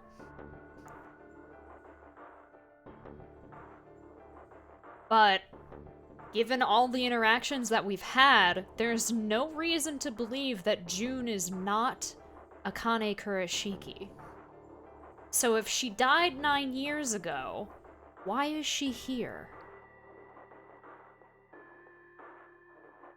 So why did these murders take place? But Junpei's not thinking about that right now. If Junpei is correct, and the body in the shower room was Nijisaki's... This adds up into, in every room that Santa and June went through, both of them went through every room together. Every single possibility, every single door, no matter what choice Junpei made, Santa and June went through the same numbered door. And because of Snake suspecting that there's not 2 number 6 bracelets, June's bracelet must have been flipped and was a 9, that means that Santa's bracelet is actually 0. That's why. But we don't know what that means beyond that. Yet. That means all of the people who were murdered were involved with the creation of the Nonary Project. Kubota, the person who conducted the actual experiments. Nijisaki, Hongo's assistant. Musashido, the man who financed the project. You mean this was all just revenge? Santa is Zero. He's getting revenge for the death of his sister. It means him calling us chumps for not knowing Japanese was all for nothing. Yeah, exactly. That's why he killed them. No, I don't think Santa actually murdered anyone. In fact, Junpei didn't think. He knew. He couldn't explain why or how, but he had no doubt that Santa had killed no one. Perhaps the madness of the last several hours was finally driving him insane, but Junpei had ceased to be surprised at his sudden knowledge, and had even begun to accept it. If I'm right, then it's not hard to figure out who the next victim's gonna be, is it? I'm pretty sure I don't have to tell you. In fact, Junpei didn't think at all. Yes. He thinks. Yep. Right. Snake, Clover, and Seven all nodded. The next target will be Gentaro Hongo. The person who planned the Nonary project. In other words, Ace. There was a moment of silence. What? And then the room shook. From far away, they heard the sudden rush of water. What the hell's going on here? It must be 6 a.m. Our time is up. Shit! Come on, we need to get out of here. How? In the drawer that held the picture was a keycard. Junpei grabbed it. I'm betting this sucker opens the exit. Come on, let's go.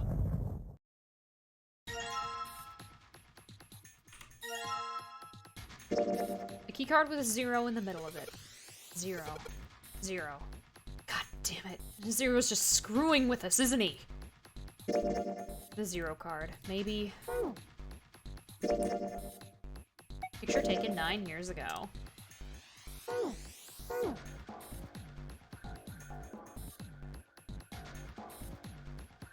Alright, let's just swipe this card. Junpei, look! It's unlocked! Yeah! Now we can go back to the library. Hurry up, Junpei. We don't have time. Let's go. Alright. Let's go.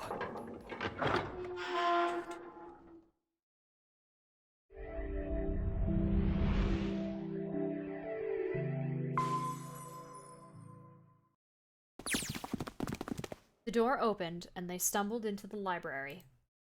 Huh. I think the shaking stopped. It would seem so, but we are yet to be out of danger. You're right. Let's hurry. They ran across the hallway. This exit needs the Uranus card, too. Straight for the large metal door. Next to the door was the Uranus card reader. Hey, Junpei. Yeah, I know. They slid the keycard through, and the door rumbled open. All right, it's open. Let's go. Out of the library and into the hallway they ran. At the end of the hallway was a door. Junpei reached into his pocket to pull out the key as he ran toward it. Okay, Neptune Key, let's see if you work. He turned it. Yes! I think it unlocked. The lock clicked. As one, they shoved the door open and poured through it. In front of them was another great metal door. Above it was a metal plaque. It says incinerator. So this is the incinerator. This is the first time I've seen it from this side, but yeah, I think so. Then there ought to be a lever near the door. Yeah, right here. Junpei ran up to it. Pull that and the door should open. Got it. As he spoke, he pulled the lever.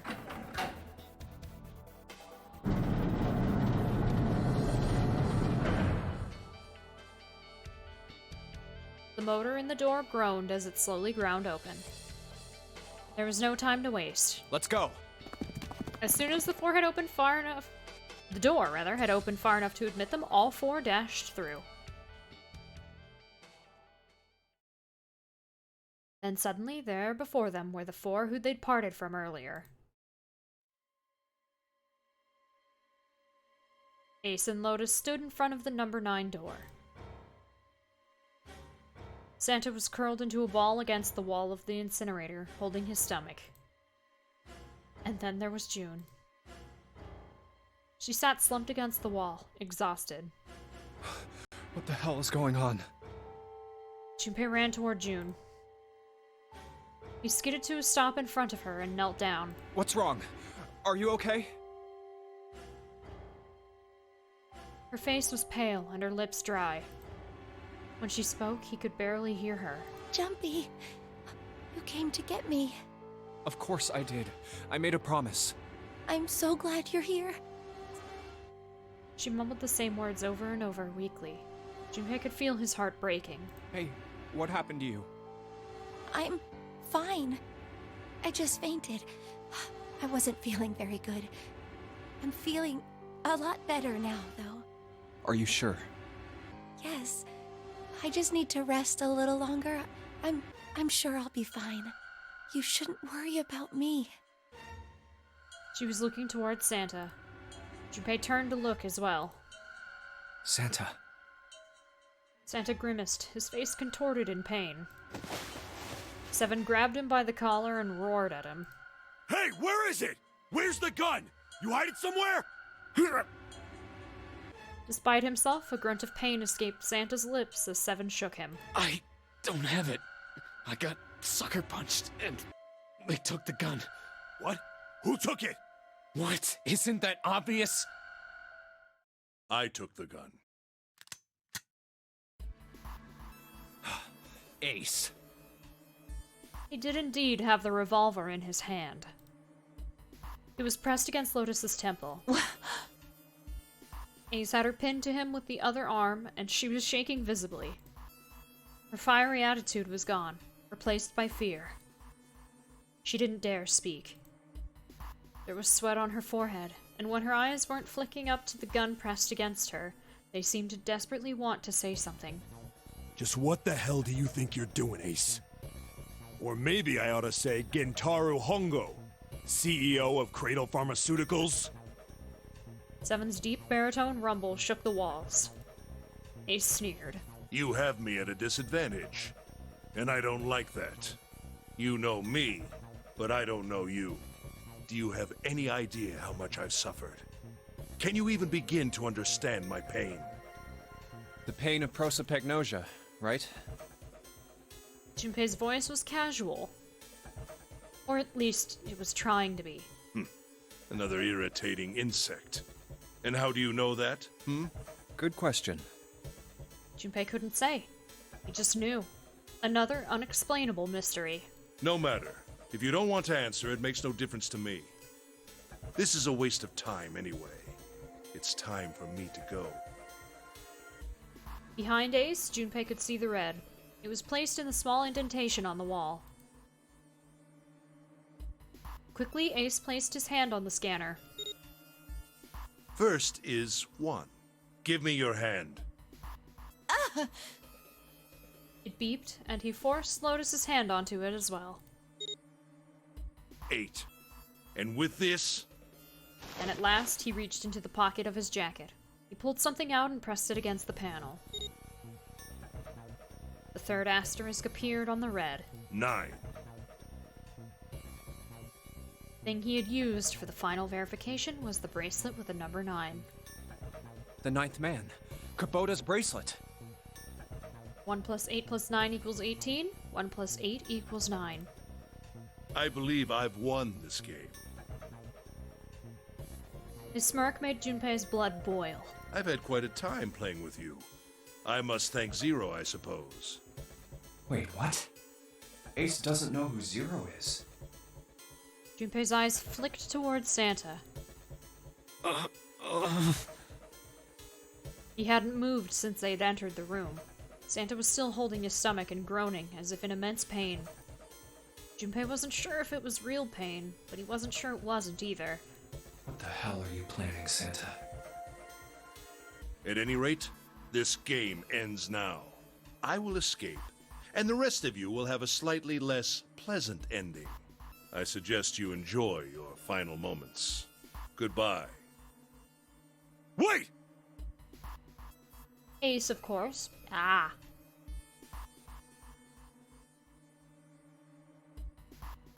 Ace, of course, paid no heed to Seven's request and laid hold of the lever on the red. With a sickening sense of finality, he pulled it.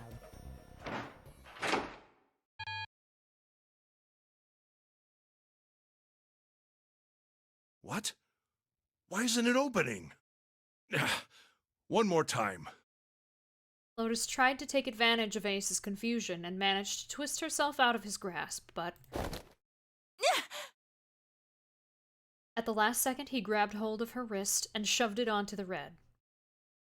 Now open! He waved the number 9 bracelet over the red, and then his own bracelet as well. He pulled the lever a second time. No! What is this? Why? That digital route should be 9! It has to be 9! Then why? Why isn't it opening?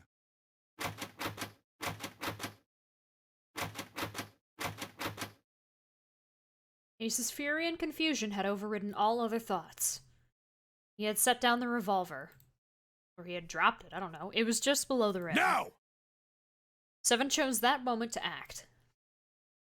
He moved far faster than a man of his bulk should have been able to, and he launched that bulk straight at Ace.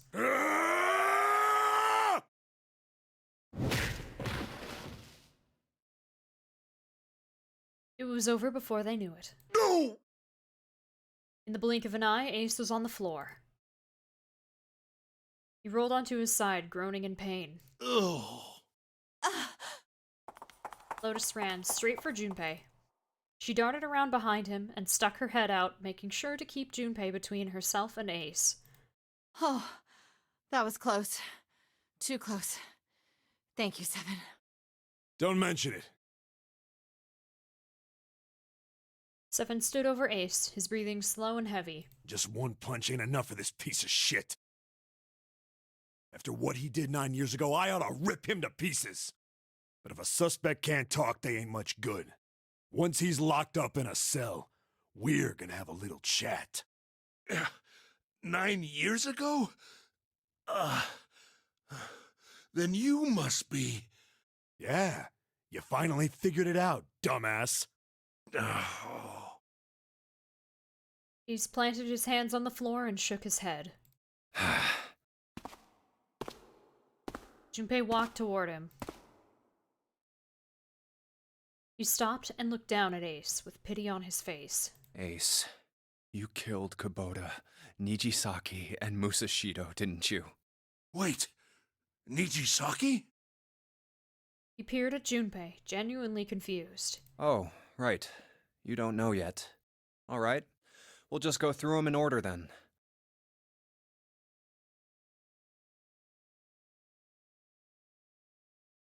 Yes, it's the same voice actor as the one who does Principal Kobayakawa. Let's start off with Kubota.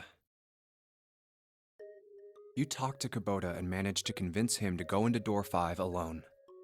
You killed him without making it look like you killed him. The way I figure it, you had 4 motives. 1. In the nonary game, the number 9 is dangerous. Whoever had the 9 bracelet could join whatever team they wanted. Adding 9 to any number doesn't change the digital route.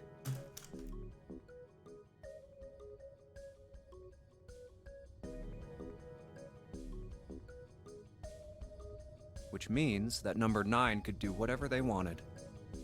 You wanted to remove that threat as soon as possible. 2. You wanted the number 9 bracelet for yourself, so that you could make use of its power. In fact, you did use it in the murder of Nijisaki. 3. Even if his number hadn't been 9, Kubota was a problem. He knew your past. He knew what had happened 9 years before. You needed to silence him before he told anyone. 4.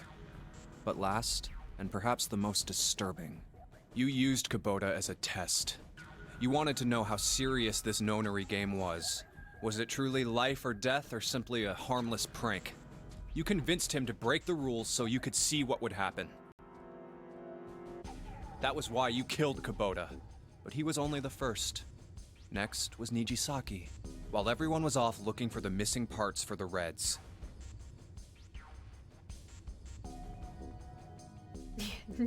Jumping mentally said them, yeah. You ran into Nijisaki near the big hospital room.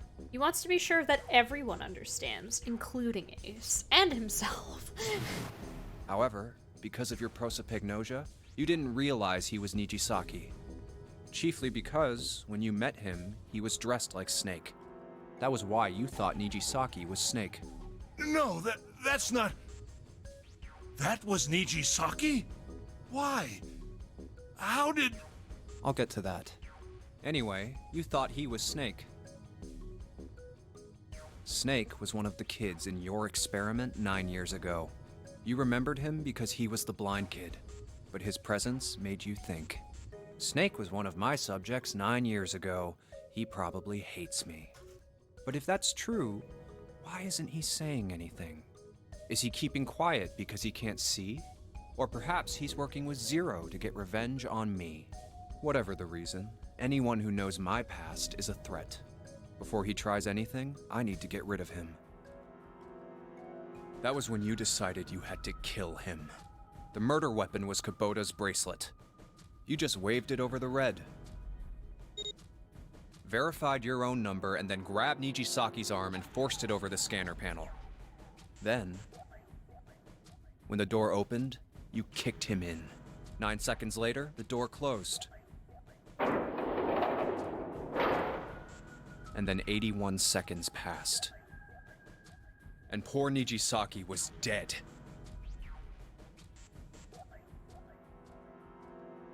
And you mean to say...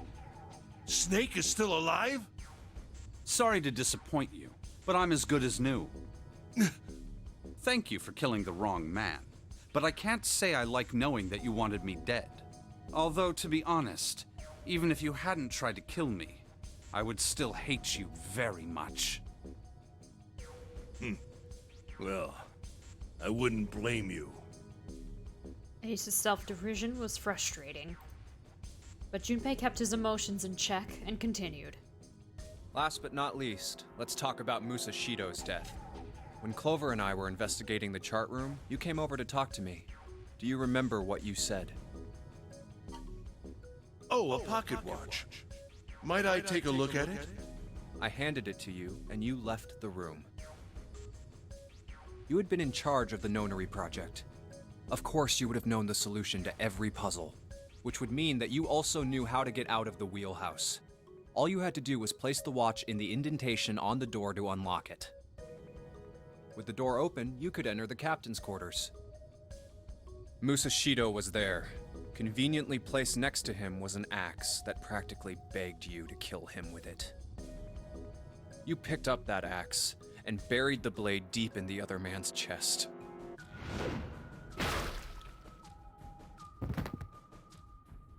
One blow was all it took, and then you returned to the chart room as if nothing had happened. There was something I wanted to speak with you about, Junpei. Could you come with me for a moment? I had no reason to say no, so I followed you to the wheelhouse. When we stepped inside, remember how you slipped your hand into my vest? You pulled out a piece of paper, the one I used to cheat during the vote. But that wasn't really what you were after. Your true purpose had been to slip the watch into my pocket. It wasn't a very good plan. Had way too many holes, and someone saying the wrong thing could have brought it all down around you. You must have been desperate. But what made you willing to risk it all to do it? Ace. That was the only thing Junpei hadn't been able to figure out.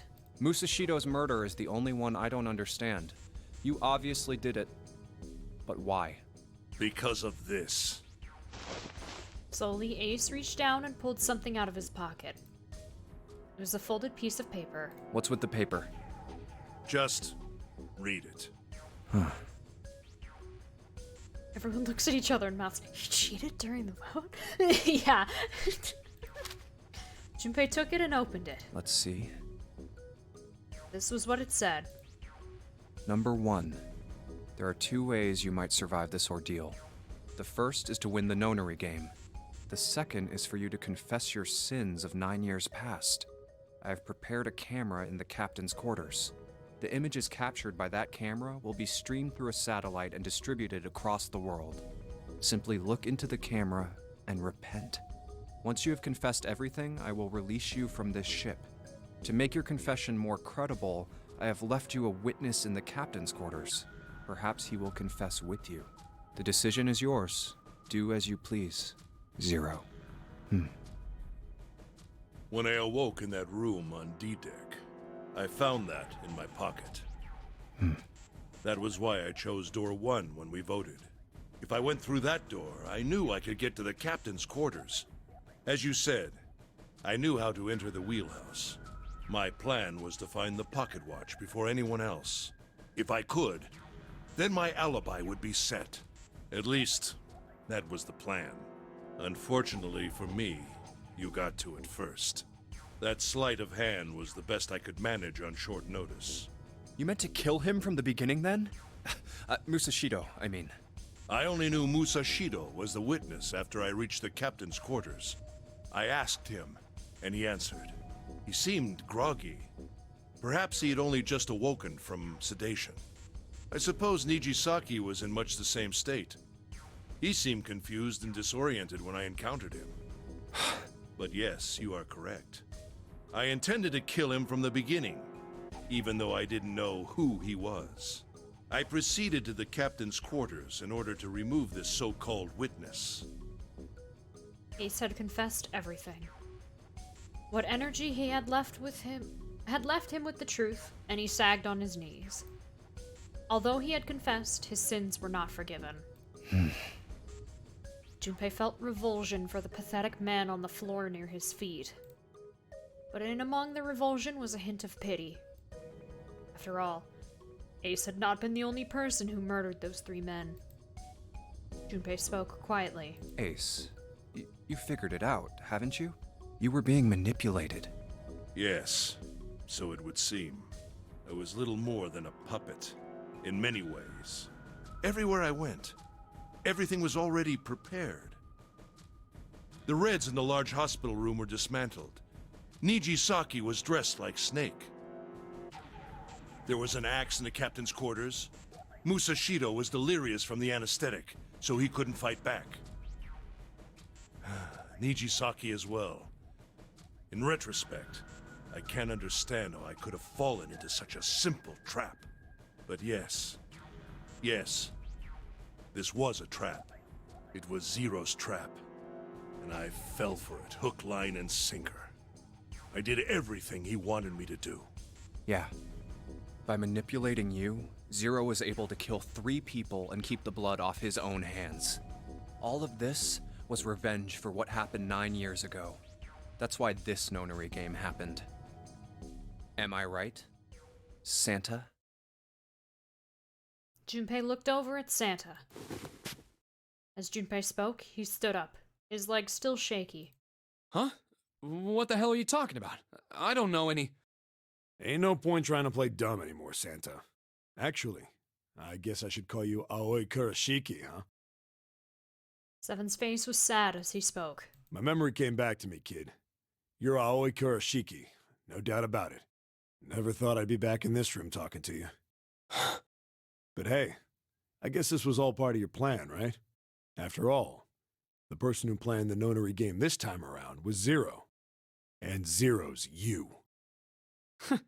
Looks like you really do have your memories back, huh? Santa's smile was sarcastic and something else. Well, I guess there's no point in hiding it then, huh? Yeah, you got me. I'm Aoi Kurashiki.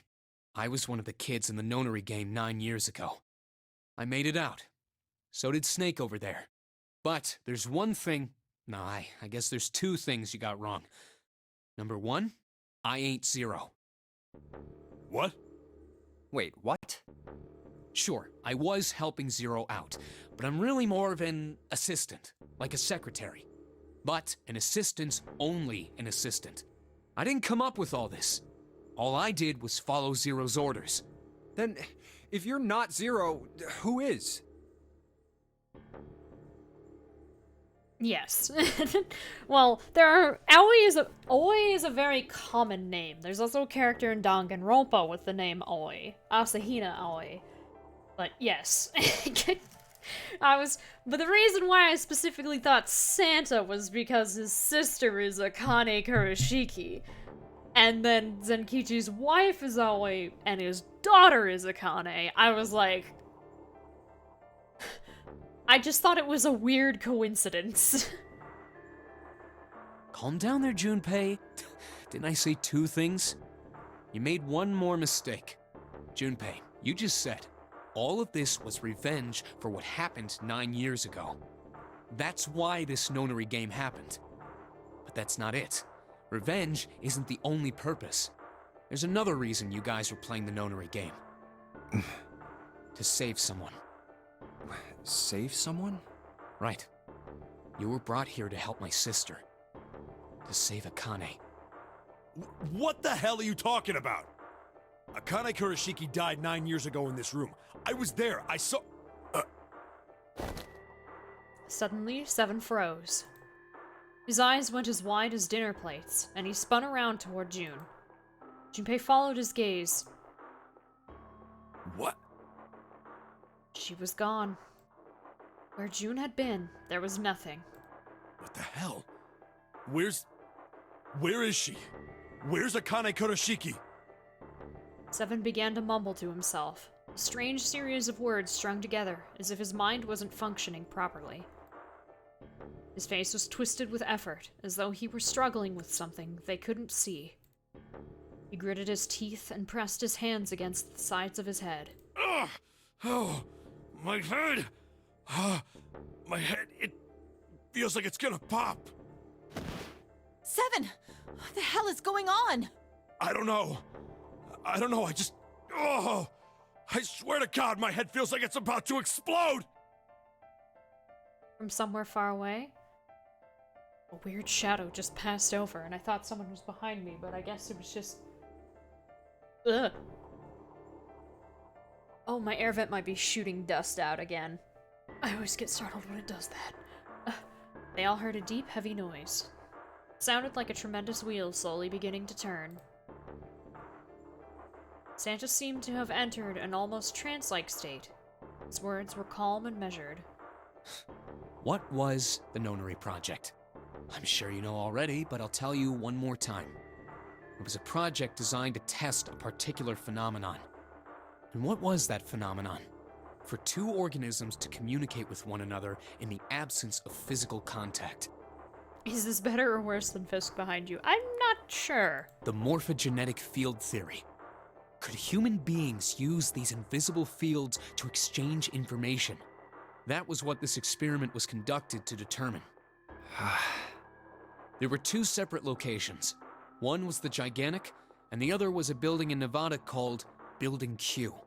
The 9 children trapped in Building Q were faced with numerous puzzles, copies of identical ones on the Gigantic. They were told to send their answers into the morphic field set and transmit them to their brothers and sisters on the Gigantic. The transmitters were put in Building Q, and the receivers were put on the Gigantic.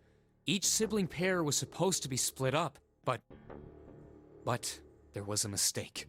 Akane was a transmitter. She should have been in Building Q. However, for some reason, she was placed on the Gigantic with the receivers, like me.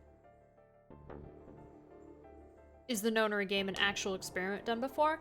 No. The Nonary game is hypothetical, but all of the information and theories that go into the creation of it are real. Perhaps she was mistaken for someone who was supposed to be in Group A. Whatever the case, Akane ended up on the Gigantic. I think I've told you enough. You get it, don't you? So things like the Gansfeld experiment, phenomenons like Lock Socks and the Ship of Theseus, and other stuff that they mention. I'm pretty sure you know where this is going, Junpei. Sheldrake. That's all real. But the game itself is not. Where what is going? Don't play dumb. You know things you shouldn't. Things you couldn't. How did you know Ace had prosopagnosia? How did you know why Ace wanted to kill Kubota and how Nijisaki was killed? Sheldrake essentially had the morphogenetic field theory, and the Gansfeld experiment was to test telepathy. I think the original Gansfeld experiment, like the original test, was specifically for twins, but I think with how what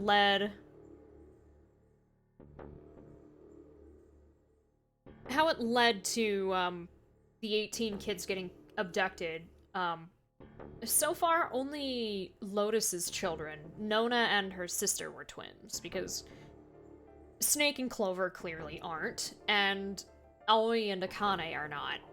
So I think that Gansfeld experiment that was conducted at the hospital that they all went to at some point was just to test it between siblings. Were you surprised when you found out Ace was Hongo? And what about the coffin Snake was trapped in? How the hell did you open it? Well, that's... The answer to that is easy. He knew because I knew. Junpei was receiving information that I sent to him through the morphic field set. It's simple, really. How do I know the alternate futures, then?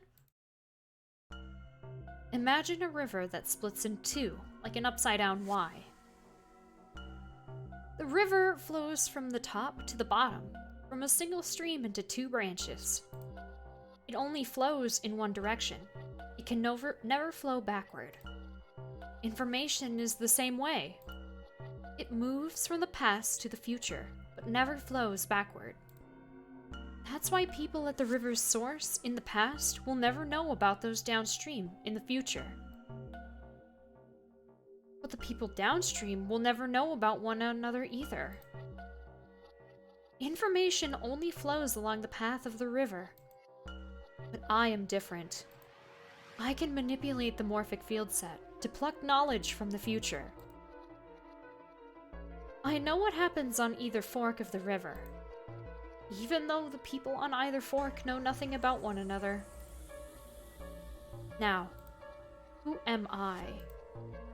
I am I, the 9th letter of the alphabet. But I am also 0. No, that's not true. I'm not really 0. Not yet. Perhaps you can say I am less than 0.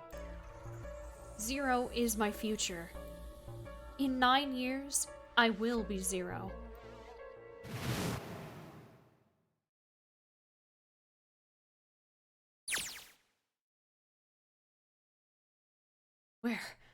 Where did she go? June. No, Akane. Where did you go? Santa! Where's Clover? Oh shit. Freeze. Santa's got the gun. Guess he picked it up when we weren't watching. Looks like he's turned the tables on Ace, though.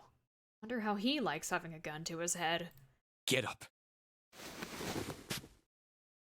Sure isn't about to take that gun off of him for a minute, is he? Ace isn't putting up any kind of fight. I mean, I don't think I would either, but he just looks drained. I guess he's going for the door, huh? He doesn't need to verify to go through that door, but... Hey, what's your plan, Santa? What are you doing? He can't get through any numbered doors with just 2 people. What the hell is he thinking? Didn't I tell you? I'm Santa Claus. It's time for me to go make a wish come true. That's it? That's all he's gonna give us? What the hell does that even mean? Shit, they're out.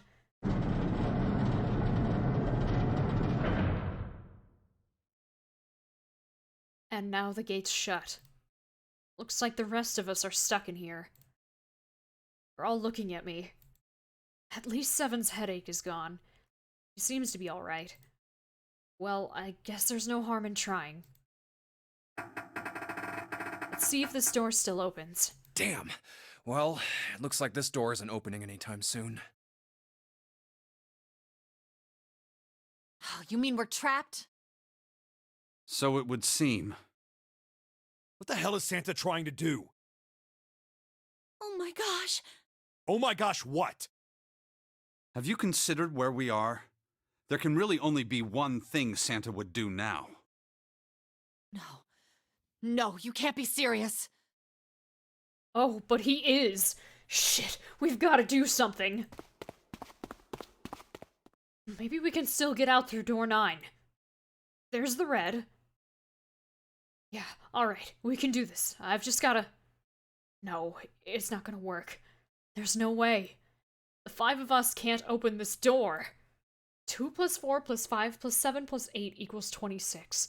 2 plus 6 equals 8. Is there any combination that'll work? Junpei, can I borrow your pen and notebook? Sure, why not? I don't think I'm gonna need them.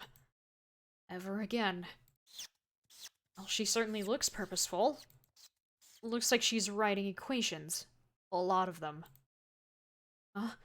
Oh man, she doesn't look very happy. What? Hey! No need to be ripping pages out like that! Jeez. What the hell are you doing, Clover? Give me that! Alright, at least 7 got it away from her. Maybe now I can get a look at what she was writing. Let's see.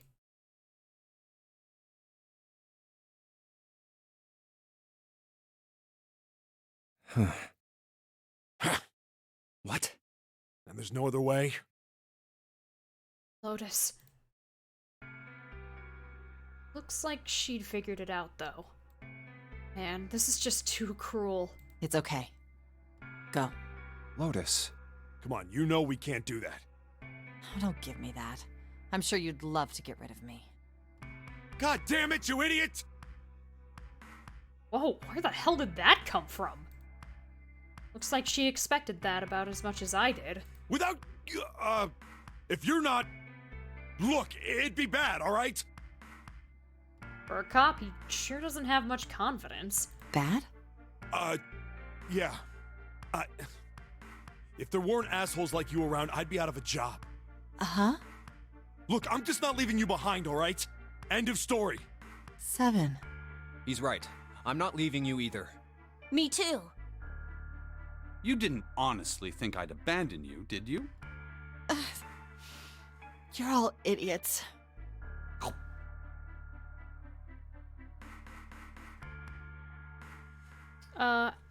Out, probably. He'll start getting upset if the door is closed. Okay. Act as tough as you want, Lotus. We can all see you're about to cry. That being said, however, I doubt we would be able to open the door anyway, even if we were to leave Lotus behind. Huh? Why? I trust you remember what happened to Ace? I couldn't, see exactly what happened, but I was able to guess what he was attempting to do earlier, at the Red. Oh, yeah. No! What is this? Why? The digital route should be 9! It has to be 9! Then why? Why isn't it opening? You're not the only one who's pointed that out. You're fine. Just to see, why don't we give it a shot? Give it a shot. Yes, that is what I said.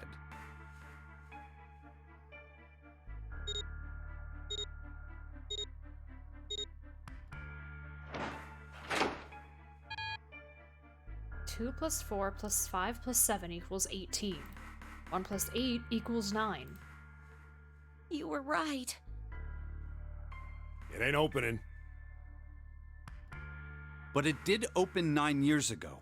The digital route was 9 then, I'm sure of it. You think maybe they changed the settings? Perhaps. Shit.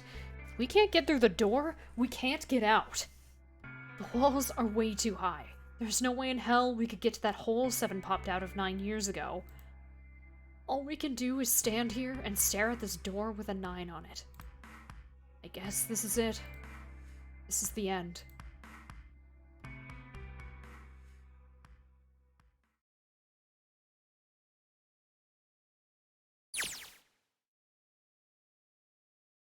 I was watching. I had watched everything that was reflected in his eyes. I was listening. Every sound that vibrated in his eardrums, I heard. Smell, taste, touch. I felt everything he felt. I knew. I knew everything about him. What he was thinking, he was feeling, what he was sensing. All of his feelings and worries and fears became mine. My mind, my consciousness, was inside of him. Through the morphic field set, we were resonant, and we were as one. I was him, and at the same time, I was an observer.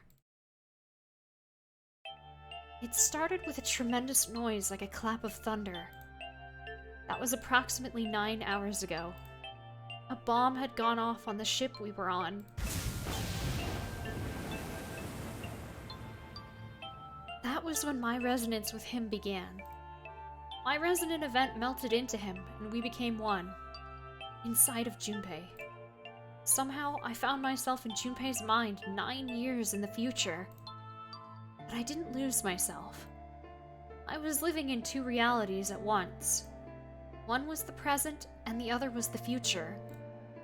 Perhaps you can think of it as 2 movies showing on the same screen at the same time. Eventually, it becomes difficult to separate them and determine which movie is which. However, if I concentrated, I was able to focus on one or the other. That was why I was able to grasp what was happening in front of me. Come on, over here! That was my brother, Aoi. He was yelling. I followed him. Around me were 7 other children. They all looked like they were about my age. Come on, hurry up! We ran down a long straight hallway and burst into the large hospital room.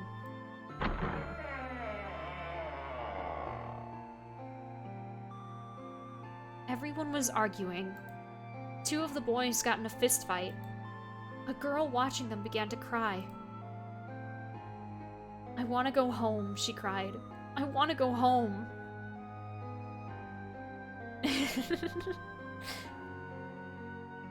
Another girl slapped the crying girl and glared down at her. It has been 2 hours since the nonary game began. We were starting to fall apart. But just when all hope seemed lost, Light started talking. He was blind. 9 years later, we would call him Snake. Hello? Everyone? Could you come over here for a moment? He was older than most of us, and his voice had authority and dignity. The fights died down, and we gathered around him. I have a little sister. She is very important to me. Right now, she is over in Building Q, and is desperately trying to send information over to me. Her name is Clover, and today is her 9th birthday. As he spoke, he pulled something from his pocket. In his hand were 9 4-leaf clovers. I was going to give these to her as a birthday present. I was outside picking them when I was abducted. I'm sure I've already told you, but I am blind. For a man who can't see, collecting 9 of a very specific plant is, well, it is difficult. But my sister means a great deal to me, and I hope that these would show her how much I cared for her. Since it's her 9th birthday, I thought 9 4-leaf clovers would be appropriate. Every one of you has a brother or a sister in Building Q with Clover. For their sake, we have to survive. We have to get off this ship. Do you understand? If we're going to do that, there are 3 things you have to remember. We need trust and love, and we have to have faith in one another. If we can take all 3 of those to heart, then I promise that good luck will come our way. Did you know that the leaves on the 4-leaf clover mean faith, trust, love, and luck? Those words are leaf words. So if you believe what I've told you, and you understand, then I want you each to have one of these. They're a promise between friends. Gave a clover to each of us. I took one too. Eventually, he was left with only a single 4-leaf clover. He had one last thing to say. Now don't ever forget. So long as you have that, we will always be connected. Do you understand? No. When he finished, the tension of only a few minutes before was gone. We were calm. After that, we ran around the ship for a while longer and opened several of the numbered doors until we finally found a door with the number 9 on it. In fact, there were 2 doors with 9 on them, and we found them in the chapel. We split into 2 groups and walked through the doors.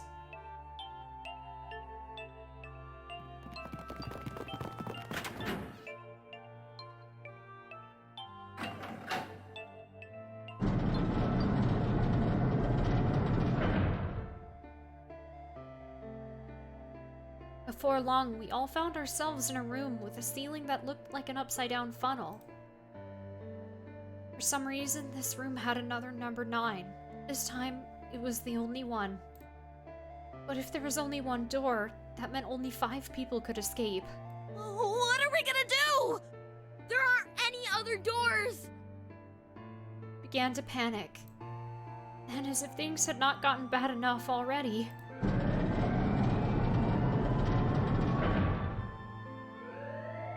Warning. Warning. Emergency incineration command has been acknowledged. Automatic incineration will take place in 18 minutes. Please evacuate the incinerator immediately. Repeat. Emergency incineration command has been acknowledged. What? What's happening? What did that thing say? That didn't sound good. my brother always swallowed hard and answered. I think it means this room is gonna burn. Burn! The plaque on the door says incinerator, and that voice said that the incineration is about to start. And incinerate means to burn. No! Help me! Abject terror filled the room as everyone began to scream and cry. Every pair of eyes were filled with despair. Then, high up on the wall, a door opened and a man appeared. He was a huge, frightening mountain of a man, as large as a bear. 9 years later, we would call him 7. Don't worry, kids. I'm not your enemy. I'm one of the good guys. This is fine. I'm a detective. I'm here to rescue you. Rest happened just like 7 had said it did. The 4 of us who had stayed behind were saved by 7, crawled through the vent away from the incinerator, and slid down into the hall. We came out on the other side of door 9. The wall opposite the door was a set of double doors. We went through those, and we began to run up the spiral stairs. As we ran, I led the way. Behind me were Nona, my brother Aoi, Snake, and 7. The other children, the ones who'd gone through door 9 before us, were up ahead. I could hear them cheering each other on. We ran and ran and ran. We leapt across as many stairs as we could and kept running. The stairs spiraled upward like a tornado. Eventually, I pulled ahead of the rest. Perhaps Nona had slowed them down. I didn't want to lose them, so I slowed down as well. I didn't stop, but I glanced over my shoulder from time to time to see if they had caught up. That was when I realized. Oh no, where is it? Did I drop Jumpy's present? I knew I'd had it with me when we passed through the vent. Then, had I dropped it as we slid out? I had to go back. I had to! But I knew I couldn't tell the others. They would stop me. I was sure of that. I didn't stop to think. I simply moved. I ran to the central hall, the room that connected to all the other areas of the ship. I hid in the shadows, and moments later I felt a rush of wind as they ran past me up the staircase.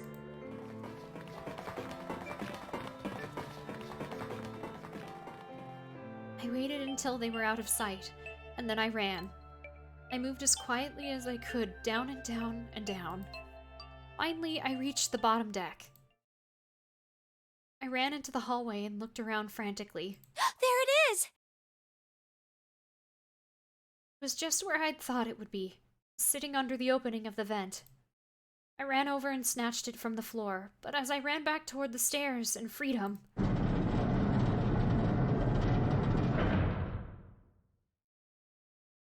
the door to the incinerator opened, and a man stepped out. It was Hongo. Gentaro Hongo. 9 years later, we would call him Ace. Ah, how wonderful to see you decided to come back. His smile made my blood run cold. Looked mechanical, as if someone had simply pulled up the corners of his mouth. Come with me. We must continue the experiment. He shook my head, eyes wide. Slowly, I began to walk backwards. 1 step, 2 steps, 3 steps. Then I spun around and broke into a run. I felt Hongo's hand close over my left wrist. I said, come with me. There was an edge of insanity to his voice now. I pulled as hard as I could. No! Stop! Let go of me! Let go! I shook my body and flailed my arms, trying desperately to get Hongo to let go of me. But I was still only a child. I was no match for a man like Hongo. Stop struggling, goddammit! Do as I tell you! He heaved on my arm, trying to pull me into the incinerator. I screamed. Help me! Somebody help me! Then suddenly, Akane! the door to the stairs flew open, and my brother Aoi burst out of it. Behind him came Seven and Snake. Akane! He cried my name again as he leapt toward Hongo. You came back! But then, Ah! You're too late, idiot! Hongo threw his full weight against my arm, pulling us both into the incinerator. Ah! The force of it threw me to the floor. I scrambled to my feet and looked toward the open number 9 door. Hongo stood between it and me. Behind him I could see my brother, his fists clenched. But those fists never reached Hongo.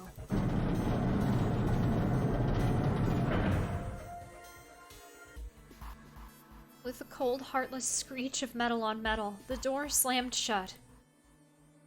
Hongo glanced at me mechanically, his face registering that there was an object there, but not anything he would consider a human being. Then he turned away and walked to the red that sat next to the door. He reached into his pocket and removed 2 bracelets. Waved them both over the scanner panel. 2 asterisks appeared on the red.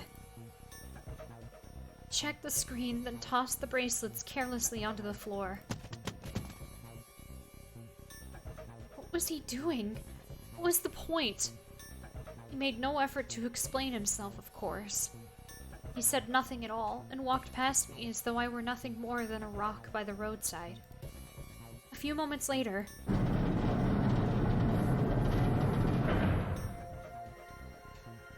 the 2 other doors slid shut as well.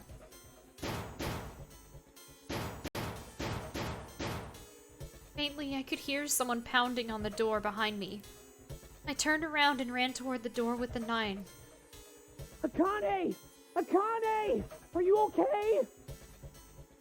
I could hear a voice from the other side of the door. A worried, frightened voice. Help me! My throat was already raw, but I screamed as loud as I could. My voice echoed lonely around the empty room. What should I do? I think I'm trapped in here! Where's Hongo? He went out the other door! What? And it started again. Warning. Warning. Emergency Incineration Command has been acknowledged. Incineration will begin in 18 minutes. Please evacuate the incinerator immediately. Holy shit! Man, I knew what it was gonna say, but that is one hell of a creepy voice. I knew it! It's starting. Santa started the incinerator. Fuck! Man, I never thought I'd hear that damn voice again after 9 years. What the hell? What the hell? What in God's name are you talking about? It's 9 years this and 9 years that, and when it's not 9 years something, then you're talking about some sort of fucking experiments. You aren't making any sense. I'm sorry, Lotus, but we really don't have time to explain it right now. I promise, I'll tell you everything once we get out of here. But... Incineration will begin in 17 minutes. You know what that means, right? Incinerate means burn. What kind of idiot do you think I am? I know what incinerate means. Well, god damn it. Okay, fine. I won't ask anything else. Talk about whatever you want. But you have to do something for me. 7, figure this out. What? Why me? Just shut up and stop this thing. How the hell? There has to be some sort of emergency shut-off button. There isn't anything like that. How the hell do you know? Because I looked for it 9 years ago. Yeah, Lotus isn't happy about that. Can't really blame her. Wait. The floor. It's moving!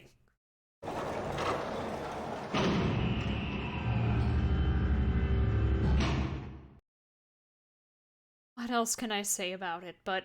What the hell is that? What is that? What is that? Yeah, but he could feel for it. What else could I say? The floor opened and a machine rose up out of it. Looked like a computer. At least, it kind of did. There was a monitor, a keyboard, and a cross-shaped device of some kind. Something about the machine scared me, but I forced myself to walk up to it. I was terrified. Tears poured down my face. I wiped them off even as more took their place and forced myself forward. Finally, I reached it. I looked at the screen. It was blank. All I saw was my own frightened face staring back at me from the glass, drenched in tears. All I can see on this screen is a reflection of my own face. I'm looking kind of freaked out. I know I'm sweating like crazy, but seeing it kind of drives it home. Okay, Junpei, just calm down, alright? Everything's gonna be okay. Gah! Man, I wish that thing would just shut up. Incineration will begin in 15 minutes. Alright, back to this thing. If it's only showing up now, then it's gotta be important. But what the hell am I supposed to do with it? Hey, move! Gah! Hey, we're all tense, lady. That doesn't mean you get to shove people around. Okay, it's turned on. There's nothing on the screen, though. Oh, this is bad. This is really bad. If there's nothing on here, how are we supposed to do anything with it? Sure, I'll just push buttons. I'm sure that'll... Huh, well, at least it's on now. 9 years ago, the exact same thing is happening to Akane.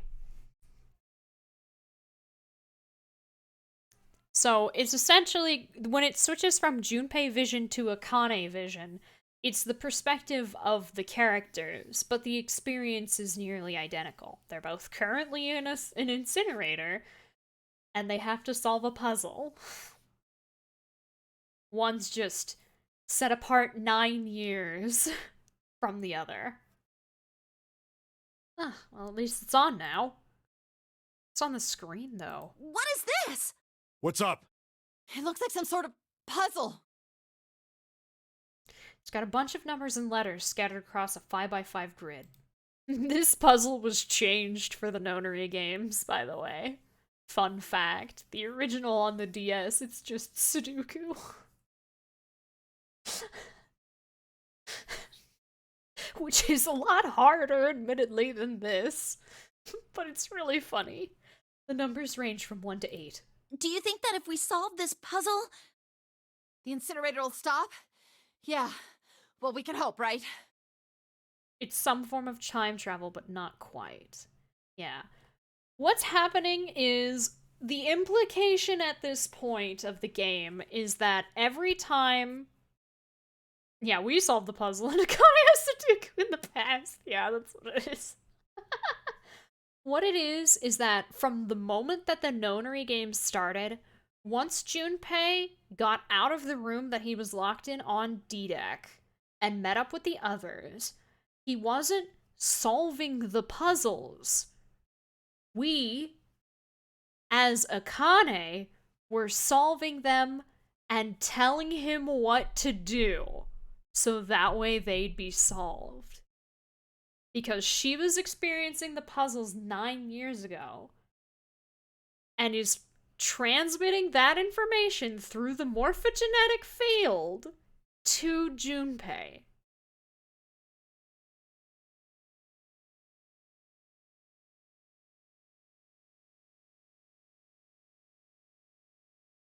But Akane, at the end of the Nonary project, the first Nonary game, died.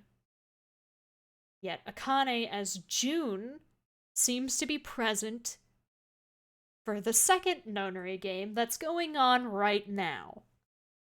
Until this point, she seems to have vanished.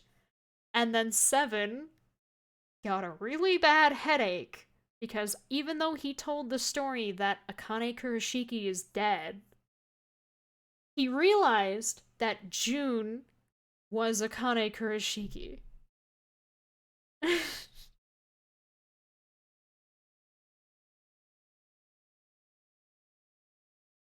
So, time paradox. Alright, puzzle, how do you work? Oh man, that goddamn voice again. Incineration will begin in 13 minutes. Shit, 13 minutes. Can we really do this? My heart feels like it's gonna pop. My heart was pounding like it was about to explode. I stared at the puzzle on the screen. I was sure I had to solve it somehow, but I had no idea how. My connection to Jumpy had been gone for a while.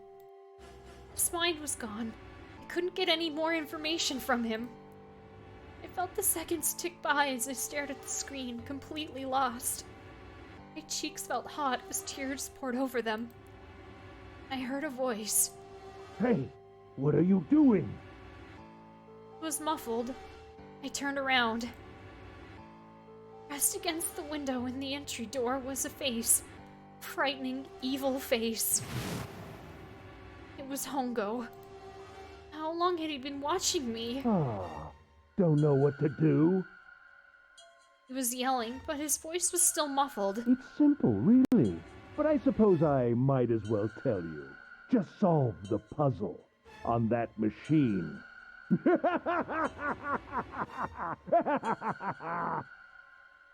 His laughter was muffled by the door, but it still tore at my heart like the claws of a vicious monster.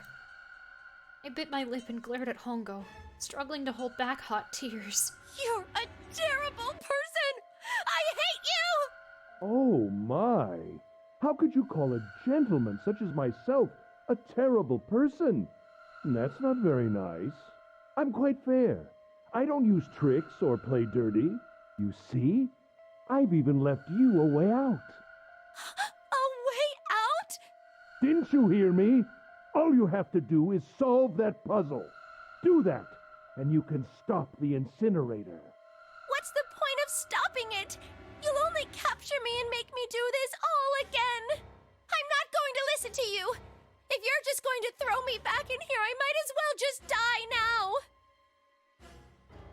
My goodness, haven't you listened to anything I've said? Yeah. I told you, I'm a fair man. This dude sucks. We have no remorse for Ace. Huh? If you solve the puzzle, the verification function of the red will in turn activate. If this experiment is to deliver valid results, there must be a chance of success. If you succeed, you will escape. The verification function of the red?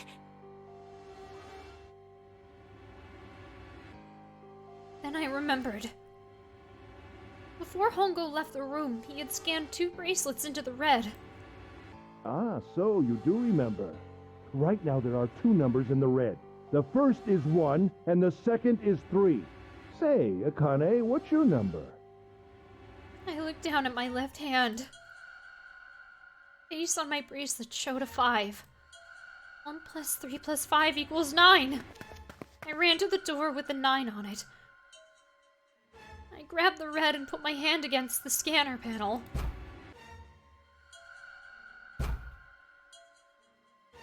You really aren't one for listening, are you? I hear Hongo's muffled voice from across the room. I've already told you, didn't I? Once you solve the puzzle, the verification function of the red will activate. In other words, if you haven't solved the puzzle, you can't enter your number. What kind of fool are you? Why are you doing this? You could never understand. You don't know what it's like to spend every day surrounded by monkeys.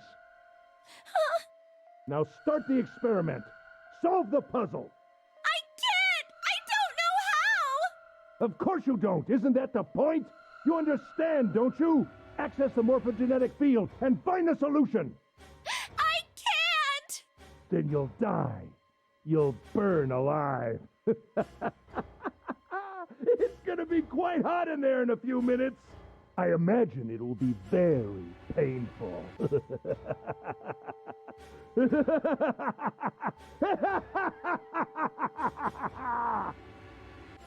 His horrible laugh echoed across the room, and even after his face disappeared from the window, I could hear it.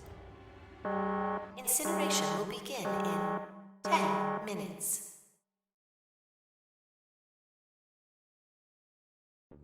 I was crying, great gulping sobs broken by hiccups that shook my body. I was terrified. I could feel my fear pressing down on me like a tremendous weight. Somehow I forced my shaking legs to carry me back to the device. I stared at the monitor. I can't! I just can't! There's no way! I can't figure this out! What was I going to do? I didn't know. I didn't know. I didn't even know where to start. Fear scattered my thoughts, and all I could think of was how I was going to die. My palms were sweating, and my blood was boiling in my veins. It was hot. So hot. I couldn't breathe. I felt dizzy. My heart roared in my chest as if it would pound itself to pieces.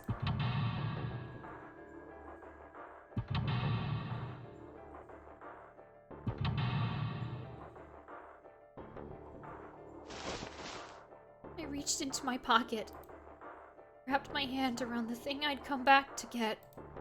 The doll Jumpy had given me. At least I had that. I held it tight with both hands and prayed. Help me! Jumpy! Help me! Help me! Help me! Jumpy! Jumpy! Jumpy! Please! Help me!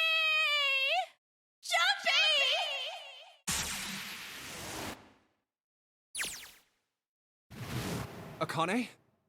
Akane? Who the hell is Akane? Shut up! Just shut the hell up!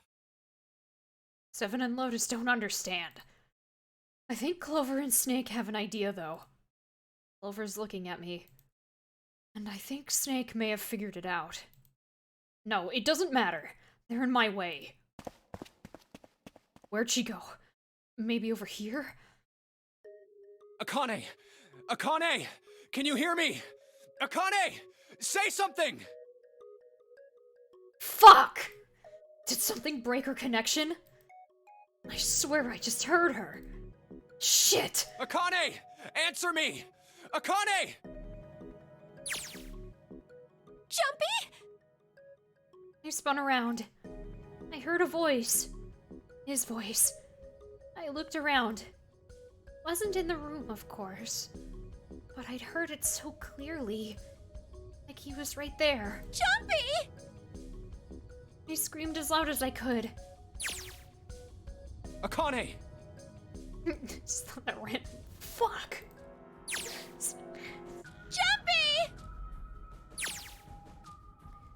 This part is cooler, I'll admit, on the DS, because the top screen is Junpei and the bottom screen is Akane, so it wouldn't be jumping back and forth like this. Both views would be on screen.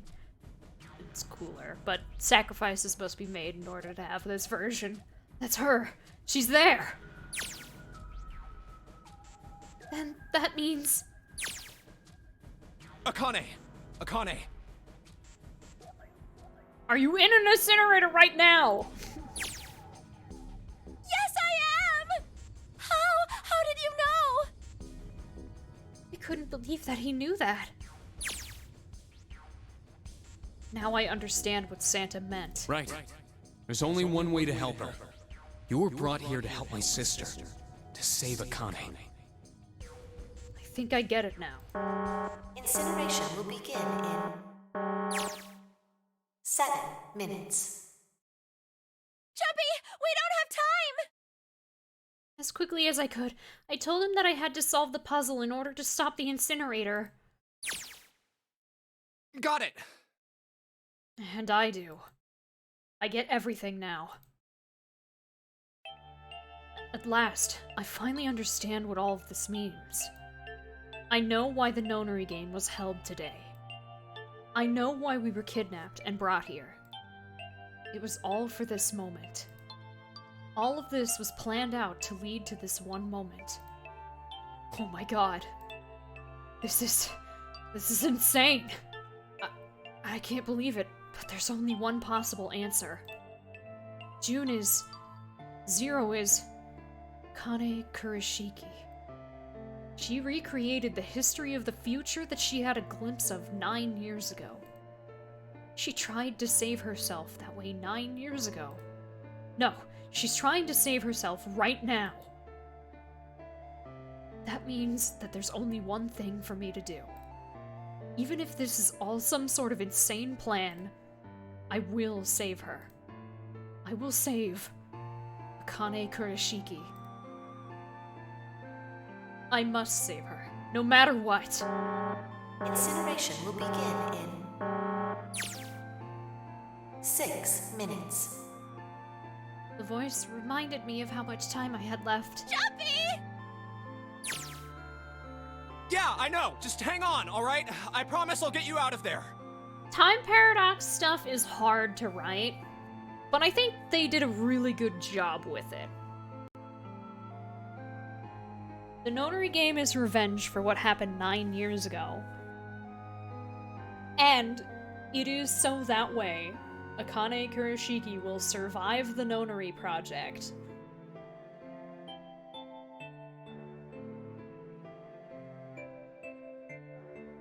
I'm not gonna let you die. I promise. It is only because she saw the path where the nonary game is played 9 years later that she is aware. It's like the branching paths she was talking about. There's the route where she dies, and there's the route where she lives. In the route where she dies, the nonary game happens. But in the route where she lives, the nonary game doesn't happen.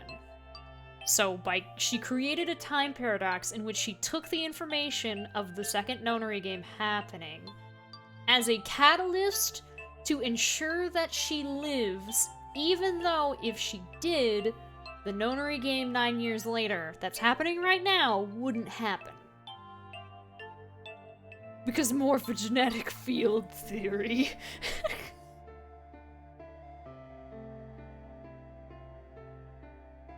So don't worry, alright? Just give me a few minutes, okay? Okay. My voice shook as I answered. It was hot in the room. It felt like my heart was on fire.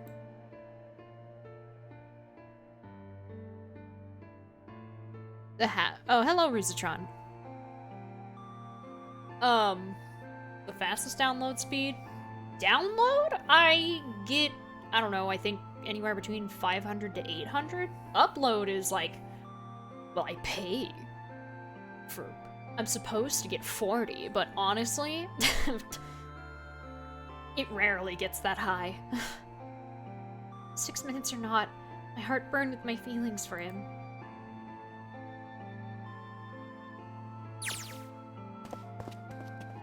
Alright, time to get to work, Junpei. Snake talking to them about something? Whatever, it doesn't matter. Get out of my way. Hey, what are you... Just trust me, okay? Sorry, Lotus, I didn't mean to snap, but there's a lot more at stake here than your pride. I'll apologize later, alright? Now, let's have a look at this thing. You've got numbers all over this grid. I think the panels are out of order. So I just need to switch these out? Staring at it isn't going to accomplish anything. I'll just have to try it. Just think of what I did all those times before. I'm gonna do this on my own, with my own mind. I'm gonna solve this problem.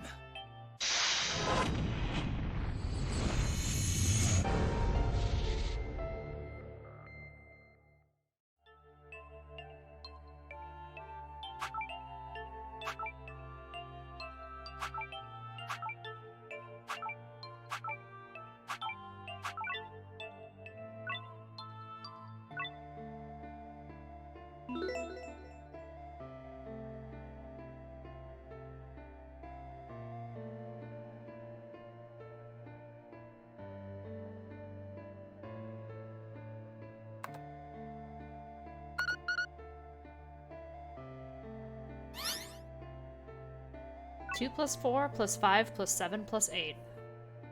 Oh no, I was just being quiet. That's it! Akane! Did you get it? You wish it was still Sudoku? Yes, I did! Yeah. I solved it! I mean, really, you solved it for me, but I copied everything you did!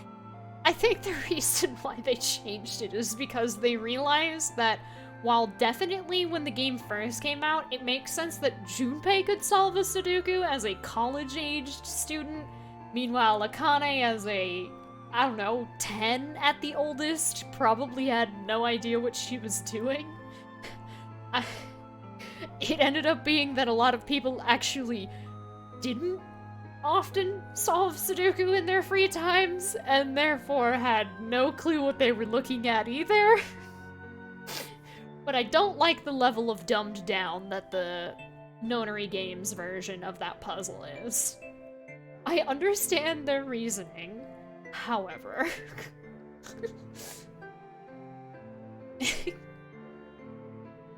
She's 12. Okay. Well, that's not much better. I feel personally attacked. Well, that's what I mean. If it was still... You looked that up, but you're sure she was...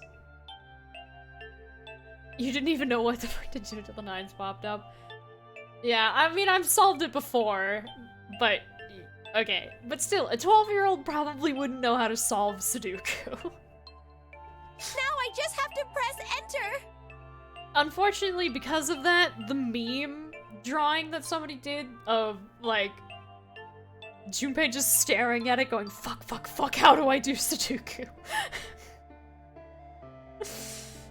No longer hits as hard as it does because, it's no longer Sudoku, but we will remember that. We remember that meme fondly in our hearts. Then what the hell are you waiting for? Push it! Okay, I will! I hit the enter key. Emergency shutdown command has been confirmed. Incineration system has been disabled.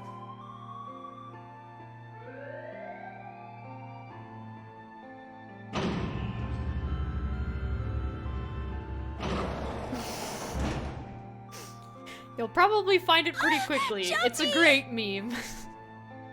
It worked! It worked! The incinerator shut down! It worked! Tears rolled down my face as I cried out to him, but they were a very different sort of tears. A wonderful feeling of accomplishment and relief flooded my body. At the same time, what strength I'd had left disappeared, and I collapsed. The floor. You meant the puzzle to see how hard it is? Oh. Right. For a while, I just lay there, laughing and crying, and enjoying being alive. Every time I thought about him, I thought my heart would burst.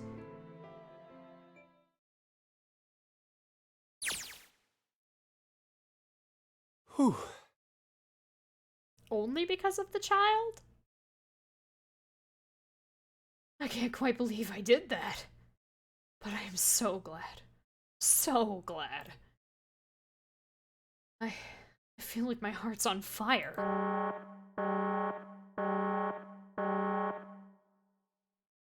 No, I don't have time to be thinking about that kind of shit. I need to tell Akane. Akane! Sorry, but things are kind of busy over here. I'm gonna have to hang up now, okay? Oh, of course, that's fine! Wiped the tears from my eyes and nodded vigorously, even though I knew he couldn't see me. Then I looked over at the corner of the floor. There were the 2 bracelets Hongo had left behind.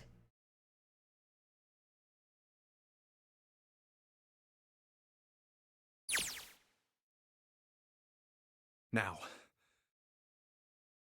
Well, Seven and Lotus don't look particularly happy with me. Not a very nice look to give someone who just saved your lives, guys. Junpei, are you... Okay? Ah, shut it. Right, okay, so maybe they have a reason to be pissed off. So what if I haven't pressed the enter key yet? Alright, nothing holding me back now. Here goes. Wait. Incineration will begin in 90 seconds. It doesn't sound like it's stopping. What the shit? Why isn't it stopping?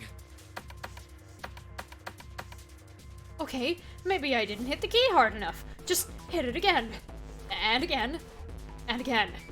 Okay, that's not working either. The alarms are still going off.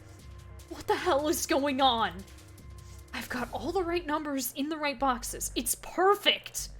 So why the fuck isn't this thing stopping? Incineration will begin in 60 seconds. Wait, of course! That's what the numbers that showed up after the puzzle mean! 2 plus 4 plus 5 plus 7 plus 8.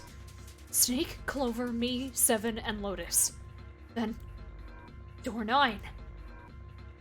No, that's it! That number on the door isn't a 9! It's not even a number! It is hidden, but an exit can be found. Seek a way out. Seek a door that...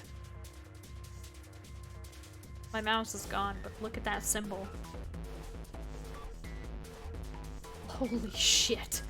Of course. Then we just have to put the right number into the red and...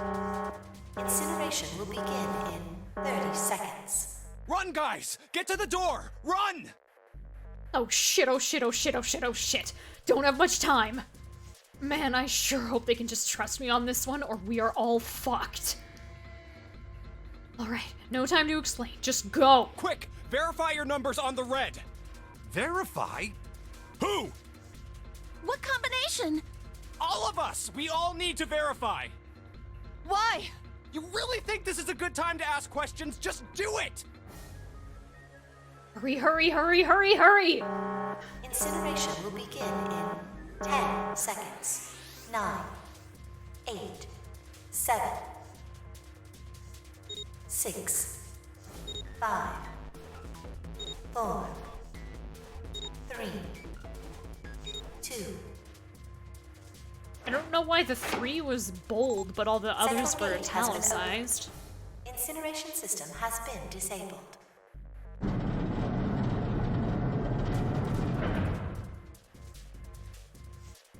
Oh, thank fucking Christ. No, no time to be happy. Time to go!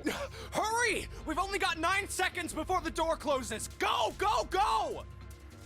Come on, guys, move it! Okay, they're all through. Move it, Junpei. Just in time.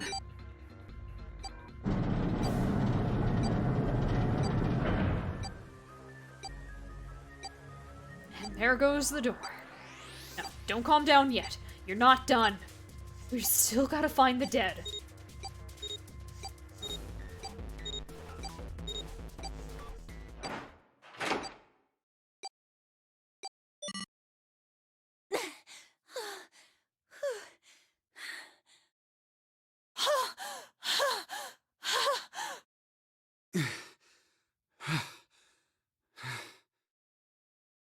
Shit. Looks like we made it, huh?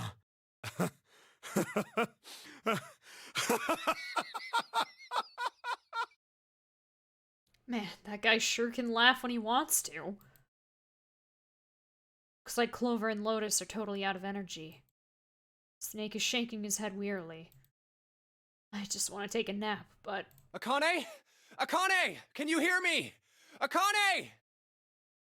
I want to tell her we made it. I want to tell her how good I feel. But nothing.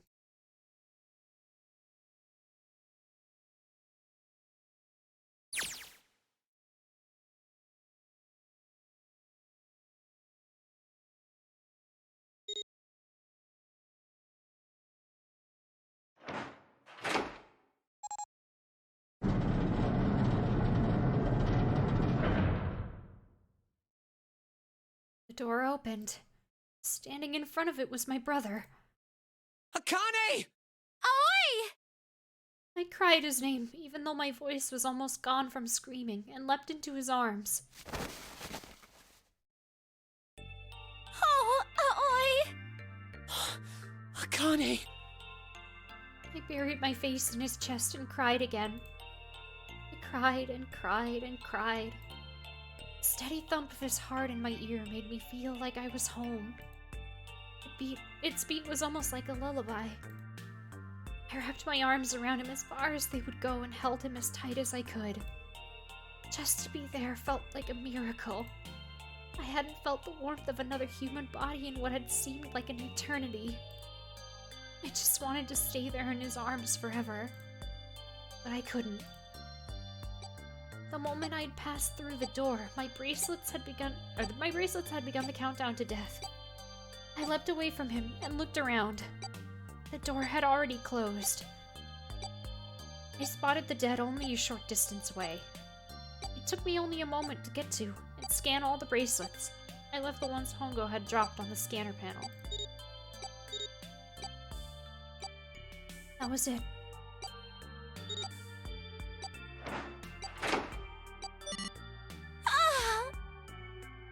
I took a deep breath and looked around again. The huge detective who we'd call 7 in 9 years, and Snake, the blind boy, were looking at me. They seemed to have been utterly stunned by my sudden appearance. Their eyes were wide and their mouths hung open. Alright, let's get out of here. If we don't book it, we might run into Hongo again. Oh, I was right. It was time we got moving. The mention of Hongo seemed to jar 7 and Snake out of their surprise, and they nodded. We took off running up the spiraling stairs to freedom.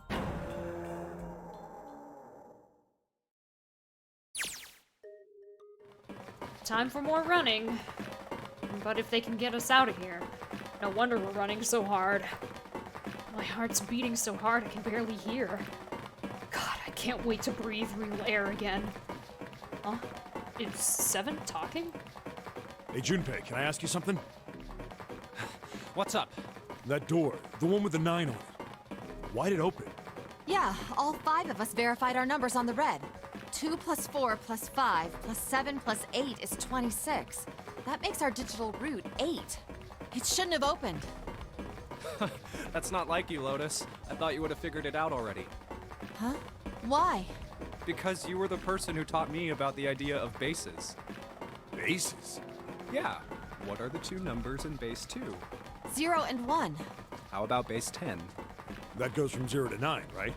Then how about base 16? 0 through F. After 9, it starts at A and goes from there. B, C, D, etc. You're right. In other words, A in base 16 is 10 in base 10. B is 11, C is 12, D is 13, and so on. So, what about it? You don't get it? What if we keep going with that pattern? What if you go way past base 16 all the way to base 27? Base 27? Yeah. Well, the numerical digits are the same. So, I guess you'd add alphabetical digits. E is 14, F is 15, G is 16, H is 17, I is 18, J is 19.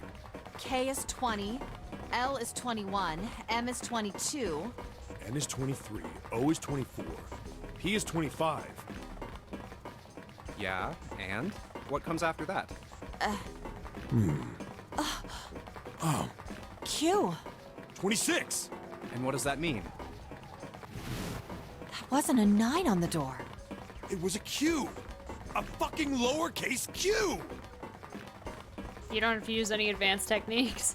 I mean, yeah. I think it's just like, I don't know. Maybe they got enough people talking about it and they were like, we should probably dumb down the puzzle. Yep, that's pretty much it.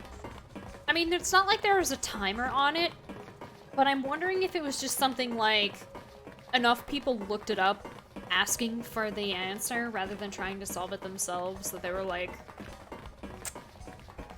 maybe it's too hard. I guess to put it another way, It was too difficult for enough people that they changed it in the Nonary Games version. you could say that it was a 9 in base 10, but a Q in base 27.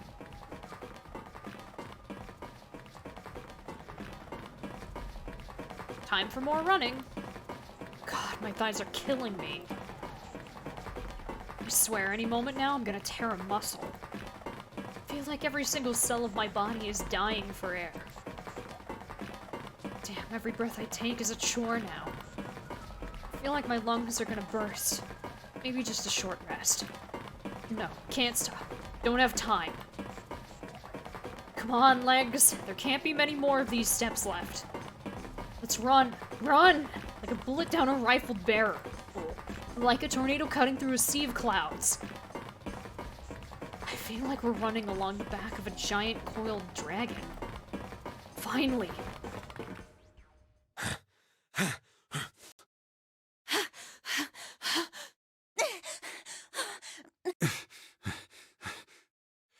Whew. Jesus, I can barely breathe. No, Junpei, no time to rest. Pull yourself together. You're almost there. All right, I'm gonna open it. Yeah. I think... I think... Let me look it up.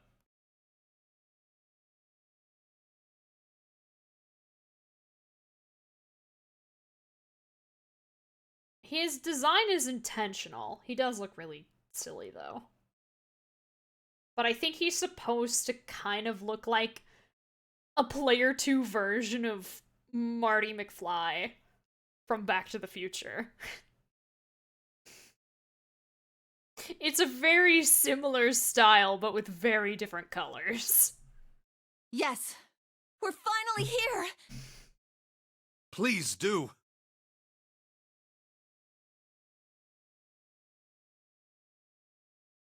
Sure, you look like a big heavy door, but you're the only thing standing between me and my freedom.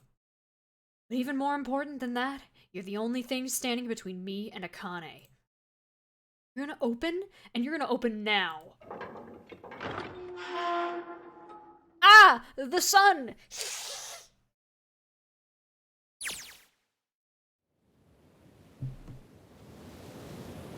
I felt a hand on my shoulder. As always, I gave it a small reassuring squeeze. I was so happy I felt like I could melt. My heart was at peace. And not only because my brother and I were back together again.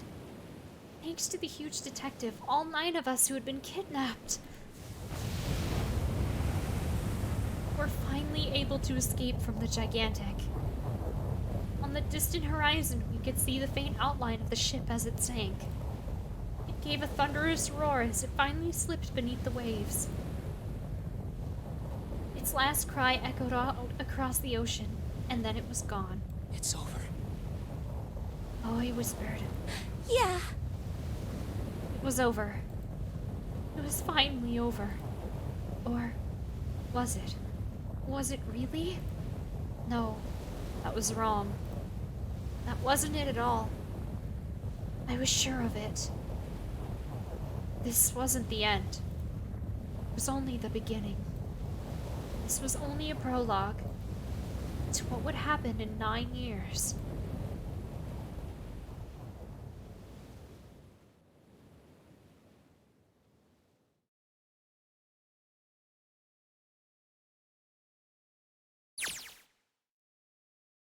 Yes, finally, air! Ah! Damn, that sun is bright. Can barely see anything. Huh? I gotta admit, this doesn't quite look like... Wait. No way. You've gotta be shitting me. What? It can't be. This is...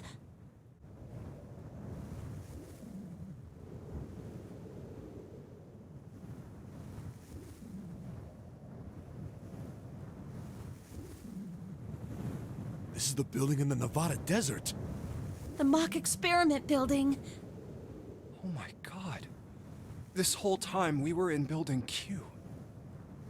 Sure enough, that's a desert out there, with mountains all around it. Hello there, son. Boy, am I ever glad to see you. I don't think I have ever been so happy to see a sunrise. Huh? Did I just hear something fall? Right, our bracelets. I guess I've never really got a good look at the underside of one of these. Let's see, what's inside you? Just a little electronic chip in an ATM card. That's it. There's nothing else. Nothing that even looks like a detonator. There was never a detonator to begin with. Figures. Akane.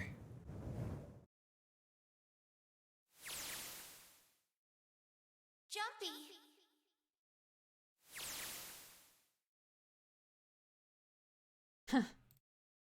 Guess I must be pretty crazy about the girl if I think I'm hearing her voice in the wind.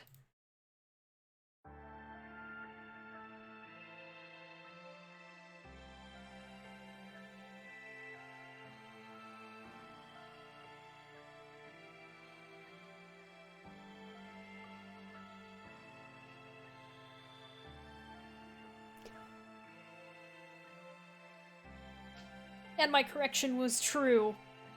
It's past 9 p.m. and it's still not really quite done yet. But let's enjoy this real cast credits. Just credits. There's the cast, but it's the Japanese one.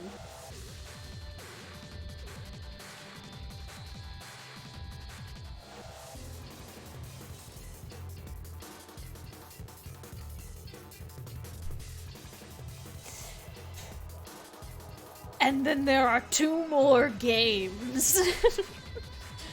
But yeah, no, this game is awesome. I love this game.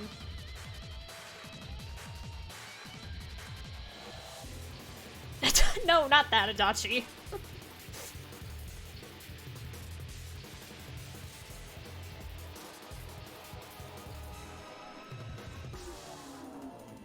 Knife ending is still better.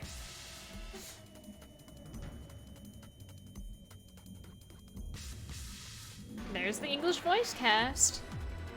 I like how, I guess because they were in a union, morphogenetic field voice is, apparently not voice acted. Knife, axe, sub, all others. So you liked the bad endings. I mean, they definitely carry a lot of, like, emotional weight and mindfuckery to them. You certainly feel things when you get those endings, but there's gotta be a good ending. At least in this game, there's gotta be. Hello, Ninth Man, or hello, Kubota. Goodbye, Kubota.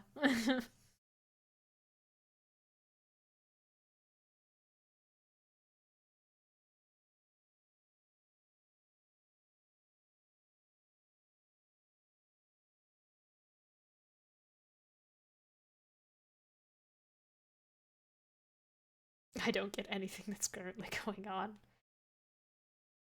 There will be some more. There's post-credits, no worries.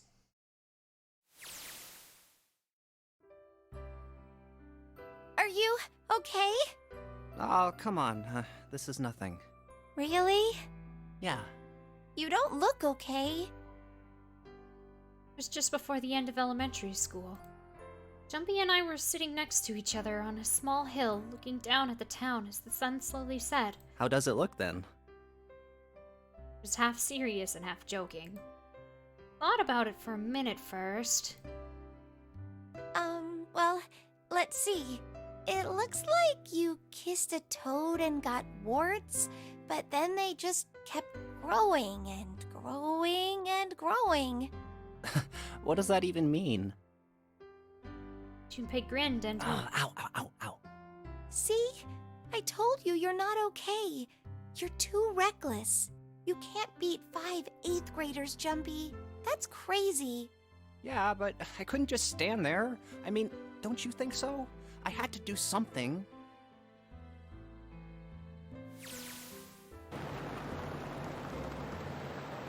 Look at the Nevada desert go past.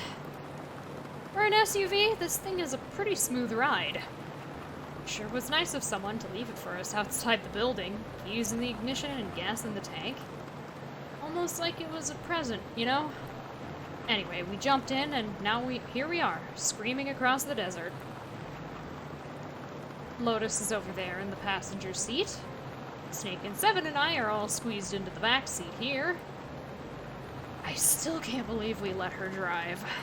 Woohoo! This is so fun! This is so awesome! Driving is so great when there's nothing around, and there's no speed limit. Hey, Clover, watch those bumps, all right? This car jumps even a little, and I think I'm gonna get crushed to death. Hey, shut it. I can't help if I'm big, all right? Suck it up. Why don't you drive, Seven? I'm a cop. I ain't gonna break the law. He doesn't have an international license. Yeah, but you could have sat in the passenger seat. Oh, hell no. There's no way I'm giving this seat up. And Clover, there's no need to slow down. The car Santa and June are in should be somewhere down this road ahead of us. Yeah, I saw some fresh tire tracks going out. There's no doubt about it. Then we've got to hurry if we want to catch them, don't we? Sure thing! Oh, shit! God damn it, she doesn't have to drive so fast! Man, I didn't even think a car like this could go this fast.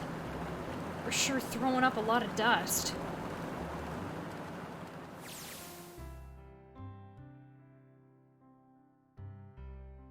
It was a couple hours after we'd run into the junior high students. They'd been hiding in the bushes on the back of one of the hills, drenching a kitten in gasoline. The moment we saw what they were doing, Jumpy ran up to them, furious. Hey! What the hell are you doing? Then he jumped on them. Quickly scooped up the kitten and tossed it to me. I caught it and ran for the police station as fast as I could. Help me! Officer, please! You have to come with me! The policeman and I headed back to the hill. All we found was Jumpy, sprawled on the ground, with a face covered in big swelling lumps. You couldn't run away after you threw the kitty to me? I asked him. He stuck his tongue out through the hole in his mouth where a tooth had fallen out. Yeah, I guess I coulda. Then why didn't you? I didn't want to. I wanted to beat him up. Beat him up real good. Because of what they were doing to the kitty.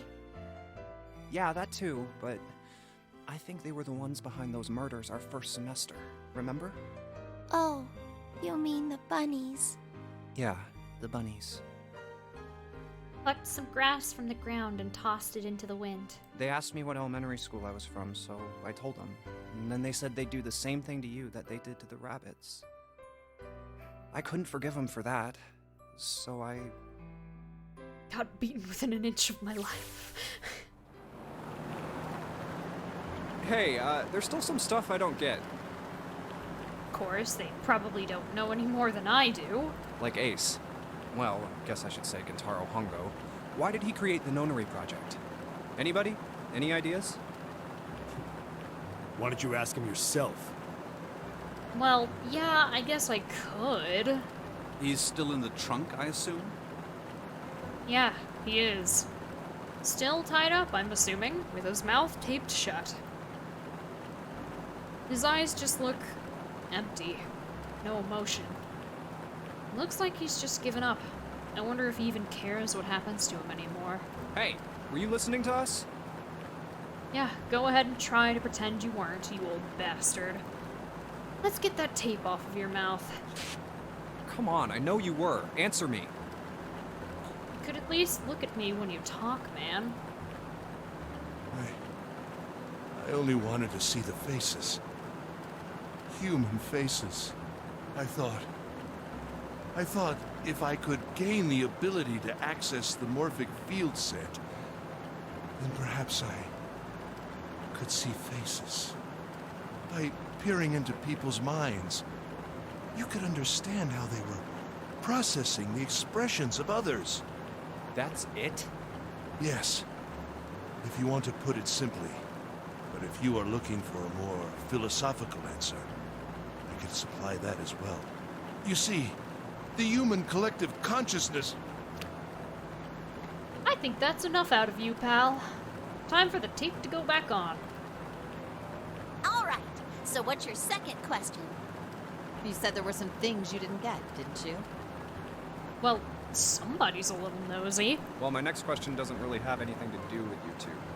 This is for you, Seven. It's about the whole Alice thing. What's the deal with that? Well, you see, 9 years ago, after I escaped from the Gigantic, I kept going after Hongo on my own, hoping I'd catch him when he finally slipped up. And during the course of my investigations, I learned a lot more about the Gigantic. I also found out about Bourdain and Alice. You're not really answering my question. Was there actually a girl who wouldn't melt at room temperature?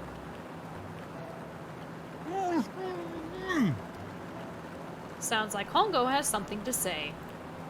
Alright, fine, I'll let you talk, but you gotta behave. What? Alice doesn't exist. 9 years ago, I found Alice's coffin behind the library on the bottom deck. There was nothing in it but the root of a peculiar plant. My research determined that it was a member of the genus Mandragora, of the family Solanaceae. I was able to extract a particular alkaloid from it. I used that extract to create Soperin. Its creation was a tremendous boon to my firm, and we grew rapidly. Shit, this is gonna go on forever. Tape's going back on, Hongo. The rest of my questions can wait a bit. For now, I think I'll just enjoy the ride.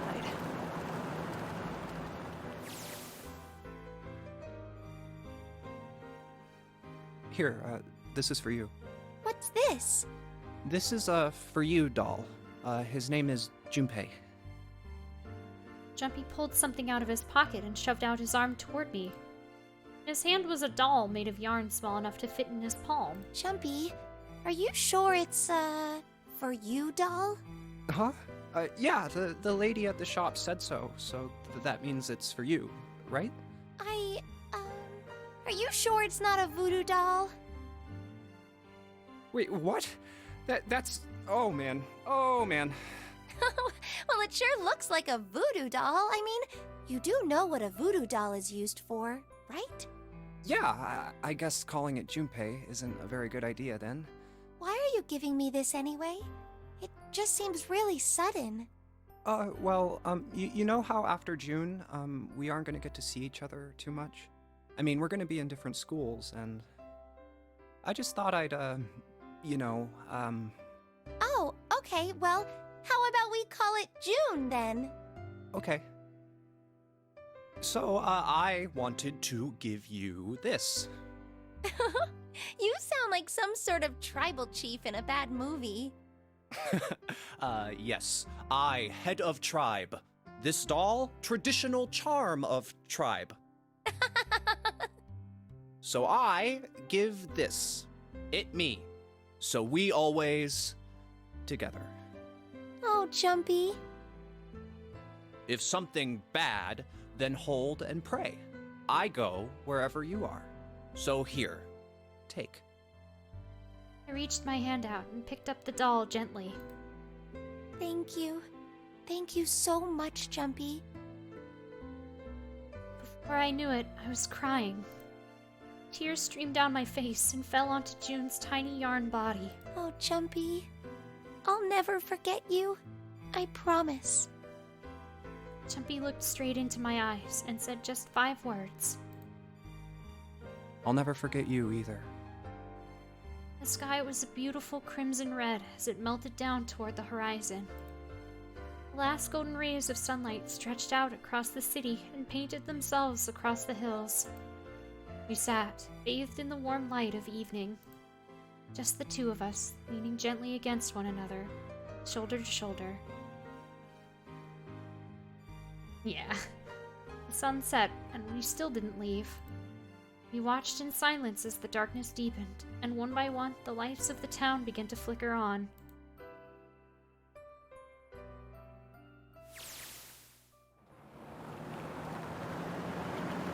There's still one thing I don't get. To be honest, it's the biggest mystery as far as I'm concerned, and also the only one that's really important. It has to do with June and Akane. 9 years ago, she died in the incinerator on the Gigantic. But she's still alive now as June. But how? Was it because I tapped into the morphic field set and saved her 9 years ago? Alright, let's say that makes some kind of insane sense. If I did that, then how do I make sense of what Seven remembers? Snake makes sense. He's blind. He couldn't have seen her body anyway. But Seven, he said he was sure he saw it. Does that mean there's some kind of historical discrepancy? Or, wait, maybe that's not it at all. There is one other logical explanation. Was what you told me the truth, Seven? You look satisfied. No. No way. Couldn't. Hey, look! Over there!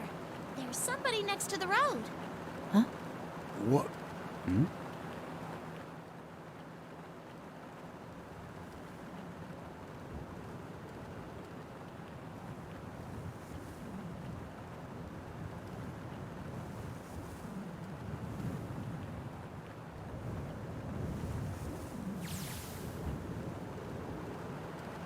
The burning gaze of the Nevada sun pounded down on her head.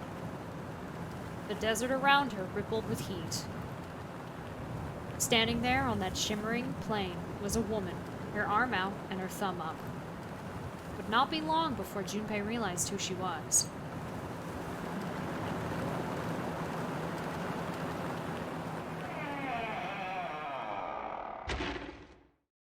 End.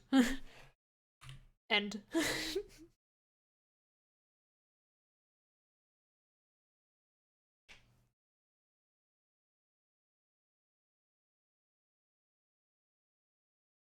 He's totally gonna murder us in our sleep, but I think I'm okay with this. Would you like to save the info you obtained? Who?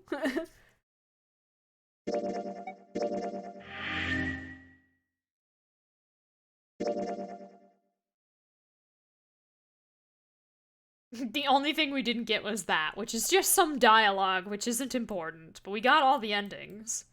So in order from left to right. End.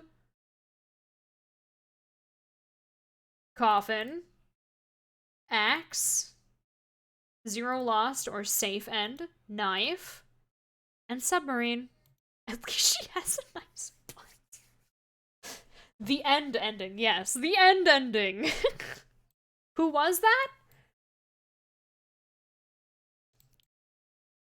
You could probably take a guess, but you won't know for sure until we get to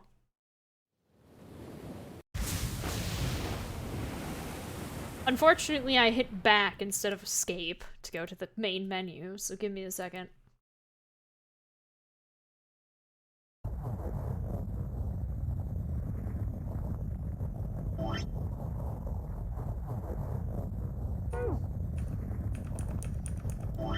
Wait, what?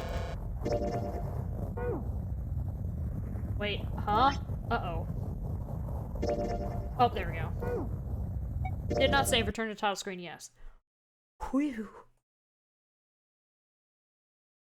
Let me quit out. But real quick, as a teaser for next week, Wednesday. Was it one of the kids from Akane's nonary? It was not. Will this work? I don't think this will work. Okay, well, I'll have to do it like this then. Ah. Oops. We're not gonna get to this. We're not gonna play this. But we're gonna let it... I'm gonna delete that save data too. Because I'm in, like, the middle of the game right now, because the last time I played this so long ago. Because Ace is a lying liar who lies through his lying hole. Yes. Oh yeah, not next week, the week after. You're right, you're right. Yeah, I'm not streaming next week, but the week after, on Wednesday, after Symphonia, we'll start Virtue's Last Reward. Zero Escape, Virtue's Last Reward. I want the intro to play, but I accidentally skipped it. Yeah, I'm taking a break next week. I may stream at least one day. Maybe on the weekend. I haven't figured out which day yet, but let's enjoy this one for a little bit.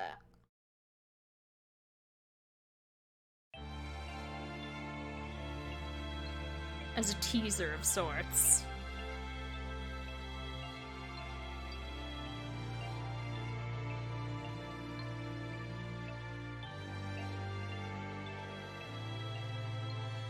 I will make sure everyone can read that.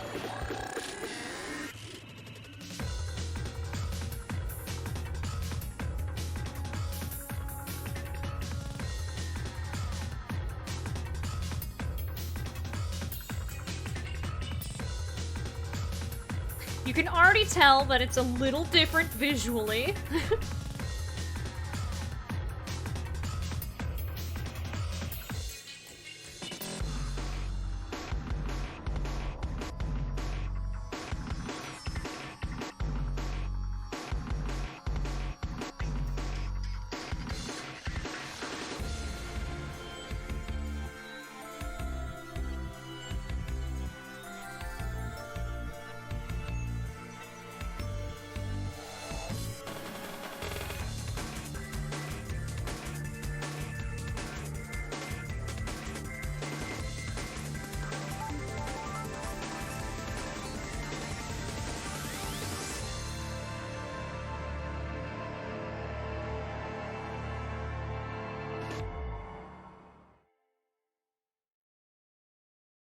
So there you have it.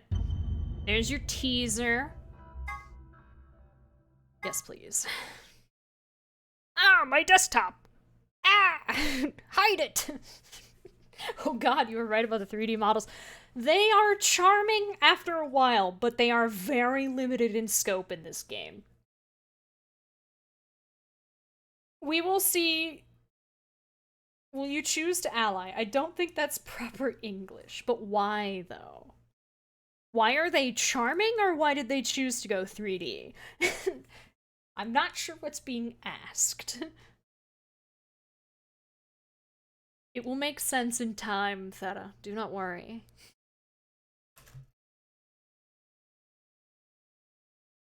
They're charming because their designs are actually not bad. They did think about... Why do I want to hide my desktop? Just because.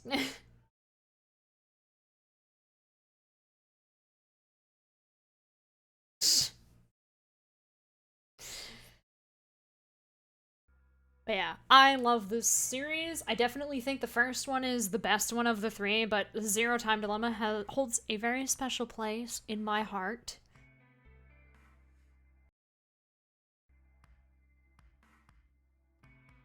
And I like the characters of VLR a lot. There are some good moments in the game. There's just some parts where the story drags. And again, some 3D model jank. It's hard to make the immediate jump from the 2D sprites to the 3D models. It also doesn't help that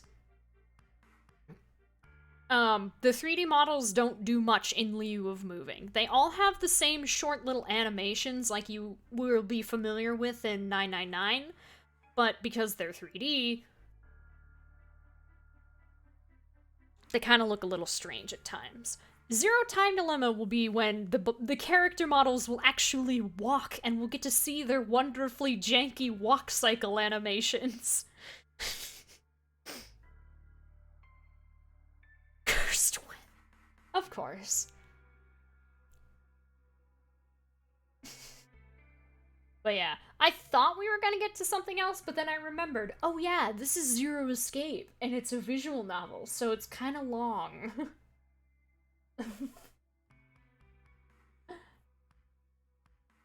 You're gonna miss the animated 2D sprites. Totally understandable. I like the 3D models. It does help a lot. I started with Zero Time Dilemma, so I was used to the 3D models of that game. But Virtue's Last Reward, I like the story of still quite a bit. There's some things with it. Clover's was the best with the hands on her hips. I liked them all. And this one will also be completely voice acted. There will be a little bit of a difference with some things. And there's gonna be different societal, philosophical, psychological experiments and formulas and references that you'll get to experience. The biggest one being ally or betray.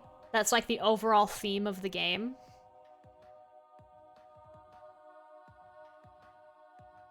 I do think because of that, though, some of the routes... Yeah, escape rooms aren't voice acted. Neither are they in Zero Time Dilemma. That's a thing that they keep. But I have so much... I'm not gonna have to read that much. And we're gonna quote Zero the Third all the time. Because he's funny. Well, sort of. He has puns. I hope you're prepared for puns.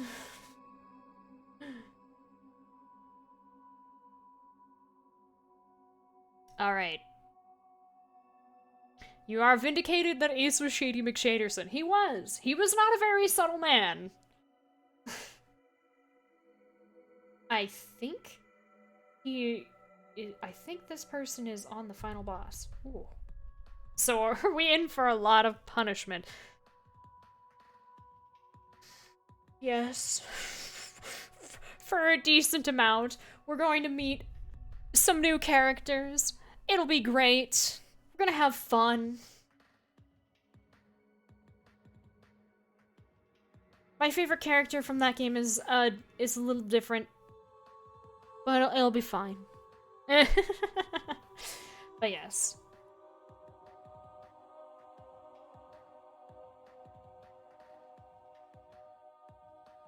Yeah, there's a lot.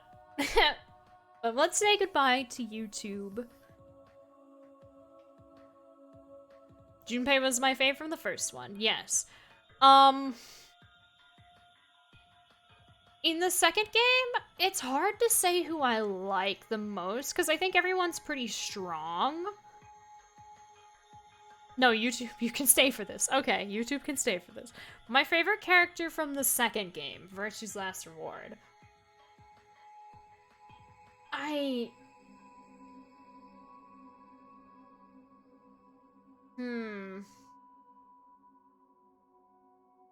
I'm not really sure. Like, when I think about it strictly, I'm not a huge fan of... I like the dynamic that Phi and Sigma have a lot, but individually, I don't really care much for them independently of one another. But as a duo, they're fantastic. And I like Luna, but now I'm like, is she that memorable, or am I just thinking about that one thing that makes me like her? Maybe... The characters are good. I think if I did have to choose a singular one, I suppose it would have to be Phi. Though I do like Luna.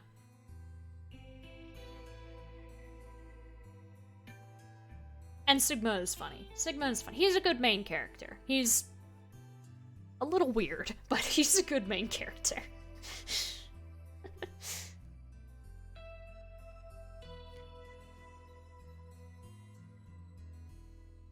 Luna is a pretty name. Yes. And then there's Dio.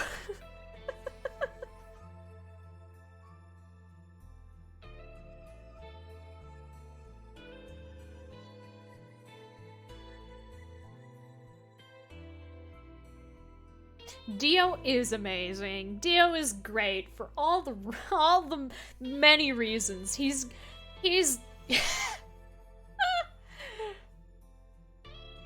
a dumbass.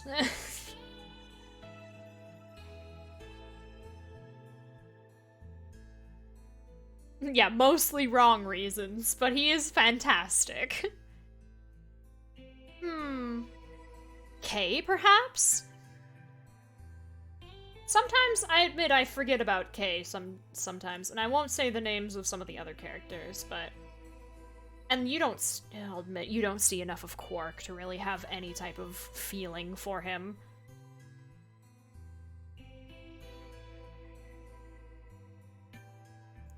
Other than that, he's Quark. Kay has that one scene. Kay does have that one scene.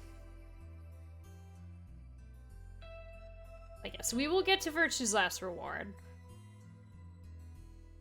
Quark? We talking Star Trek now? One of the characters in Virtue's Last Reward's name is Quark.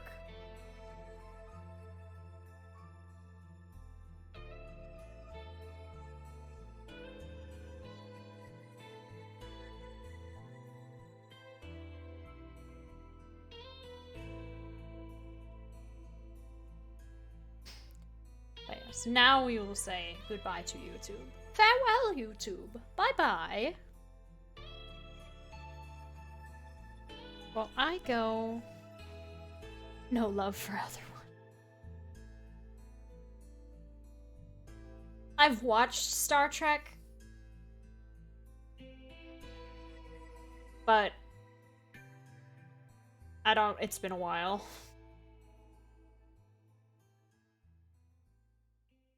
Yes. I think I know who you're talking about. The one that I'm not saying the name of. Is Virtue's Last Reward better than 999? No. I mean, it's subjective, but... They didn't like me, though, but I couldn't stay mad at them. Exactly.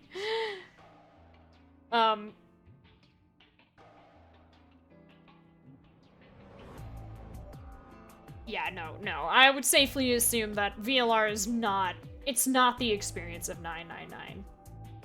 Like, not quite. There's good moments in it, though. It's just, it's not 999. Ooh. I just realized... He's not having a good time, but... we will reassure him. I mean... I will explain it, but a lot of what happened to Virtue's Last Reward was corporate meddling. It's amazing that the game still came out, and what you learn from... Yes, it has a lot of very interesting endings. I think there's a lot of good, like, emotion in it, but like I said a few days ago, that there were some limitations that were put in place on Uchikoshi because a group of suits who were looking for the numbers in terms of how much cash was going to be made, disagreed with the decisions that he had planned out for the game initially, so he had to make alternatives and create loopholes in order to get what he wanted. One of the biggest twists in the game was not going to be a twist. It was just going to be fact.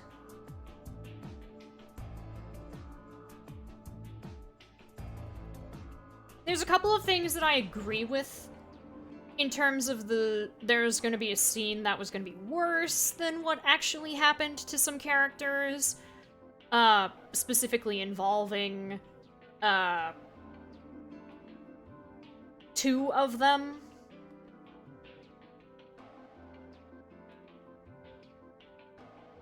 But, a lot. The biggest thing is... I can't say it, because it'll just give it away, but there's a huge thing that has to be a secret for a majority of the game, because that was the only way that the game in the state that it in would have been released, because corporate people were like, no, don't do that. And he's like, well, I'm gonna do it anyway, but it's not going to be super apparently obvious. And it'll become a twist instead.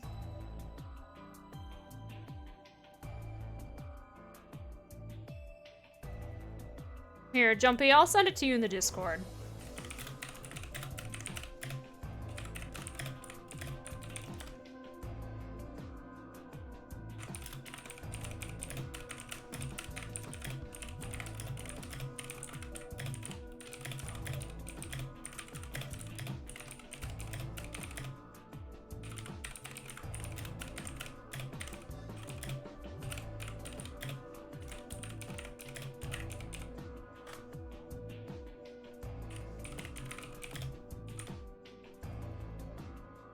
Yeah.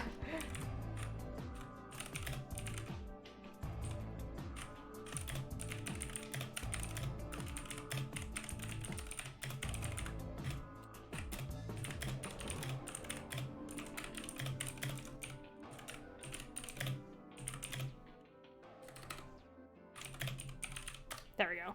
Yes. What? Ah! Why? But yes.